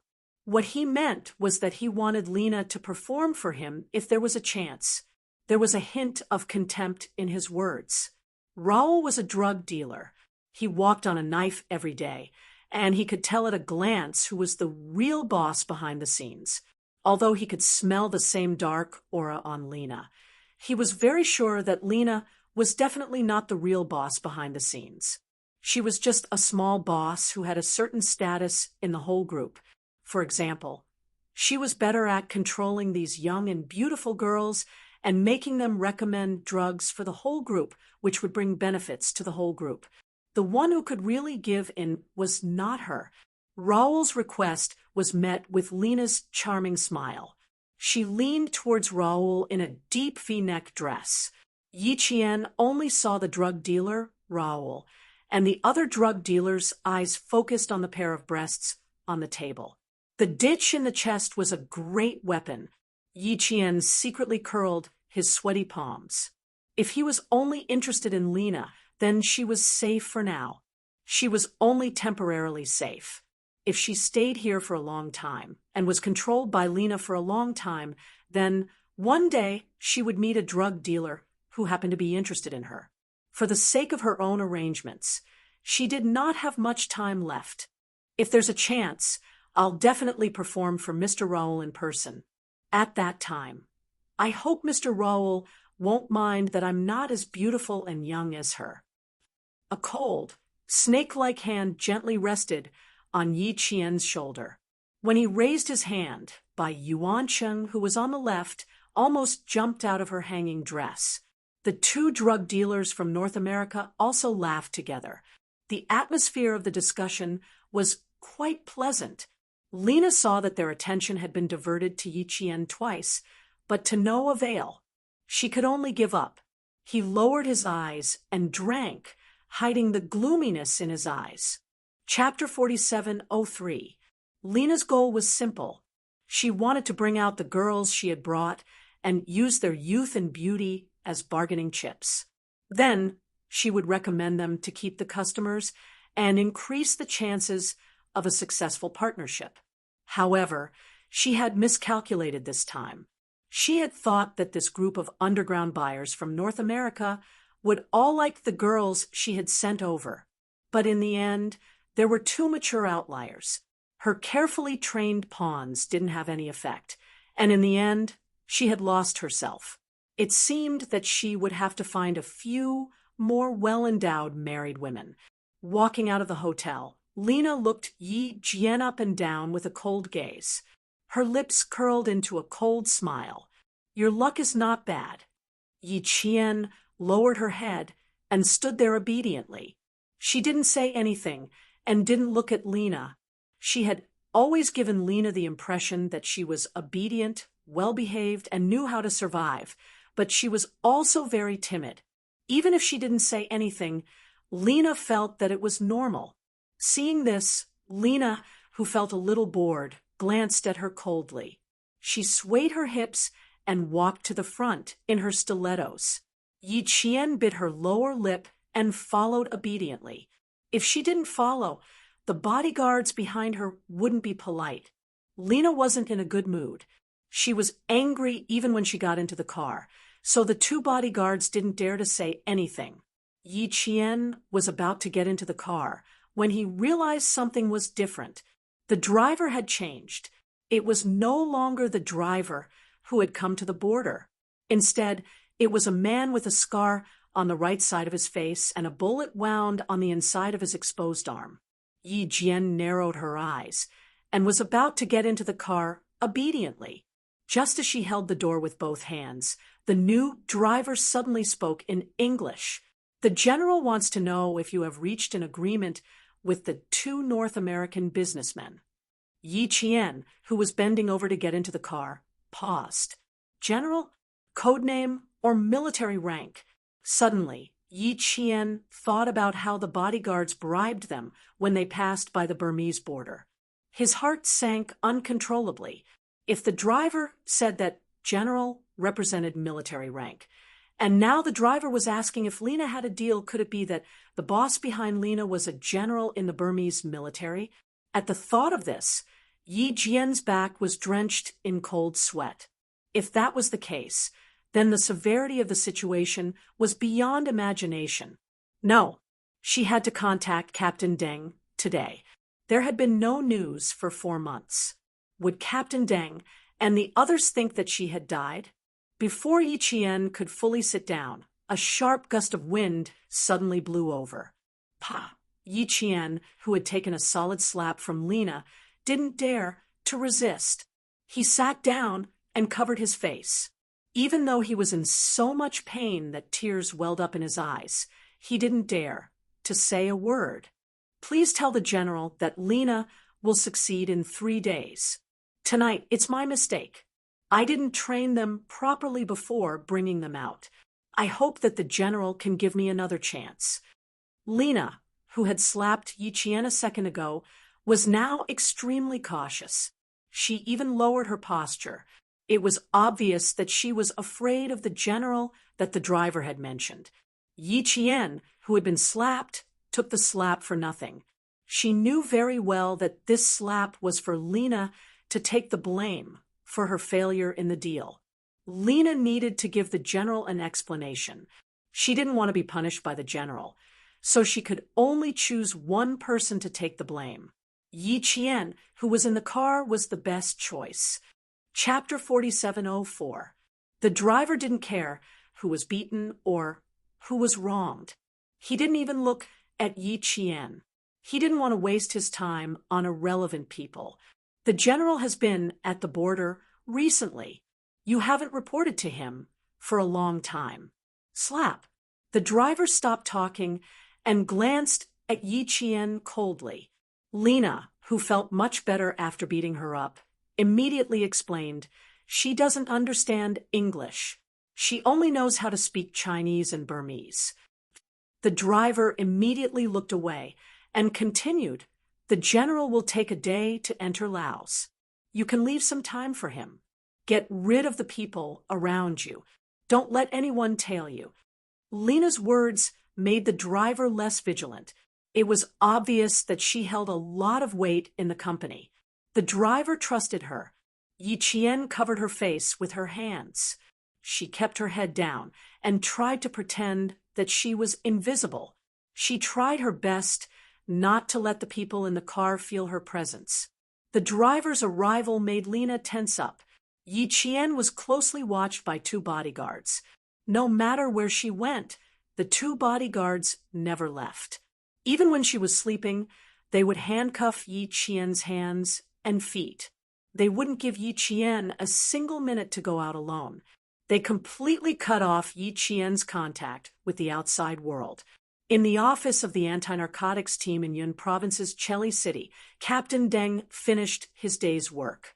He dragged his tired feet past the martyr's wall. He didn't go back to his office immediately. Instead, he habitually walked to the martyr's wall and reported the day's work to his comrades who had sacrificed themselves. "Brothers, we made a big haul today. We turned over 500 grams of drugs. There were pills, drugs, powders, and everything else. These guys are getting more and more cunning. They put the powders into plastic headbands and tie them around their heads like rubber bands. We poured them all out. There were 50 grams. The drug dealers are getting more and more cunning. We can't let our guard down. The drug dealers are getting more and more vicious. We can't back down. We have to fight this war to the end. You guys just watch." Captain Deng wiped the spotless glass wall with both hands. He stood there quietly for a while before returning to his office. He sat down and was about to drink the freshly brewed hot tea when an anti-narcotics officer excitedly knocked on the door and came in. "Captain, good news. There's news from Laos. The female soldier we sent out 4 months ago has appeared in Laos." At the same time, he placed a few blurry photos in front of Captain Deng. "Take a look. These are photos from the surveillance cameras. This girl in traditional Laotian clothing is the one we sent out." Deng Dui, who was resting on his chair, jumped up and grabbed all the photos to examine them carefully. That's right. It was indeed the female soldier they sent out. Even if the whole picture was very blurry, he could still recognize at a glance that it was the female soldier he had sent out. "There's another woman beside her. This is the one." The narcotics officer pointed at another photo. "This is her. She's about 7 meters tall. She's a new face and has never appeared before." Captain Deng, who finally had news of the female soldier, heaved a sigh of relief. He immediately pointed to one of the photos and said in a deep voice, "Do a facial analysis and look through old Zhong's file. See if there's anything about her." "Okay, I'll check it right away." The captain nodded. He quickly left the office and went to the technical department. Cheli City's anti-narcotics team had locked onto a new face. It was none other than Lena. Chapter 4705. Lena's appearance gave the anti-narcotics police a new direction in their investigation. They also found a clue that had never surfaced before. It could be said that Lena's whereabouts were exposed entirely because of Yi Qian. If the anti-narcotics police hadn't been paying attention to Yi Qian's whereabouts, and if the anti-narcotics officers of the 3 countries hadn't occasionally handed over the border surveillance, the anti-narcotics police wouldn't have noticed Lena at all.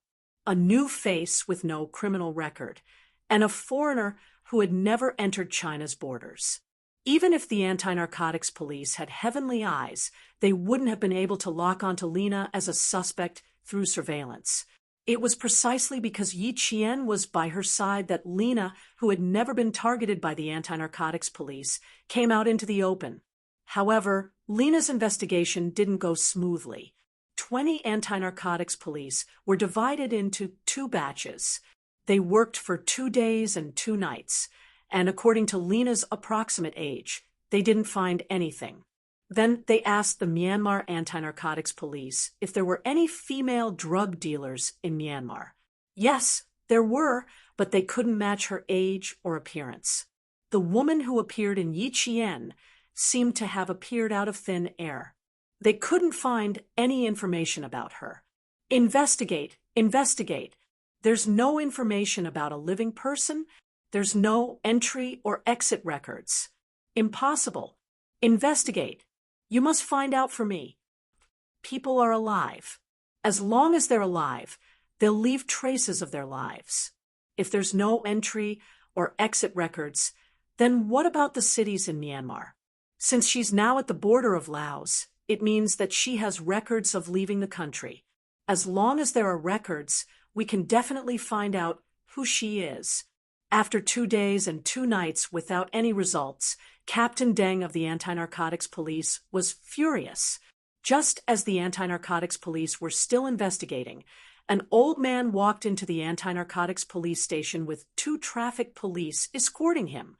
He was here to look for Captain Deng. Captain Deng, who was so tense that his subordinates didn't even dare to breathe loudly, was surprised when he saw the white-haired old man. The anger on his face immediately disappeared. When the old man saw Captain Deng, he grabbed Captain Deng's arm with his skinny hands. Captain Deng quickly held the old man. He knew why the old man was here. When the old man saw Captain Deng, tears welled up in his eyes. He said with a trembling voice, "Captain Deng, have you found my granddaughter? Why isn't she back yet? How long will it take for her to come back? Will I ever see my granddaughter again?" The old man's cloudy eyes were washed by tears. At that moment, the old man's eyes, which had been touched by time, were filled with wisdom that Captain Deng didn't dare to look directly at.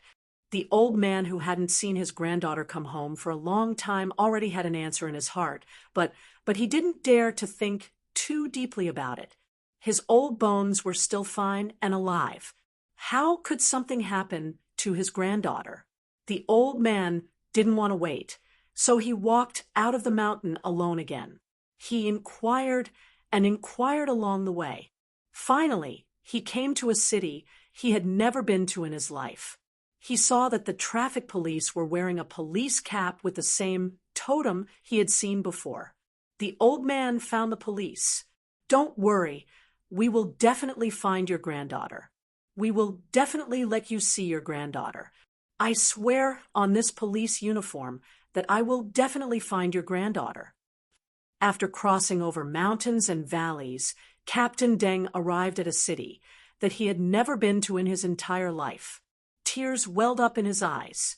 He couldn't imagine what the old man had gone through to reach the city after crossing the mountains that were difficult for people and vehicles to pass through. Chapter 47:06. In order to find his granddaughter, the old man put his life on the line. The arrival of the old man alarmed the leadership of Cherry City. The leaders of the anti-narcotics team and the criminal investigation team were summoned to the city for a meeting on the same day and returned to their respective stations with orders from above. Lena's appearance became the key to whether or not they could find the old man's granddaughter. The anti-narcotics team and the criminal investigation team were all involved in the case of Lena's activities. The anti-narcotics police in Cherry City didn't give up and continued to carefully investigate through the various border surveillance cameras.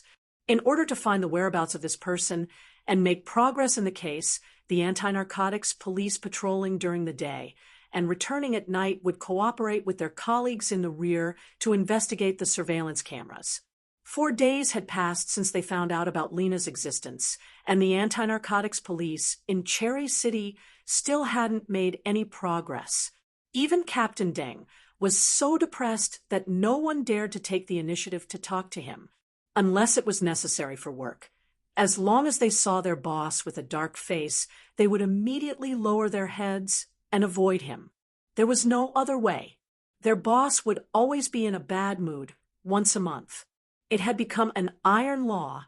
Usually, he would be in a bad mood for a day, but this time, it would be a bit longer.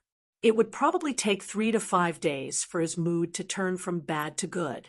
Just as the anti-narcotics police in Cherry City were increasing their efforts to investigate Lena, a batch of drugs seized in the past month was being destroyed at the border of Laos. It was mainly drug dealers from Myanmar and Laos. The senior military officials of both Laos and Myanmar were present, and they expressed to each other that they vowed to fight the drug dealers to the end, and that they would not be merciful to any drug dealers. The TV stations of both countries reported the anti-narcotics operation in real time and highly praised the senior military officials of both countries. They also said that the two countries would work together on anti-narcotics and create a better future together. Yi Qian watched the live broadcast through the phone. When the faces of the senior military officials of Myanmar appeared on the computer, Yi Qian's eyes darkened. After a while, there was a trace of understanding in his eyes. The senior military officials of Myanmar, who expressed their determination to stop the drug, was not someone else. They had cooperated with Cobra before, and in the end, they died because of Cobra. General Min Lai died and cut off the cooperation. If it weren't for that time when they went to Myanmar to rescue Yi Jin, she wouldn't have personally stabbed Captain Xia's chest with a sharp knife with K7, and she wouldn't have heard the words, "Min Lai." After Xia Jinyuan came back, he didn't tell her that Min Lai was a senior officer in the military of Myanmar. The anti-drug police should have noticed it. However, because there was no definite evidence, and he was in a high position, it was completely beyond the scope of the anti-drug police's investigation. But this time, When Yi Jian, who was staring at the TV, heard the translation of General Min Lai, she immediately thought of the name Min Lai she had heard in Myanmar, and the driver also mentioned General. Putting the two together, it was clear who the real boss behind Lena was as a senior military official in Myanmar's. Even Lena was one of his people.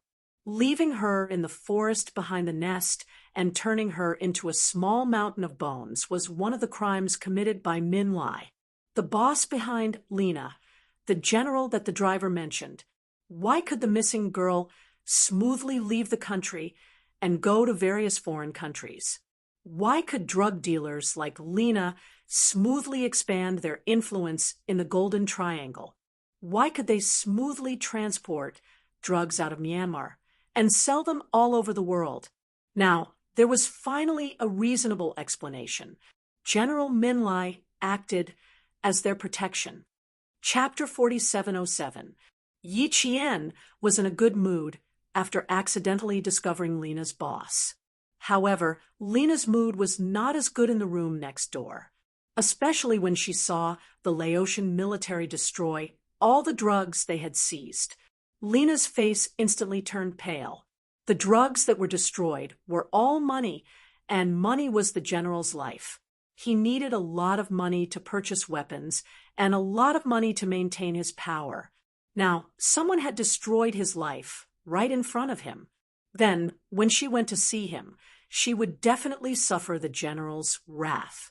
All of the general's subordinates knew that the general's wrath was not pointed at your nose and scolded you.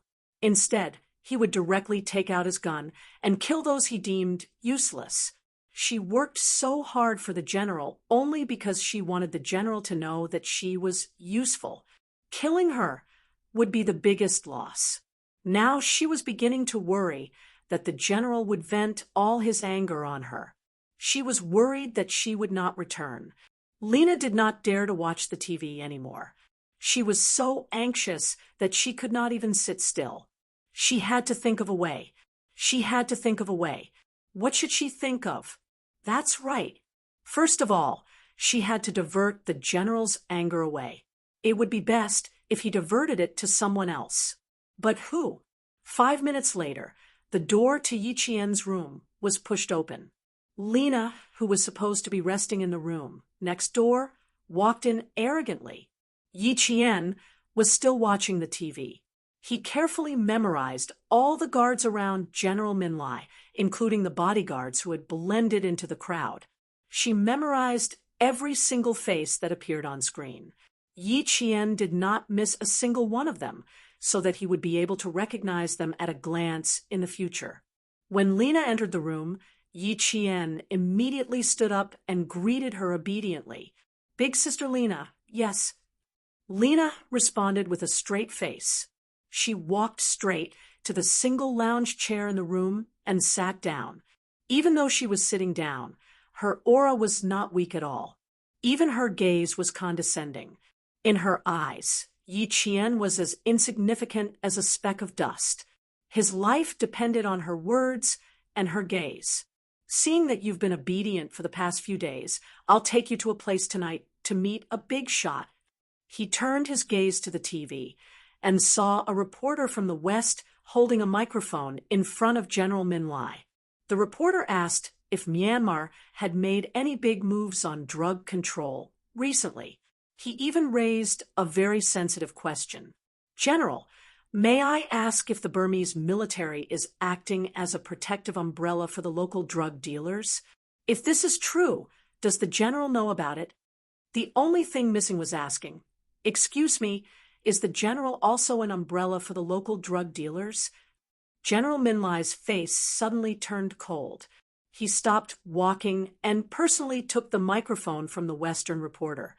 He faced the camera and said righteously, "Our Burmese military will never act as a shield for drug traffickers. No army will do anything that endangers society, let alone intentionally commit crimes." Yi Qian, who was still standing, smirked. Of course, they would not act as a protection for drug dealers. They would only sell drugs themselves. People's army? Ha ha! Myanmar doesn't have many people's army. The warlords and local armed forces are all built to protect their personal power. Isn't General Min Lai afraid that the wind will hurt his teeth if he speaks so pompously in front of the media? Chapter 4708. The person who asked the question was a reporter from a Western country. Lena's body tensed up when she heard the reporter's question. Lena, whose carefully manicured nails were broken in several places, took out her phone. Her face was so gloomy that water was dripping from it. She dialed a number, and she didn't avoid telling Yi Jian what to do. She only gave orders in English in front of Yi Jian. The Western reporter who appeared on TV at 11:03 in the morning. Find a chance to teach him a lesson. She could only teach him a lesson, not kill him. It would be too obvious if she killed him. It would be the same as telling the world that the Burmese military was protecting the local drug dealers. Because of the Western reporter's exposure, the Burmese military killed the Western reporter in anger. Lena really wanted to kill the Western reporter who asked the question, but the situation didn't allow her to do so. The person on the other side of the phone received the order and didn't ask too many questions. He just answered a few simple questions and knew who the target was. After hanging up the phone, Lena took a few deep breaths to disperse the depression in her chest. Tonight, she had to bring the human goods in front of her. She needed her to divert the general's anger. Otherwise, she would definitely become the general's punching bag. His gaze was so cold that it seemed to be filled with filth. Once again, he brazenly sized up Yi Jian and estimated the value of Yi Jian. Yi Jian quickly glanced at Lena timidly. The moment their eyes met, Yi Jian was so scared that his shoulders tightened, and he trembled like a frightened chick. Seeing this, Lena's sexy red lips curved into a cold smile. She liked to see the fear on these young girls' faces. They all thought that they were young and beautiful, and that they would definitely succeed. In reality, she would make them wish they were dead. The feeling of torturing people was really satisfying. Lena, who was playing with her fingers, stood up and waved her hand. The bodyguard who guarded Yi Jian all day walked to Lena's side and knelt by her legs. He reached out and massaged Lena's legs. Yi Jian played with her fingers anxiously and lowered her head, not daring to look. After being trained by Lena for nearly 3 months, she had seen far too much of the dark side of human nature. Bondage, whipping, burning, needles. Whenever a girl who was trained by Lena did not do a good job, or did something that she was satisfied with, they would definitely be subjected to all sorts of abuse that she had never heard of before. The girl screamed, while Lena laughed out loud. She enjoyed it very much. Yi Jian was burned with wax once because she didn't cooperate with the abuse of another girl kidnapped from Thailand. Those 3 months, Yi Jian's eyes turned red. She used to think that she had received the most unfair and darkest treatment. It was not until she fell into Lena's hands that she realized that the true darkness was something that could not be seen at all. It was something that could not be made public or reported. It was something that was completely hidden under an iceberg. She could vaguely hear the screams of the tortured girls and Lena's cold laughter. If she didn't get rid of this woman, who knew how many more innocent girls would die in her hands. At noon, a hotel waiter delivered food. Since Lena was in the same room, the waiter delivered a sumptuous lunch directly to the room. Yi Jian also came into contact with strangers other than the bodyguard and Lena, the waiter who pushed the luncheon bowed and greeted her. Yi Jian walked over and whispered in Burmese, "I'll go with you." Before the waiter could refuse, Yi Jian had already walked around him. With a light tug of her arm, something small and delicate fell into her palm. When she turned around, there was nothing in her hand. Chapter 4709. No one noticed what Yi Jian had done. Even the waiter didn't know that his belongings had fallen into someone else's hands. Lena and the bodyguards in the room had been watching Yi Qian's every move, but they didn't notice anything either. They only saw Yi Qian walk past the waiter. He didn't do anything else. Lena didn't stop Yi Qian, and the bodyguards naturally didn't stop him either. Yi Qian only dared to suggest that she go with the waiter because he knew Lena's preferences. As a woman who liked to be served like a queen, Yi Qian's suggestion wouldn't make her feel disgusted. This was one of Lena's fatal flaws. Unfortunately, she didn't realize it herself. The waiter first glanced at Lena. He knew who was the one who made the decisions in the room. Seeing that Lena didn't react, he dared to turn slightly. Yi Qian softly said, "Thank you." Without choosing, he directly picked up a white porcelain bowl with a stainless steel lid. The waiter only had time to say, "It's hot."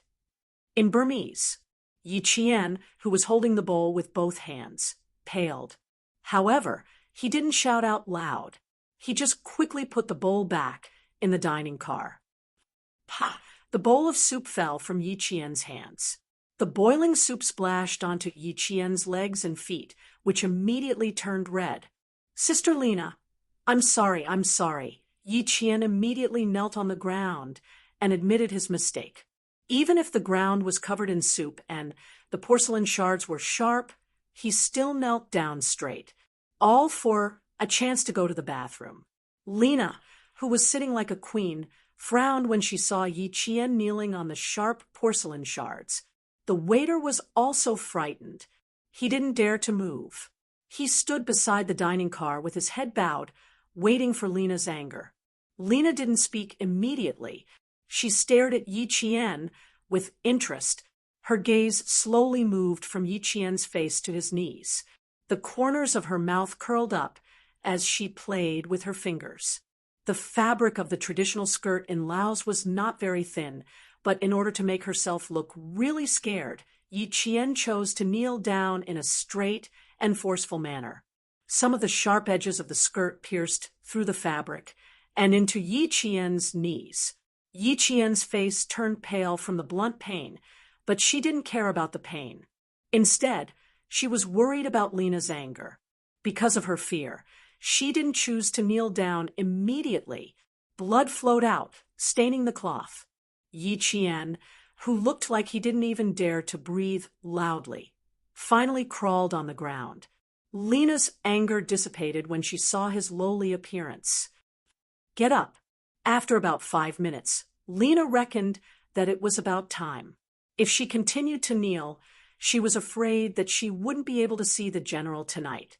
Thus, she reluctantly opened her mouth. Yi Qian got up. She still needed to thank Lena profusely. Being a spy wasn't easy, especially when you fell into the hands of someone like Lena. If you weren't careful, Lena would immediately take care of you. Yi Qian was able to survive until now because of her disguise. Yi Qian staggered to her feet. She whispered to the waiter, "Sorry, please give me a minute. I'll be quick." Lena raised an eyebrow. She believed that the human goods under her control wouldn't be able to play any tricks under her watch. As long as she didn't leave the room, what tricks could she play? The sound of running water came from the bathroom. She could also vaguely hear the sound of someone crying out in pain. Lena, with her legs crossed, changed her position lazily and waved at the waiter, who didn't dare to move. An English text message was sent to Captain Deng's phone. Chapter 47:10. General Minlai, Lena, the Burmese military controlled the drug chain. Girls from Thailand, Myanmar, and China abroad.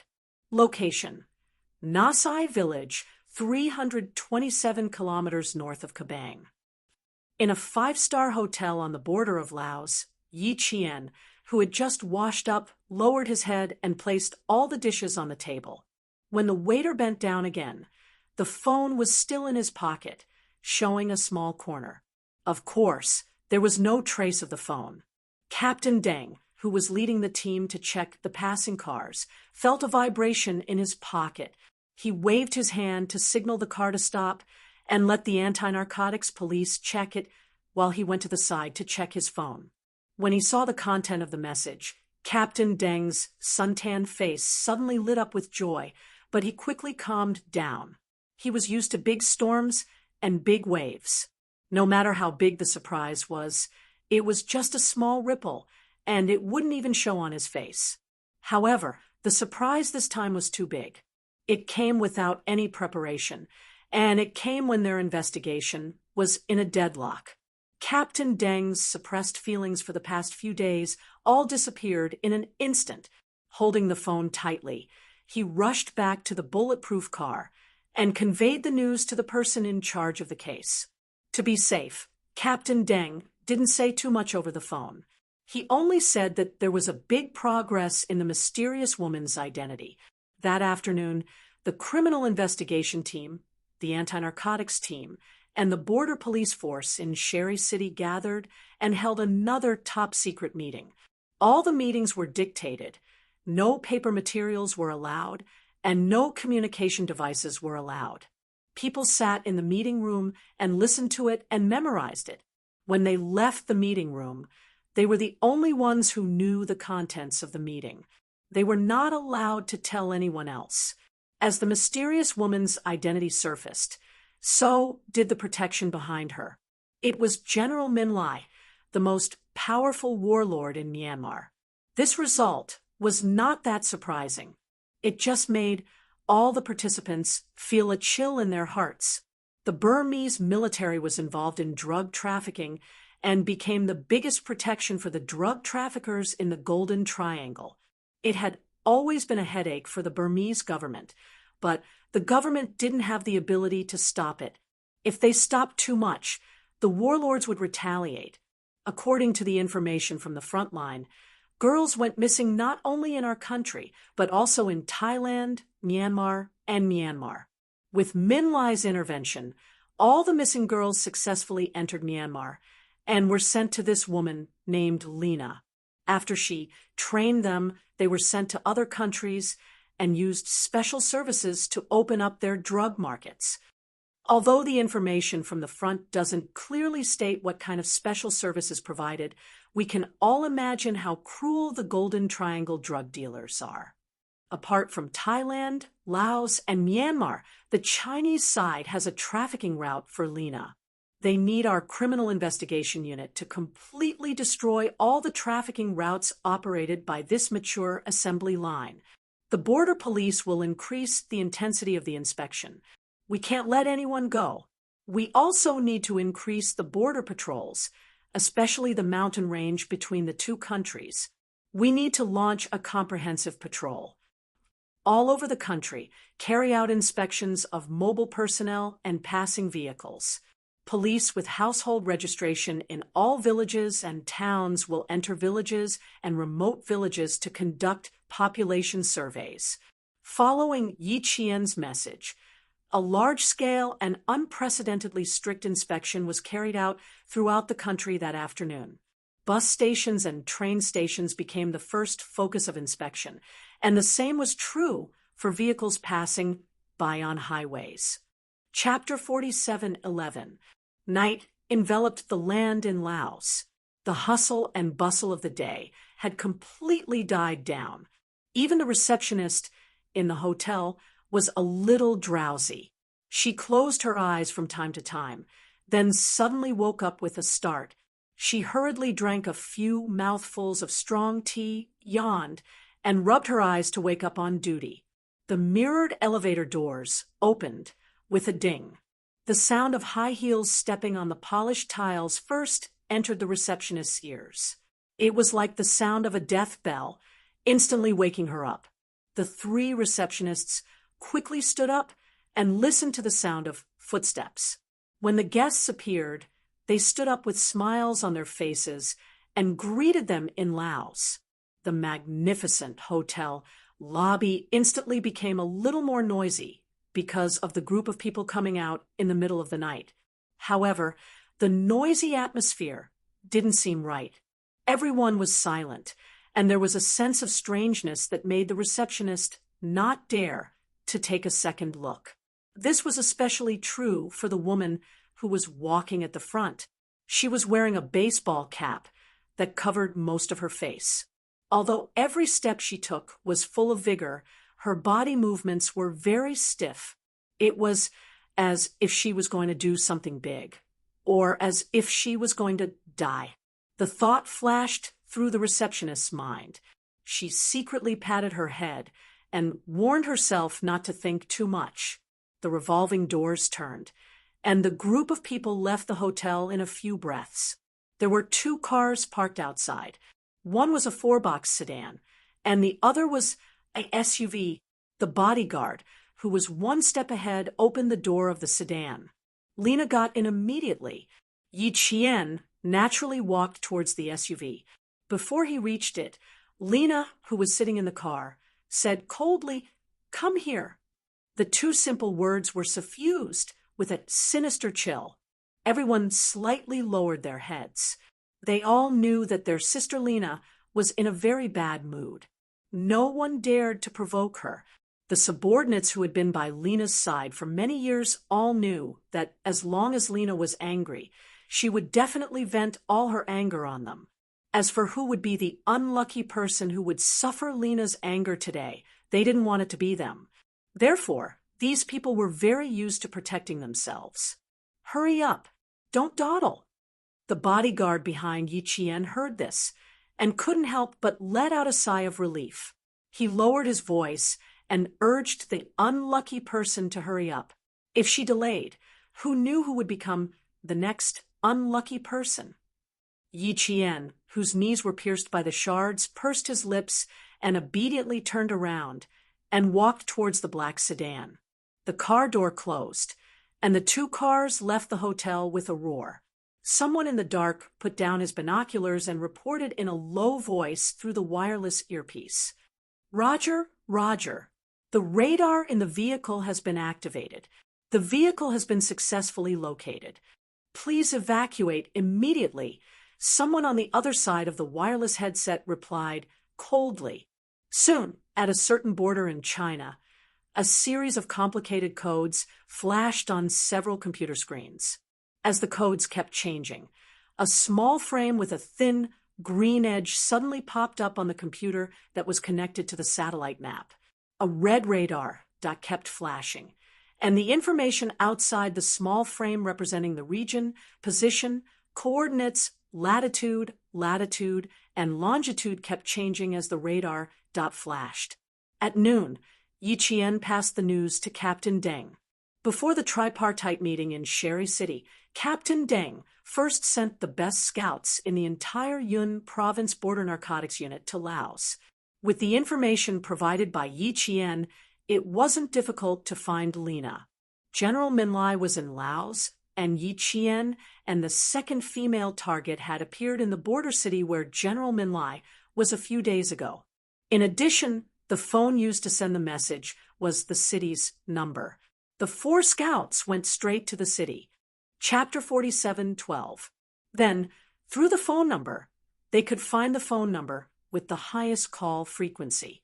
The investigators could then pretend to call the wrong number, and within 5 minutes, they could find out where the owner of the phone was working. For investigators like this, there was no difficulty at all.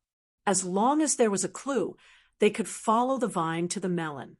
In the end, they could even find out the 18 generations of the other party's ancestors. Committing a crime required a high IQ. Those with low IQs were better off following the rules. The entire route of the car was under the control of the anti-narcotics police. This was something that Yi Qian did not expect. She also did not expect that the anti-narcotics police would enter Laos in less than 10 hours with just a text message and a phone number. They even installed a tracking radar on the car that Lena usually rode in. Not only did they install a radar device, but they also installed a listening device. As long as someone spoke in the car, it would be clearly heard. This made it easier for the anti-narcotics police to track Lena's movements. However, to prevent the radar device from being discovered, it would only be activated when the car was moving. Once the car turned off, the signal would disappear. This had the biggest drawback. They could not track the car's route in time. But there was no other way. They could only compromise with this. The car started, and the radar device was activated. While the border anti-narcotics police were watching the car's route, they could clearly hear the sound of the car door closing. Captain Deng, who was monitoring the situation, raised his hand slightly and made a pressing motion. Several anti-narcotics police officers in the office who participated in the operation held their breaths and focused. On the other side, they had already adjusted the recording. As long as the other party spoke, all their voices would be recorded. This would be the most powerful evidence. Several anti-narcotics policemen, including Captain Deng, were ready, but they suddenly heard the sound of 2 slaps, which made everyone's expression freeze. This was someone being slapped. A cold female voice sounded. "Why are you so slow? Do you want me to go over and invite you over?" "Sister Lena, I didn't." A timid voice was heard. This voice. The anti-narcotics police officers looked at each other. Their faces instantly tensed up. Wasn't this the voice of the female soldier they sent out? As soon as the timid voice finished speaking, several anti-narcotics police officers heard 2 more slaps.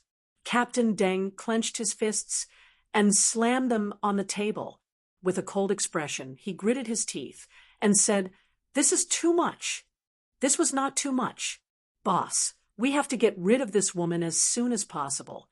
Who knows how many girls will suffer as long as she lives. Boss, the village provided by the female soldier is absolutely reliable. We can bypass General Minlai and cooperate with the Shan State Police to see if we can solve it directly." The 4 slaps made the anti-narcotics police angry. Although they knew that the female soldiers they sent out would definitely be treated unfairly and might even lose their lives, but knowing and accepting were 2 completely different things. From an emotional point of view, it was very difficult for them to accept this. But from the overall situation and from a rational point of view, they could only remain calm. Just as Captain Deng was about to say something, Lena's cold voice sounded again. "From now on, you will follow behind me the whole time. Without my permission, you are not allowed to say a word. If you dare to disobey me again, you'll end up like the pile of bones in the back mountain. You understand?" She spoke in Burmese, and the anti-narcotics officers in charge of the border inspection were all fluent in Burmese. Therefore, they could hear every word that Lena said clearly. Chapter 47:13. The pile of bones at the back of the mountain. In other words, this woman named Lena had killed countless missing girls. Well, what good would come of falling into the hands of a woman like her? If the female soldiers sent out weren't smart and knew how to protect themselves, they probably wouldn't have heard her voice. Yi Qian, who had been slapped several times in a row in the car, nodded vigorously as if she was afraid that Lena wouldn't see. Her face was burning with pain, but she didn't dare to say anything. She didn't even have the courage to speak. She could only nod to show that she understood and remembered. Lena's phone vibrated. She took out her phone and took a look. A trace of fear flashed through her eyes. She took a few deep breaths before picking up the phone. "General, it's Lena." General Minlai." While Yi Qian's spirits were lifted, so were the furious anti-narcotics officers. Could it be that Lena was going to see General Minlai now? Yi Qian's eyes narrowed. She even held her breath slightly. She lowered her eyes and leaned a little closer to Lena. She pricked up her ears to listen. The car's soundproofing was quite good. Yi Qian could hear the voice of a middle-aged man who was used to giving orders and had a strong deterrence. "Come as soon as possible. There are many things I need to ask you personally. Half an hour. If you don't arrive in half an hour, think of a way to deal with yourself." On the other side of the phone, General Minlai, who was standing in the dense forest, didn't wait for Lena to answer. He handed the phone over. The person who took the phone was none other than the driver who had picked up Lena that day. He was also General Min Lai's adjutant and one of his most trusted subordinates. Lena shuddered violently. She almost lost her grip on the phone. She swallowed hard and lowered her voice. Her attitude instantly fell from being high and mighty to being in the mud. "General, I'll definitely be there. I won't let you down." "Lena, General's time is limited. He doesn't like to waste time on useless people. You still have half an hour to live." The driver's voice did not pull Lena back from the depths of hell. Instead, it sent her straight to the 18th level of hell. Lena's bright red lips were completely wiped clean, and her face was as pale as a sheet of lead paper. She was well aware of General Min Lai's character. He was a man of his word, never changed his mind, and never said anything unnecessary. He wanted her to take care of herself. It was not a threat, but an order. "I understand. Please tell the general that Lena will definitely arrive on time. After all, Lena has never been late or disobeyed any of the general's orders." Even though her hands were trembling from fear, Lena's voice was still steady as she spoke in a calm and graceful manner. She knew that if she panicked now, she would lose even half an hour of her life. Everyone was afraid of the general's methods. After hanging up, Lena took a long time to move the phone away from her ear. However, she didn't move it away. Instead, it suddenly fell to the ground. Her hand was like cooked noodles, limp and powerless. Dong! The phone fell from Yi Qian's hand, just as he was about to bend down to pick it up. Lena, who was so scared that her whole body was trembling, suddenly raised her hand and pounded on Yi Qian like a madwoman in the narrow space of the car. "Who told you to move? Did I say you could move? Who told you to pick up my phone? Did I say you could pick up my phone?" She vented all her fear on Yi Qian. Not only did she pound on Yi Qian with her fist, but she also grabbed the hair on the back of his head with her left hand. The anti-narcotics police could clearly hear Yi Qian gasping in pain. Chapter 47:14. The sound was very familiar, so familiar that the narcotics officers who were listening carefully clenched their fists so tightly that their knuckles cracked. It was the sound of a slap. Target Lena number 2 was hitting the female soldier they sent out again. They could hear the sound, but they couldn't do anything. They could only listen. Even if they heard the anger in their chests, they could only listen. "Who told you not to behave? Who told you to move around? Slap, slap." Yi Qian's face had already received countless slaps. Left and right, one after the other. Forced to raise his head, Yi Qian could only cry and beg for mercy. Even the corners of the narcotics officers' eyes turned red. However, the scene was even more brutal than what they had heard. Lena, who had been frightened by General Min Lai, turned all the fear in her heart into anger and directed all her anger at Yi Qian. Not only did she use her fists, but she also kept kicking Yi Qian. "Don't hit me, Sister Lena. Please don't hit me. It hurts, it hurts. Sister Lena, I know I was wrong. I know I was wrong. Please don't hit me. It hurts, it hurts." In the car, Yi Qian painfully begged for mercy. The bodyguard and the driver were sitting in the front seat.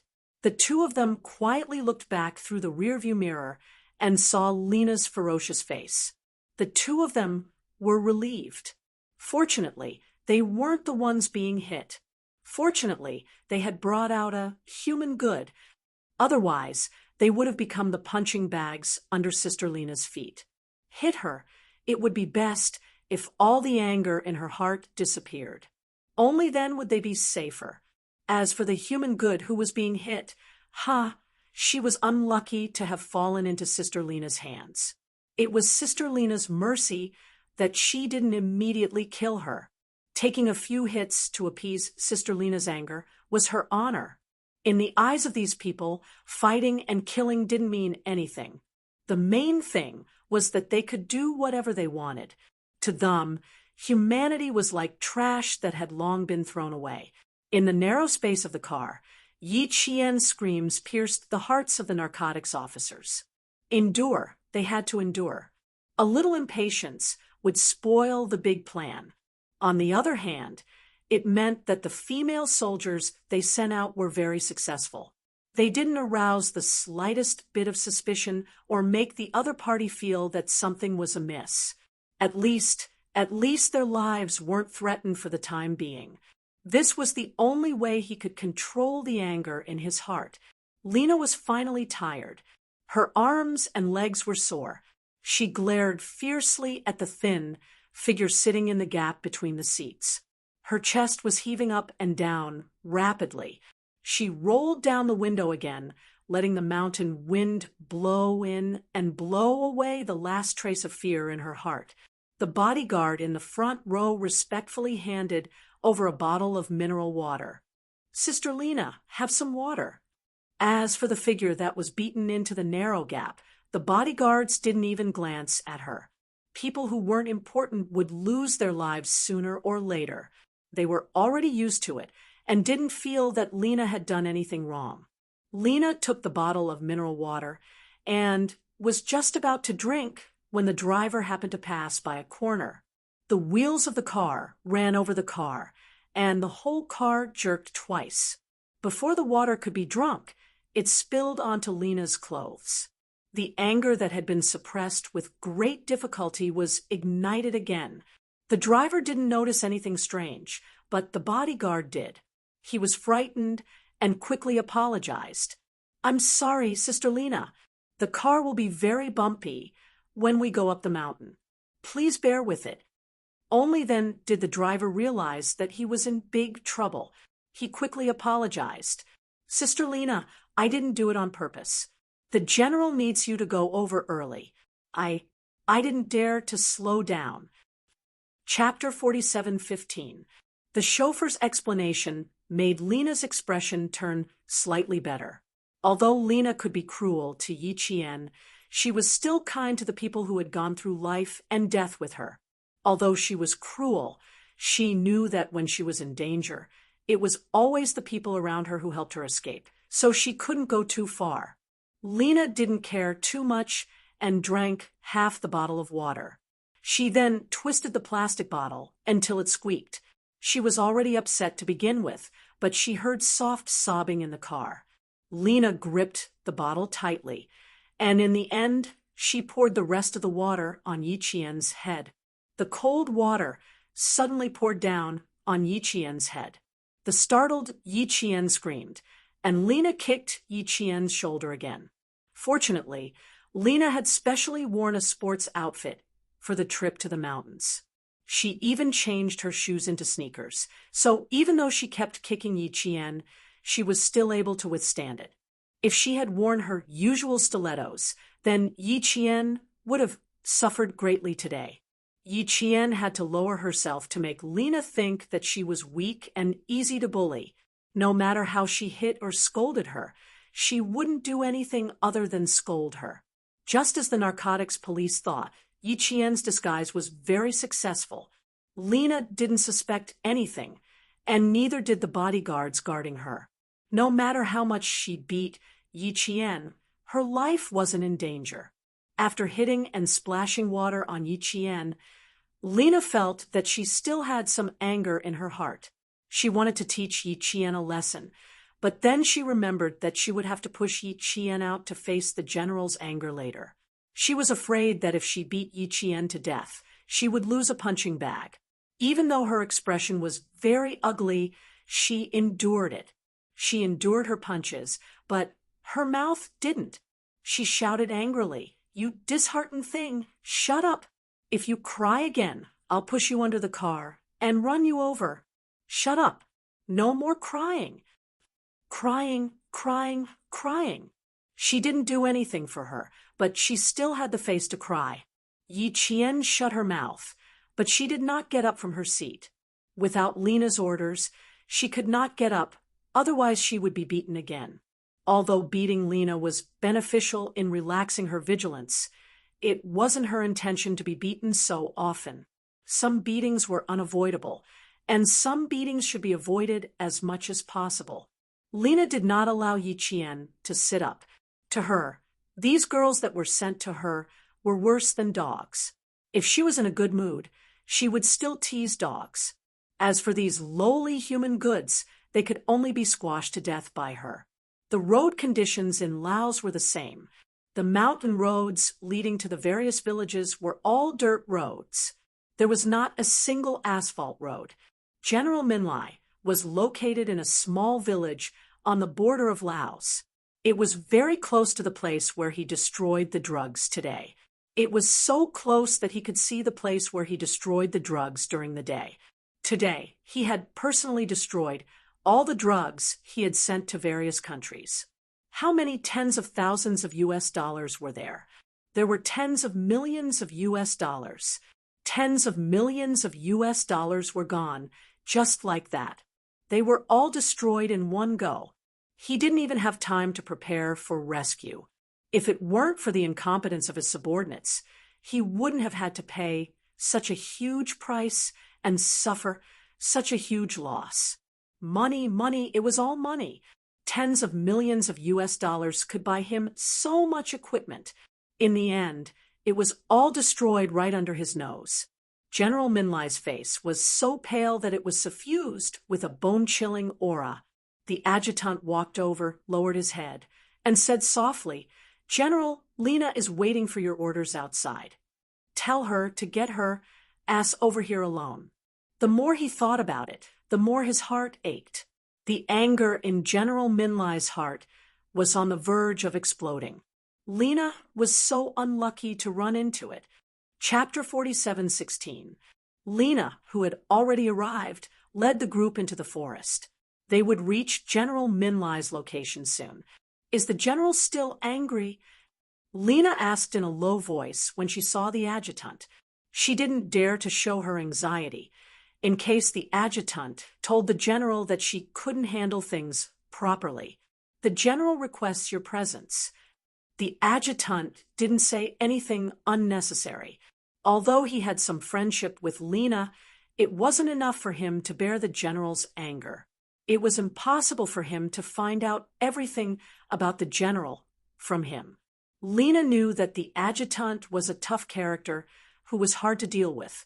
She lowered her eyes and turned her head to Yi Qian. "What are you still standing there for? Follow me." Yi Qian started to move, but the adjutant raised his hand to stop him. "Lena, the general only asked you to go alone. The rest of you wait outside. I have something to report to the general. She has to go." Lena's face couldn't be described as stiff. It was as hard as a rock. She couldn't even control her lips when she spoke. 3 more minutes. The adjutant only listened to General Minlai's orders. He didn't care what Lena said. If she had anything to say, she could directly report it to the general. The general would make his own decision. It wasn't up to an adjutant to interfere. Knowing that there was no room for negotiation, Lena's fingers trembled. She brought Yi Qian out to bear the general's anger, but now she couldn't even bring him over. Lena didn't have much time to dawdle. She had to go alone, immediately. Otherwise, the general would really make her kill herself. Yi Qian was very disappointed that she couldn't go. She wanted to confirm with her own eyes whether it was General Minlai or not. Both of them wanted to go, but the general didn't agree. Lena, who was usually arrogant in front of Yi Qian, couldn't do anything about it. She could only walk out of the forest alone. She saw General Minlai standing around without any shelter. The edge of the open space extended out from the mountain. It was dark outside, and below it was a tall cliff. Lena started to panic and fear when she saw General Minlai's back. Every step she took felt like she was walking on a sharp knife. Every step she took made her heart tremble with fear. She was afraid of the warlord in front of her, who held her life and death in his hands. She had been afraid for more than 10 years. The adjutant didn't follow her. The people around them were all special forces soldiers from Myanmar. They had secretly entered Laos to protect the general's safety. So, It wouldn't be inappropriate for Lena to come alone. General Minlai heard the sound of approaching footsteps behind him, and he turned around with a cold look in his eyes. Lena jumped in fright. She didn't expect the general to turn around so suddenly, and she broke out in a cold sweat. "Lena, do you know why you're still alive?" General Minlai spoke calmly, without a trace of anger. His expression was as calm as his voice, but Lena was so frightened that her knees went weak. Although his voice and expression were calm, the way he looked at her was so cold that it was as if he would personally raise his gun and kill her in the next second. Lena, who didn't want to die, knelt in front of General Minlai and bowed deeply. "It's because of your magnanimity that I'm still alive." Her words made General Minlai laugh coldly. He looked at the woman kneeling in front of him with eyes as cold as if he was looking at a dead person. Chapter 47:17. Lena, who didn't dare to raise her head, broke out in a cold sweat. She even pressed her forehead against the grass, trying her best to let General Minlai see her humbleness. "No, it's because you've brought me considerable benefits. That's why I, who never put a woman in an important position, put you in an important position. However, I'm very disappointed in you. Because of your failure, I lost tens of millions of dollars in Laos. Do you know how many guns and ammunition I can buy with tens of millions of dollars? Do you know how many soldiers I can feed with tens of millions of dollars?" Lena, who was trembling, gulped and replied shakily, "General, I'll definitely try my best to recover this loss. Please." In the forest, the branches swayed, and a night bird flapped its wings and suddenly flew into the dark sky. General Minlai's hand had already reached for the pistol at his waist. He looked from Lena to the night bird that flew out of the forest. Under the clear moonlight, General Minlai's face was even fiercer than Lena's. It was a ferocious look that said he was not afraid of anyone and everything. Lena, who was kneeling, didn't feel anything strange. She was so scared that her back was covered in cold sweat. Just as she was about to finish her sentence, gunshots suddenly came from the forest. Lena, who was running, quickly pulled out a pistol from her waist. She jumped up nimbly and protected General Minlai behind her. "General, be careful." At this moment, Lena was thankful for the sudden gunshots. It gave her the chance to protect General Minlai and change the situation in front of her. The moonlight shone on the ground. General Minlai, who was standing completely in the moonlight, was still calm in the face of the gunshots. He wasn't surprised at all. The gunshots were fired by the soldiers hidden in the dark. Someone had entered the forest and was discovered by his soldiers. Lena didn't know. She held the pistol tightly and protected General Minlai. She said, "General, please retreat immediately. I'll cover you." General Minlai cherished his life. Although the money was destroyed, as long as he was alive, he could earn it back. However, he had nowhere to retreat now. Behind him was a cliff, and in front of him was the way out. Kill them all. Leave one alive. He wanted to see who wanted to kill him. They even dared to come to Laos.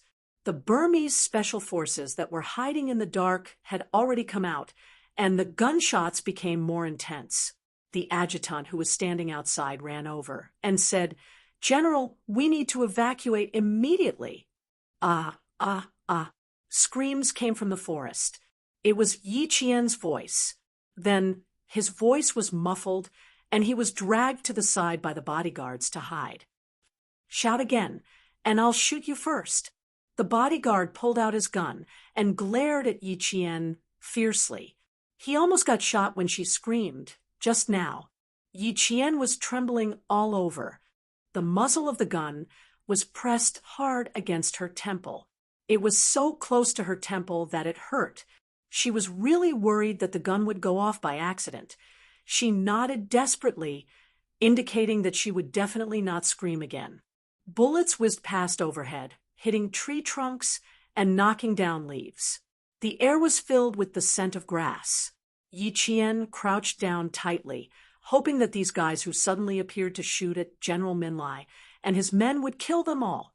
The dark clouds slowly covered the cold moon, and the moonlight covered the clouds. The surrounding forest, which had no light at all, became pitch black. The bodyguard who was preventing Yi Jian from escaping was suddenly shocked. He immediately reached out to grab the girl beside him. He caught her, and the cold breath in his throat slowly exhaled. Chapter 47:18. The gunshots were as dense as rain, coming from all directions. Yi Jian, who was crouching down, would not run away casually. If she ran away now, she would become a live target. She would be shot full of holes before she could even take a few steps. She cherished her life. She still wanted to go back alive to attend the graduation ceremony. Don't move. Stay here. You'll die faster if you move. The forest was too dark. The bodyguard was worried that Yi Qian would take advantage of the chaos to escape. So he used this to scare Yi Qian. Yi Qian cried as she replied, "I won't run. I won't run. Sister Lena won't let me go. She'll kill me. I won't run. I won't run."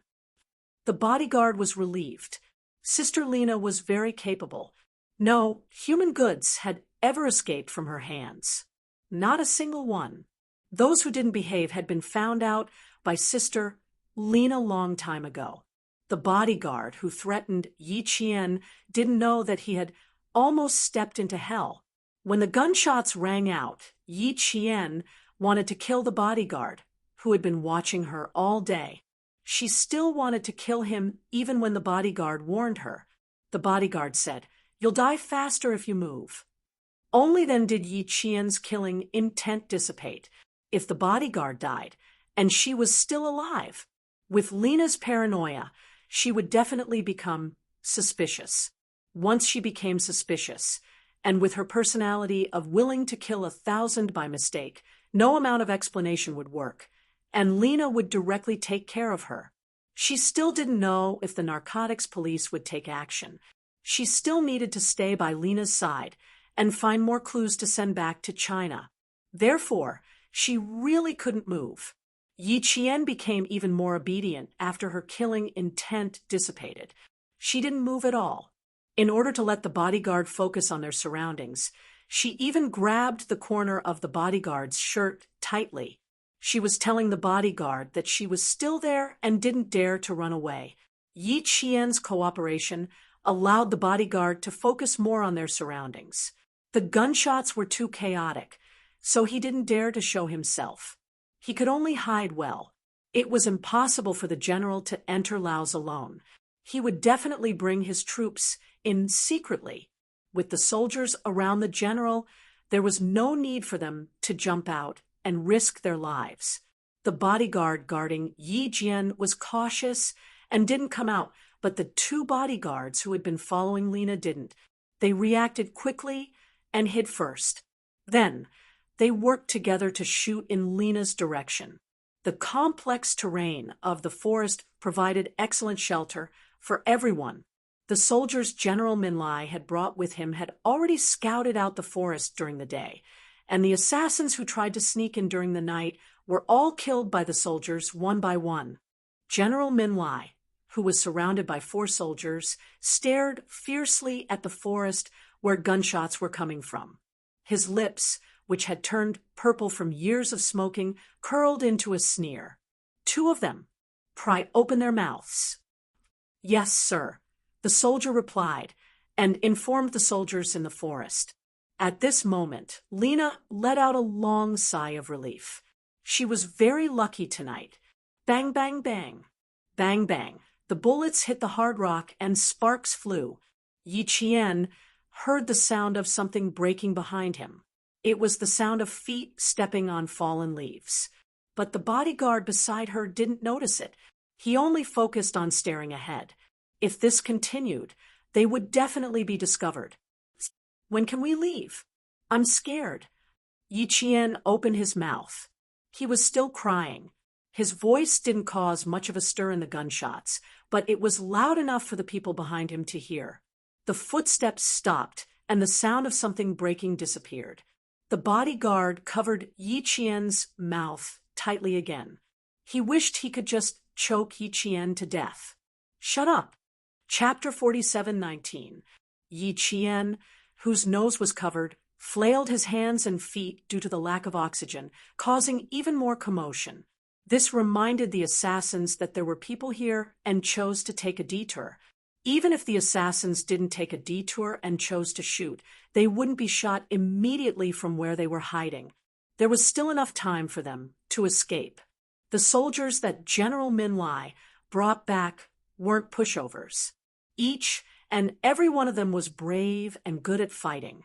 The assassins probably didn't expect that there would be so many soldiers deployed. They didn't send many people, and they weren't elites either. Against General Min Lai's soldiers, it was still fine in the early stages. But later on, when the disparity in strength began to show, they gradually lost, but they wouldn't be defeated immediately. Yi Qian, who was almost suffocated, was finally able to breathe in the smoky air. He took in big gulps of air and coughed. General Min Lai was used to all kinds of situations, and it wasn't the first time he had been assassinated. As one of the most powerful warlords in Myanmar, he was definitely a formidable person.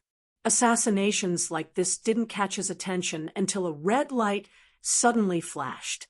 When Lena saw the red light, her expression changed drastically. She shouted, "General, be careful!" It was the red light of a sniper rifle. There was a sniper. The four soldiers reacted even faster than Lena. When Lena opened her mouth, one of them had already pushed General Min Lai to the ground and protected him with his body. Another soldier used his body to block the red light. The large caliber bullet pierced through the air, and Lena felt something like a pebble on her face. It was both warm and sticky. It splashed all over her face. She didn't scream. She knew very well what it was that splashed on her face. It was a soldier's head that had been blown up by a bullet. The shattered skull, blood, and brain matter splattered all over her face. With a sniper, the situation was different. General Min Lai, whose face was dark, didn't even have the mood to hold Lena accountable. He didn't stay where he was and retreated under the cover of his soldiers. Lena didn't follow him closely. She only chose to retreat with him temporarily. When they entered the forest, she said to General Min Lai, "General, I'll stay. I'm sure you know how I interrogate people." Only then did General Min Lai's expression improve slightly. He let out a soft snort and left with his soldiers. "Leave two alive. Kill the rest," the adjutant ordered. The adjutant gave the order. Before he left, he gave Lena a meaningful look, but he still didn't say anything and followed the general out. Due to the sniper's attack, the soldiers in the forest began to clean up the area. The screams became more frequent. Yi Qian remained crouched on the ground. Even when the hot bullet hit the back of her hand, she did not move. It wasn't until the gunfire was a little further away from her and the bullets didn't graze her head that she moved her body. About half an hour later, all but two of the soldiers General Min Lai had sent into the Qi Nation were killed. Lena, whose face was covered in smoke, walked out. She glanced at the two captives, and the first thing she did was to look for Yi Qian. She was worried that Yi Qian would take the opportunity to escape. The cold-faced bodyguard dragged Yi Qian over by his collar and pushed him in front of Lena. He then reported everything that had happened to Yi Qian. This time, Lena, who was in a good mood because she had managed to capture someone alive, didn't get angry. Instead, she thought that it was normal. How could it be abnormal for someone to scream when they heard gunshots for the first time? Fortunately, it was just a scream. "I thought she would pee her pants." Lena chuckled. She glanced coldly at Yi Qian and didn't look at her anymore. The most important thing now was to pry useful information out of the captives alive. When Yi Qian saw Lina, the first thing that came to his mind was, even if he didn't kill General Minlai, he should at least kill this snake beauty. After tonight, he didn't know when he would have the chance. Yi Qian thought it was a pity, but he didn't know that the chance was not far away. Chapter 47:20. Yi Qian also saw the two captured alive. They didn't look like soldiers or mercenaries. Instead, they looked more like thugs. They couldn't even be considered bodyguards. General Minlai didn't take everyone away. He left a few behind to assist Lina in the cleanup. After the shootout, these people didn't need Lina's orders. They entered the forest and dragged the dead out one by one so that Lina could do a head count. The sniper who appeared was also found. Yi Qian silently looked at the sniper, who was carried out. A sniper who could be killed so quickly wasn't a sniper. Holding a sniper rifle didn't make him a sniper. It was said that he had even shot one of General Minlai's personal guards in the head. This meant that he was still a good marksman. It was just that he wasn't skilled enough and lost his life for nothing. Standing in the open, Lina didn't leave everything to the soldiers General Minlai left behind. She was afraid that she would disappoint General Minlai again if she left any loose ends. She cautiously ordered her subordinates to assist the soldiers in the head count. She didn't want to let anyone escape. She had no choice. She was now a criminal. If she wanted to appease General Minlai's anger, she had to make a contribution. Lina urgently needed to make a contribution to show her ability. Only then could she continue to work without fear of being executed by General Minlai at any time. That's right. If General Minlai wanted to get rid of someone, it wouldn't be considered murder. In the official word, it would be execution. Execution didn't entail criminal responsibility, but at General Minlai's level, even if someone said that he had killed someone, it wouldn't cause much of a stir. He would still be the victor. At around 2:00 in the morning, a total of 28 corpses were counted. These people were used to it and didn't feel uncomfortable at all. The thick smell of blood in the air made Yi Qian hold her breath. She happened to be standing downwind. The wind blew and the smell of blood blew into her face. That smell was really uncomfortable. When the two captives saw their brothers, who were usually chatting and laughing with each other, fall down one after another, they were filled with grief and indignation, as well as hatred for General Minlai. They thought that Minlai wouldn't bring too many people into Laos to destroy the drugs. On the TV, he didn't have many people with him. They thought that there were only a few people with him. That was why they came up with the plan tonight. Little did he know that it wasn't that he didn't bring anyone with him, but that he only brought a few people with him. The rest had all sneaked in the Chi Nation.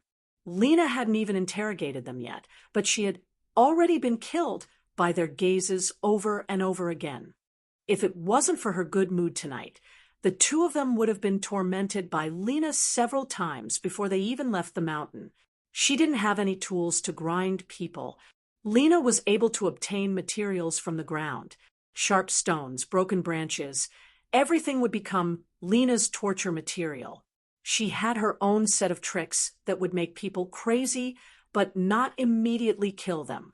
Yi Qian, who had been trained by her for more than 3 months, saw it with his own eyes and shuddered. But this time, Lina didn't torture them immediately. Instead, she clapped her hands and brought the two captives to her. She bent down slightly and looked at them carefully. After confirming that she didn't know them, she pushed them to the side of the pile of corpses. Instead of torturing the captives, she chose to torture the dead. Torturing the dead. Once again, Yi Qian saw Lina's inhumane and cruel side. Yi Qian slightly curled his fingers and exhaled a foul breath filled with blood and rust. He silently looked away. Chapter 47:21. Lena, who was watching closely, seemed to have thought of something. She shouted someone's name. It was none other than Yi Qian's bodyguard. She ordered the bodyguard to bring Yi Qian to the front. She wanted Yi Qian to see her cruelty up close. Hurry up and leave. The bodyguard pushed Yi Qian's back. Yi Qian didn't dare to leave. Instead, he retreated step by step. No, I won't go. I won't go. You won't go? You want to be chopped into pieces like him? Fine. As long as you're willing, I'll tell Sister Lena immediately. The dark-skinned bodyguard with the typical features of a Burmese man had a fierce look in his eyes. Are you going or not? Yi Jian covered her head with her hands and was eventually dragged away by the bodyguards. Take her hands off. Let her open her eyes wide. If she doesn't look, I'll gouge her eyes out. Lena saw Yi Qian hugging his head and trembling in fear. With a cruel smile on her face, she forced Yi Qian's hands behind his back. Sister Lena, I'm begging you. I'm very obedient. Please let me go. I don't dare to look. With his head held in place, Yi Qian could see the scene clearly from up close. At that moment, Yi Qian's desire to kill Lena had reached an unbearable level. Endure. She had to endure. Although the message had been sent out, there was still no news from Captain Deng. She wasn't sure if the human trafficker in China had been eliminated or if she had other arrangements. Without receiving any news from Captain Deng, she had to endure for a while longer. Yi Qian was trembling like a cicada in winter. In response, Lena threw her head back and laughed. She pinched Yi Qian's chin and looked down at him. Since you're so obedient tonight, don't worry. I'll only let you watch. I won't really cut you. Watch carefully. Remember this and be more obedient in the future. You understand? Otherwise, you'll end up like them. After I kill you, I'll chop you up and feed you to the fishes in the Mekong River. Yi Jian was the meat on Lena's chopping board. The snow-white Yi Jian was the meat on Lena's chopping board. Her life and death were in Lena's hands. The smell of blood in the wind was getting thicker and thicker. He felt like vomiting from the churning Yi Qian in his stomach. Bloody, cruel, hell on earth. The two survivors were so infuriated by Lena's actions that they almost went crazy. They started to curse and swear, and a bunch of Burmese words came out of their mouths. Although Yi Qian had finally learned Burmese in 3 months, she still didn't know how to swear. She only knew that the other party was swearing at her. As for what the other party was swearing at her, she could only understand a little bit. Scolding people had never been her forte, but when he heard Lena being scolded, Yi Qian, who was forced to watch from a close distance, suppressed the churning in his stomach. He gently raised his hand to touch the swollen face that Lena had slapped and pursed his lips slightly. When she heard Lena being scolded, she felt very good. If there wasn't such a bloody scene, she might have even smiled. The cruel and bloody scene made her heart heavy. It was as if molten iron had been poured into her chest. It was so heavy that it made it difficult for her to breathe. As the curses of the two survivors became more and more unpleasant, Yi Qian realized that Lena wasn't angry at all. This abnormality made Yi Qian's expression change slightly. The poisonous beauty, Lena wasn't the kind of person who would laugh after being scolded. No one in the village dared to say anything bad about her. Everyone who was in front of her was very cautious. No one dared to be presumptuous, not even daring to raise their voice. Chapter 47:22.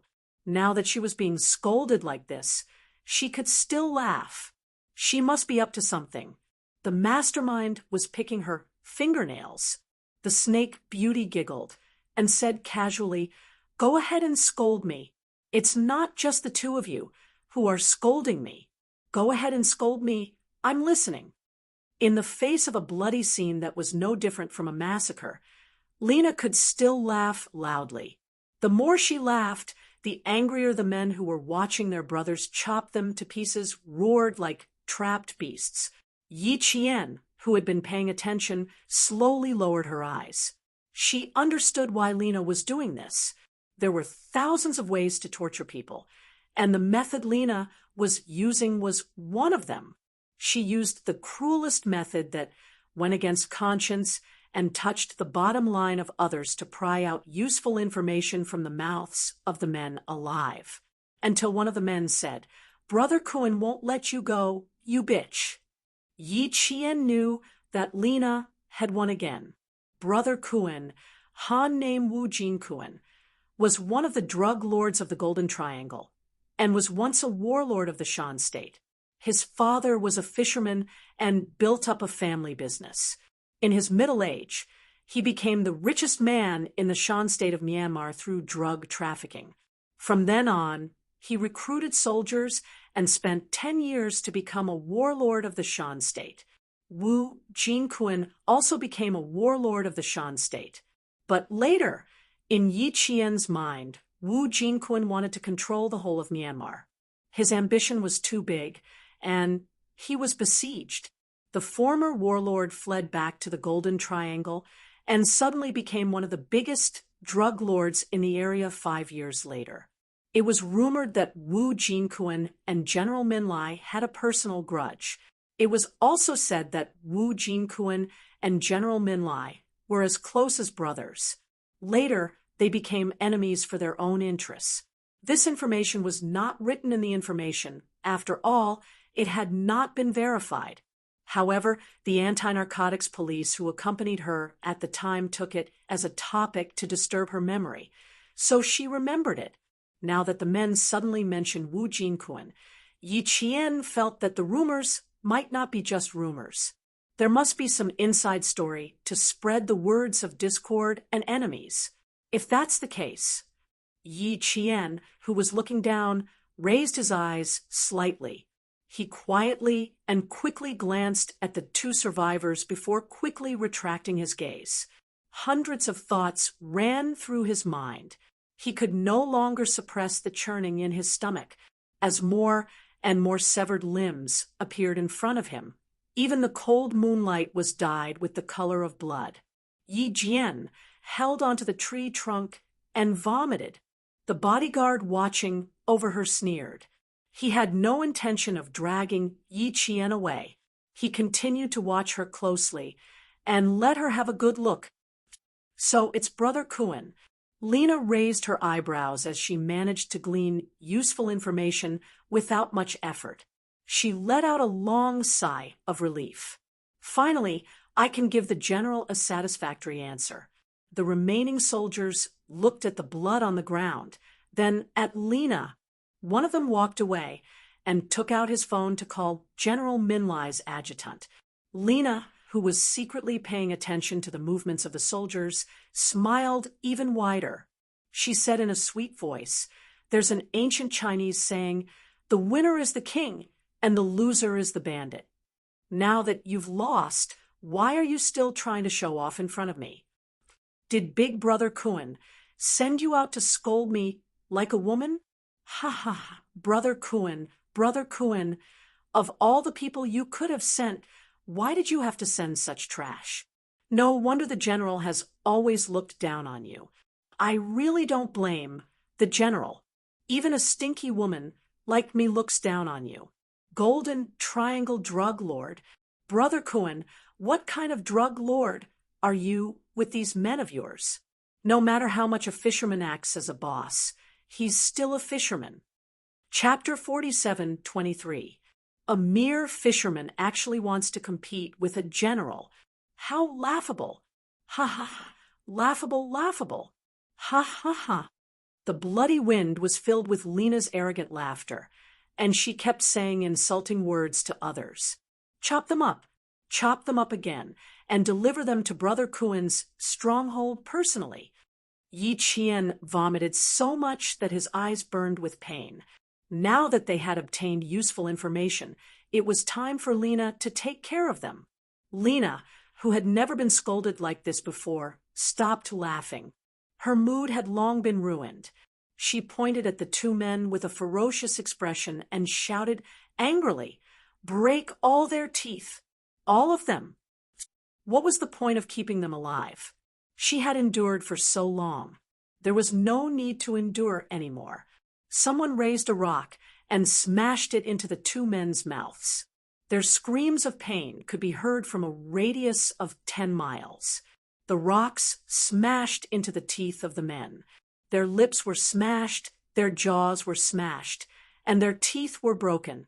Their entire faces were smashed into a bloody mess, and their bones could be seen. The two survivors who were smashed did not die immediately because the places where they were smashed were not fatal.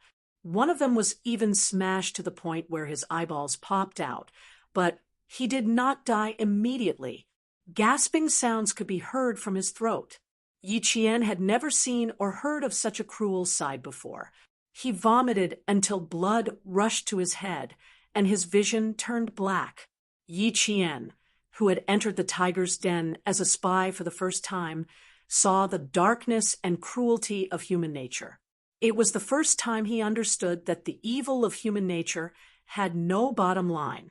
You would never know where the bottom line of the evil of human nature was. The more Yi Qian interacted with them, the angrier he became. She had no fear, only destruction. She wanted to destroy the evil of human nature. She wanted to destroy the darkness that destroyed humanity and bred evil. Even if she had to pay with her life, she would not be able to do it. Captain Deng was right. They represented justice, the core of a stable society. Darkness was their life's goal, and they would not stop until they reached the end of their lives. Finally, the teeth of the two survivors were all shattered. They threw away the blood-stained rocks. Yi Qian even saw pieces of flesh falling off the rocks, and into the grass Lena turned on the flashlight and shone the light on the two bloody, boneless faces. She wasn't afraid. Instead, she examined them carefully. Only after confirming that all their teeth had been smashed out did she nod in satisfaction. "Not bad. Well done. You'll be rewarded when we get back." Lena was quite generous to her subordinates who were willing to risk their lives for her. Otherwise, why would these people risk their lives for her? The chests of the two survivors who were smashed beyond recognition were still rising and falling slightly when Lena took the shovel from the car and shoveled 2 handfuls of dirt to cover their faces. Their weakly rising and falling chests finally calmed down. Yi Qian, who was vomiting bile, clenched her fists tightly. Lena! Before she left, she would definitely kill her with her own hands. He absolutely could not allow such a savage beast to continue living and continue to harm others. Wu Jingquan's people. She needed to find an opportunity to tell Captain Deng about what had happened today.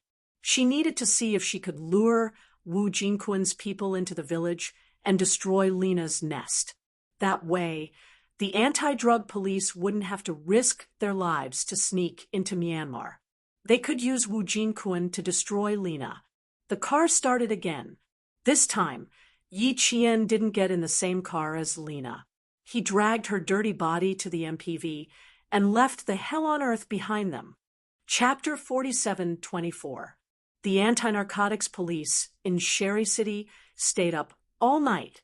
Through the radar tracker, they found out the location of the meeting between their target, Lena, and General Min Lai. Through the eavesdropping device, they learned that the Golden Triangle drug lord, Wu Jingquan, sent people into Thailand to assassinate General Min Lai, but failed. This news immediately lifted the spirits of the anti-narcotics police in Sherry City. Soon, they had the same thought as Yi Qian. It turned out that Wu Jingquan and General Min Lai were not on good terms. It turned out that the rumors they had heard before were true. This was much easier to handle. Captain Deng was very good at using other people's strength to fight. When Wu Jingquan learned that the people he sent out were all killed by a woman of his enemy, Min Lai, he immediately sent his subordinates in Laos to check on a certain mountain. When the news was confirmed, Wu Jinquan was furious. Wu Jinquan naturally knew about Lena. They even had a business relationship, but he didn't know that she was working for his enemy, Min Lai. Don't let her die right away. I want to cut her flesh piece by piece and chop off her limbs personally. The tall and muscular drug lord, Wu Jinquan, played with the Kachin knife that all the men and women in his clan used. His eyes were gloomy. At the same time, after a 15-day nationwide crackdown, a human trafficking black line that had been set up a year ago specifically to abduct and sell young girls and young women out of the country surfaced. In another 3 days, all the criminals involved in transnational human trafficking were arrested, and 5 criminals who resisted with weapons were killed on the spot. When Lena, who had returned to Burma to personally report the situation to General Min Lai, received the news, her phone started ringing before she could even rest after returning to the village. Lena, who had been in a good mood after receiving the reward from General Min Lai, broke her pinky nail. What's the situation at the border? Is there any news about the kidnappers? Did the Chinese contact the police in Shan State? Lena, who was holding the phone, asked fiercely. She had worked so hard to break into the Chinese human trafficking market, but it was destroyed by the Chinese police in just a year. How infuriating. The person on the other end of the phone reported the information they had collected so far. The Chinese police were cracking down, and the kidnappers just happened to enter the Chinese territory. It was a complete transaction, and the people involved were human goods. They were 4 mature, young women with voluptuous figures that Lena needed. She was arrested on the spot by the Chinese police who broke in during the transaction and didn't even have time to escape. Lena's face suddenly turned gloomy. Find a chance to kill the kidnapper. There was no chance. After the kidnapper was caught, the Chinese police immediately took her away from Chelly. We don't know where she is now. Contact the informant of the Shan State Police and ask him to find out if the Chinese police have contacted the Burmese government. She needed to know if the Chinese police had gotten any useful information from the kidnappers. All right. The person on the other end of the phone hung up. As soon as the call ended, a man in a Burmese military uniform pushed open the door and walked in. The man's hand had just moved away from the phone when his body stiffened and a murderous look flashed across his face. The man who came in was a platoon leader stationed at the border of Myanmar, and the one who made the call was the company commander stationed at the border. Company commander, since the Chinese side has increased their checkpoints, should we also increase our checkpoints? The platoon leader, who came and sat down and spoke in a low voice. The company commander, who had a guilty conscience, flashed his eyes slightly, and his heart quietly relaxed. Chapter 47:25. With the sudden increase in checkpoints at the Chinese border, the Burmese border guards immediately followed suit and increased the checkpoints. For a time, both sides were in a state of panic, and the drug dealers who secretly transported drugs didn't dare to risk their lives. Lena still hadn't received any information about the cooperation between the Shan State Police and the Chinese police. The next night, an important guest came to the village. Lena personally accompanied this important guest to visit the drug manufacturing factory in the village. Brother Kuan, give me 2 more days, and I can deliver all the goods to you. Look at the purity. It's even better than the pure color I sent abroad. I've been working with you for many years, and you've always taken care of me. I don't want to disappoint you with shoddy goods. There was a layer of white powder in the small piece of paper. This was the absorbent powder produced by Lena's drug manufacturing factory. She handed the paper to Wu Jinquan, who had countless fine scars on his face. Wu Jinquan was from the Burmese Kachin tribe. He was cruel but loyal. It was because of this loyalty that he was persecuted by General Min Lai, who he used to think of as a brother. He even lost his position as a warlord and became a drug lord in the Golden Triangle. The thin, crisscrossing scars on his face were all caused by the thorns when he was escaping from the mountains. His face was like a broken fish net, crisscrossing and crisscrossing. He and General Min Lai were the same age, in their early 40s. Their faces were ferocious. Even when they smiled, they were so fierce that people didn't dare to look at them directly. He took the paper and looked at the woman who was still pretending to be obedient in front of him. He sneered in his heart and smiled, as usual. He dipped his finger in the powder and rubbed it carefully. "Not bad, it's good stuff. You've always been good at things, and I've always been assured. I brought you a business deal this time. Someone will come later. Prepare some good stuff and hand it over tonight. We'll get the big order together." Lena was overjoyed and politely invited Wu Jinquan out with a smile. A bodyguard who had been following her walked over and gave her a look and shook his head slightly. This was to tell Lena that everything was normal and that Wu Jinquan didn't suspect anything. Yi Qian came in with a plate of fruit. When he saw Wu Jinquan, his eyes darkened and even his footsteps slowed down. Wu Jinquan came over. He glanced at the two sides of the hall. One of them was a bodyguard whom he had met once in a temple filled with fake monks. They were both Chinese spies. At this moment, he was standing on Wu Jinquan's side. Yi Qian glanced over. The other parties seemed to have been waiting. Suddenly, he lowered his eyes and glanced at the fruit platter in her hands. Yi Qian looked down and retracted her gaze. She saw his palms clenched downwards.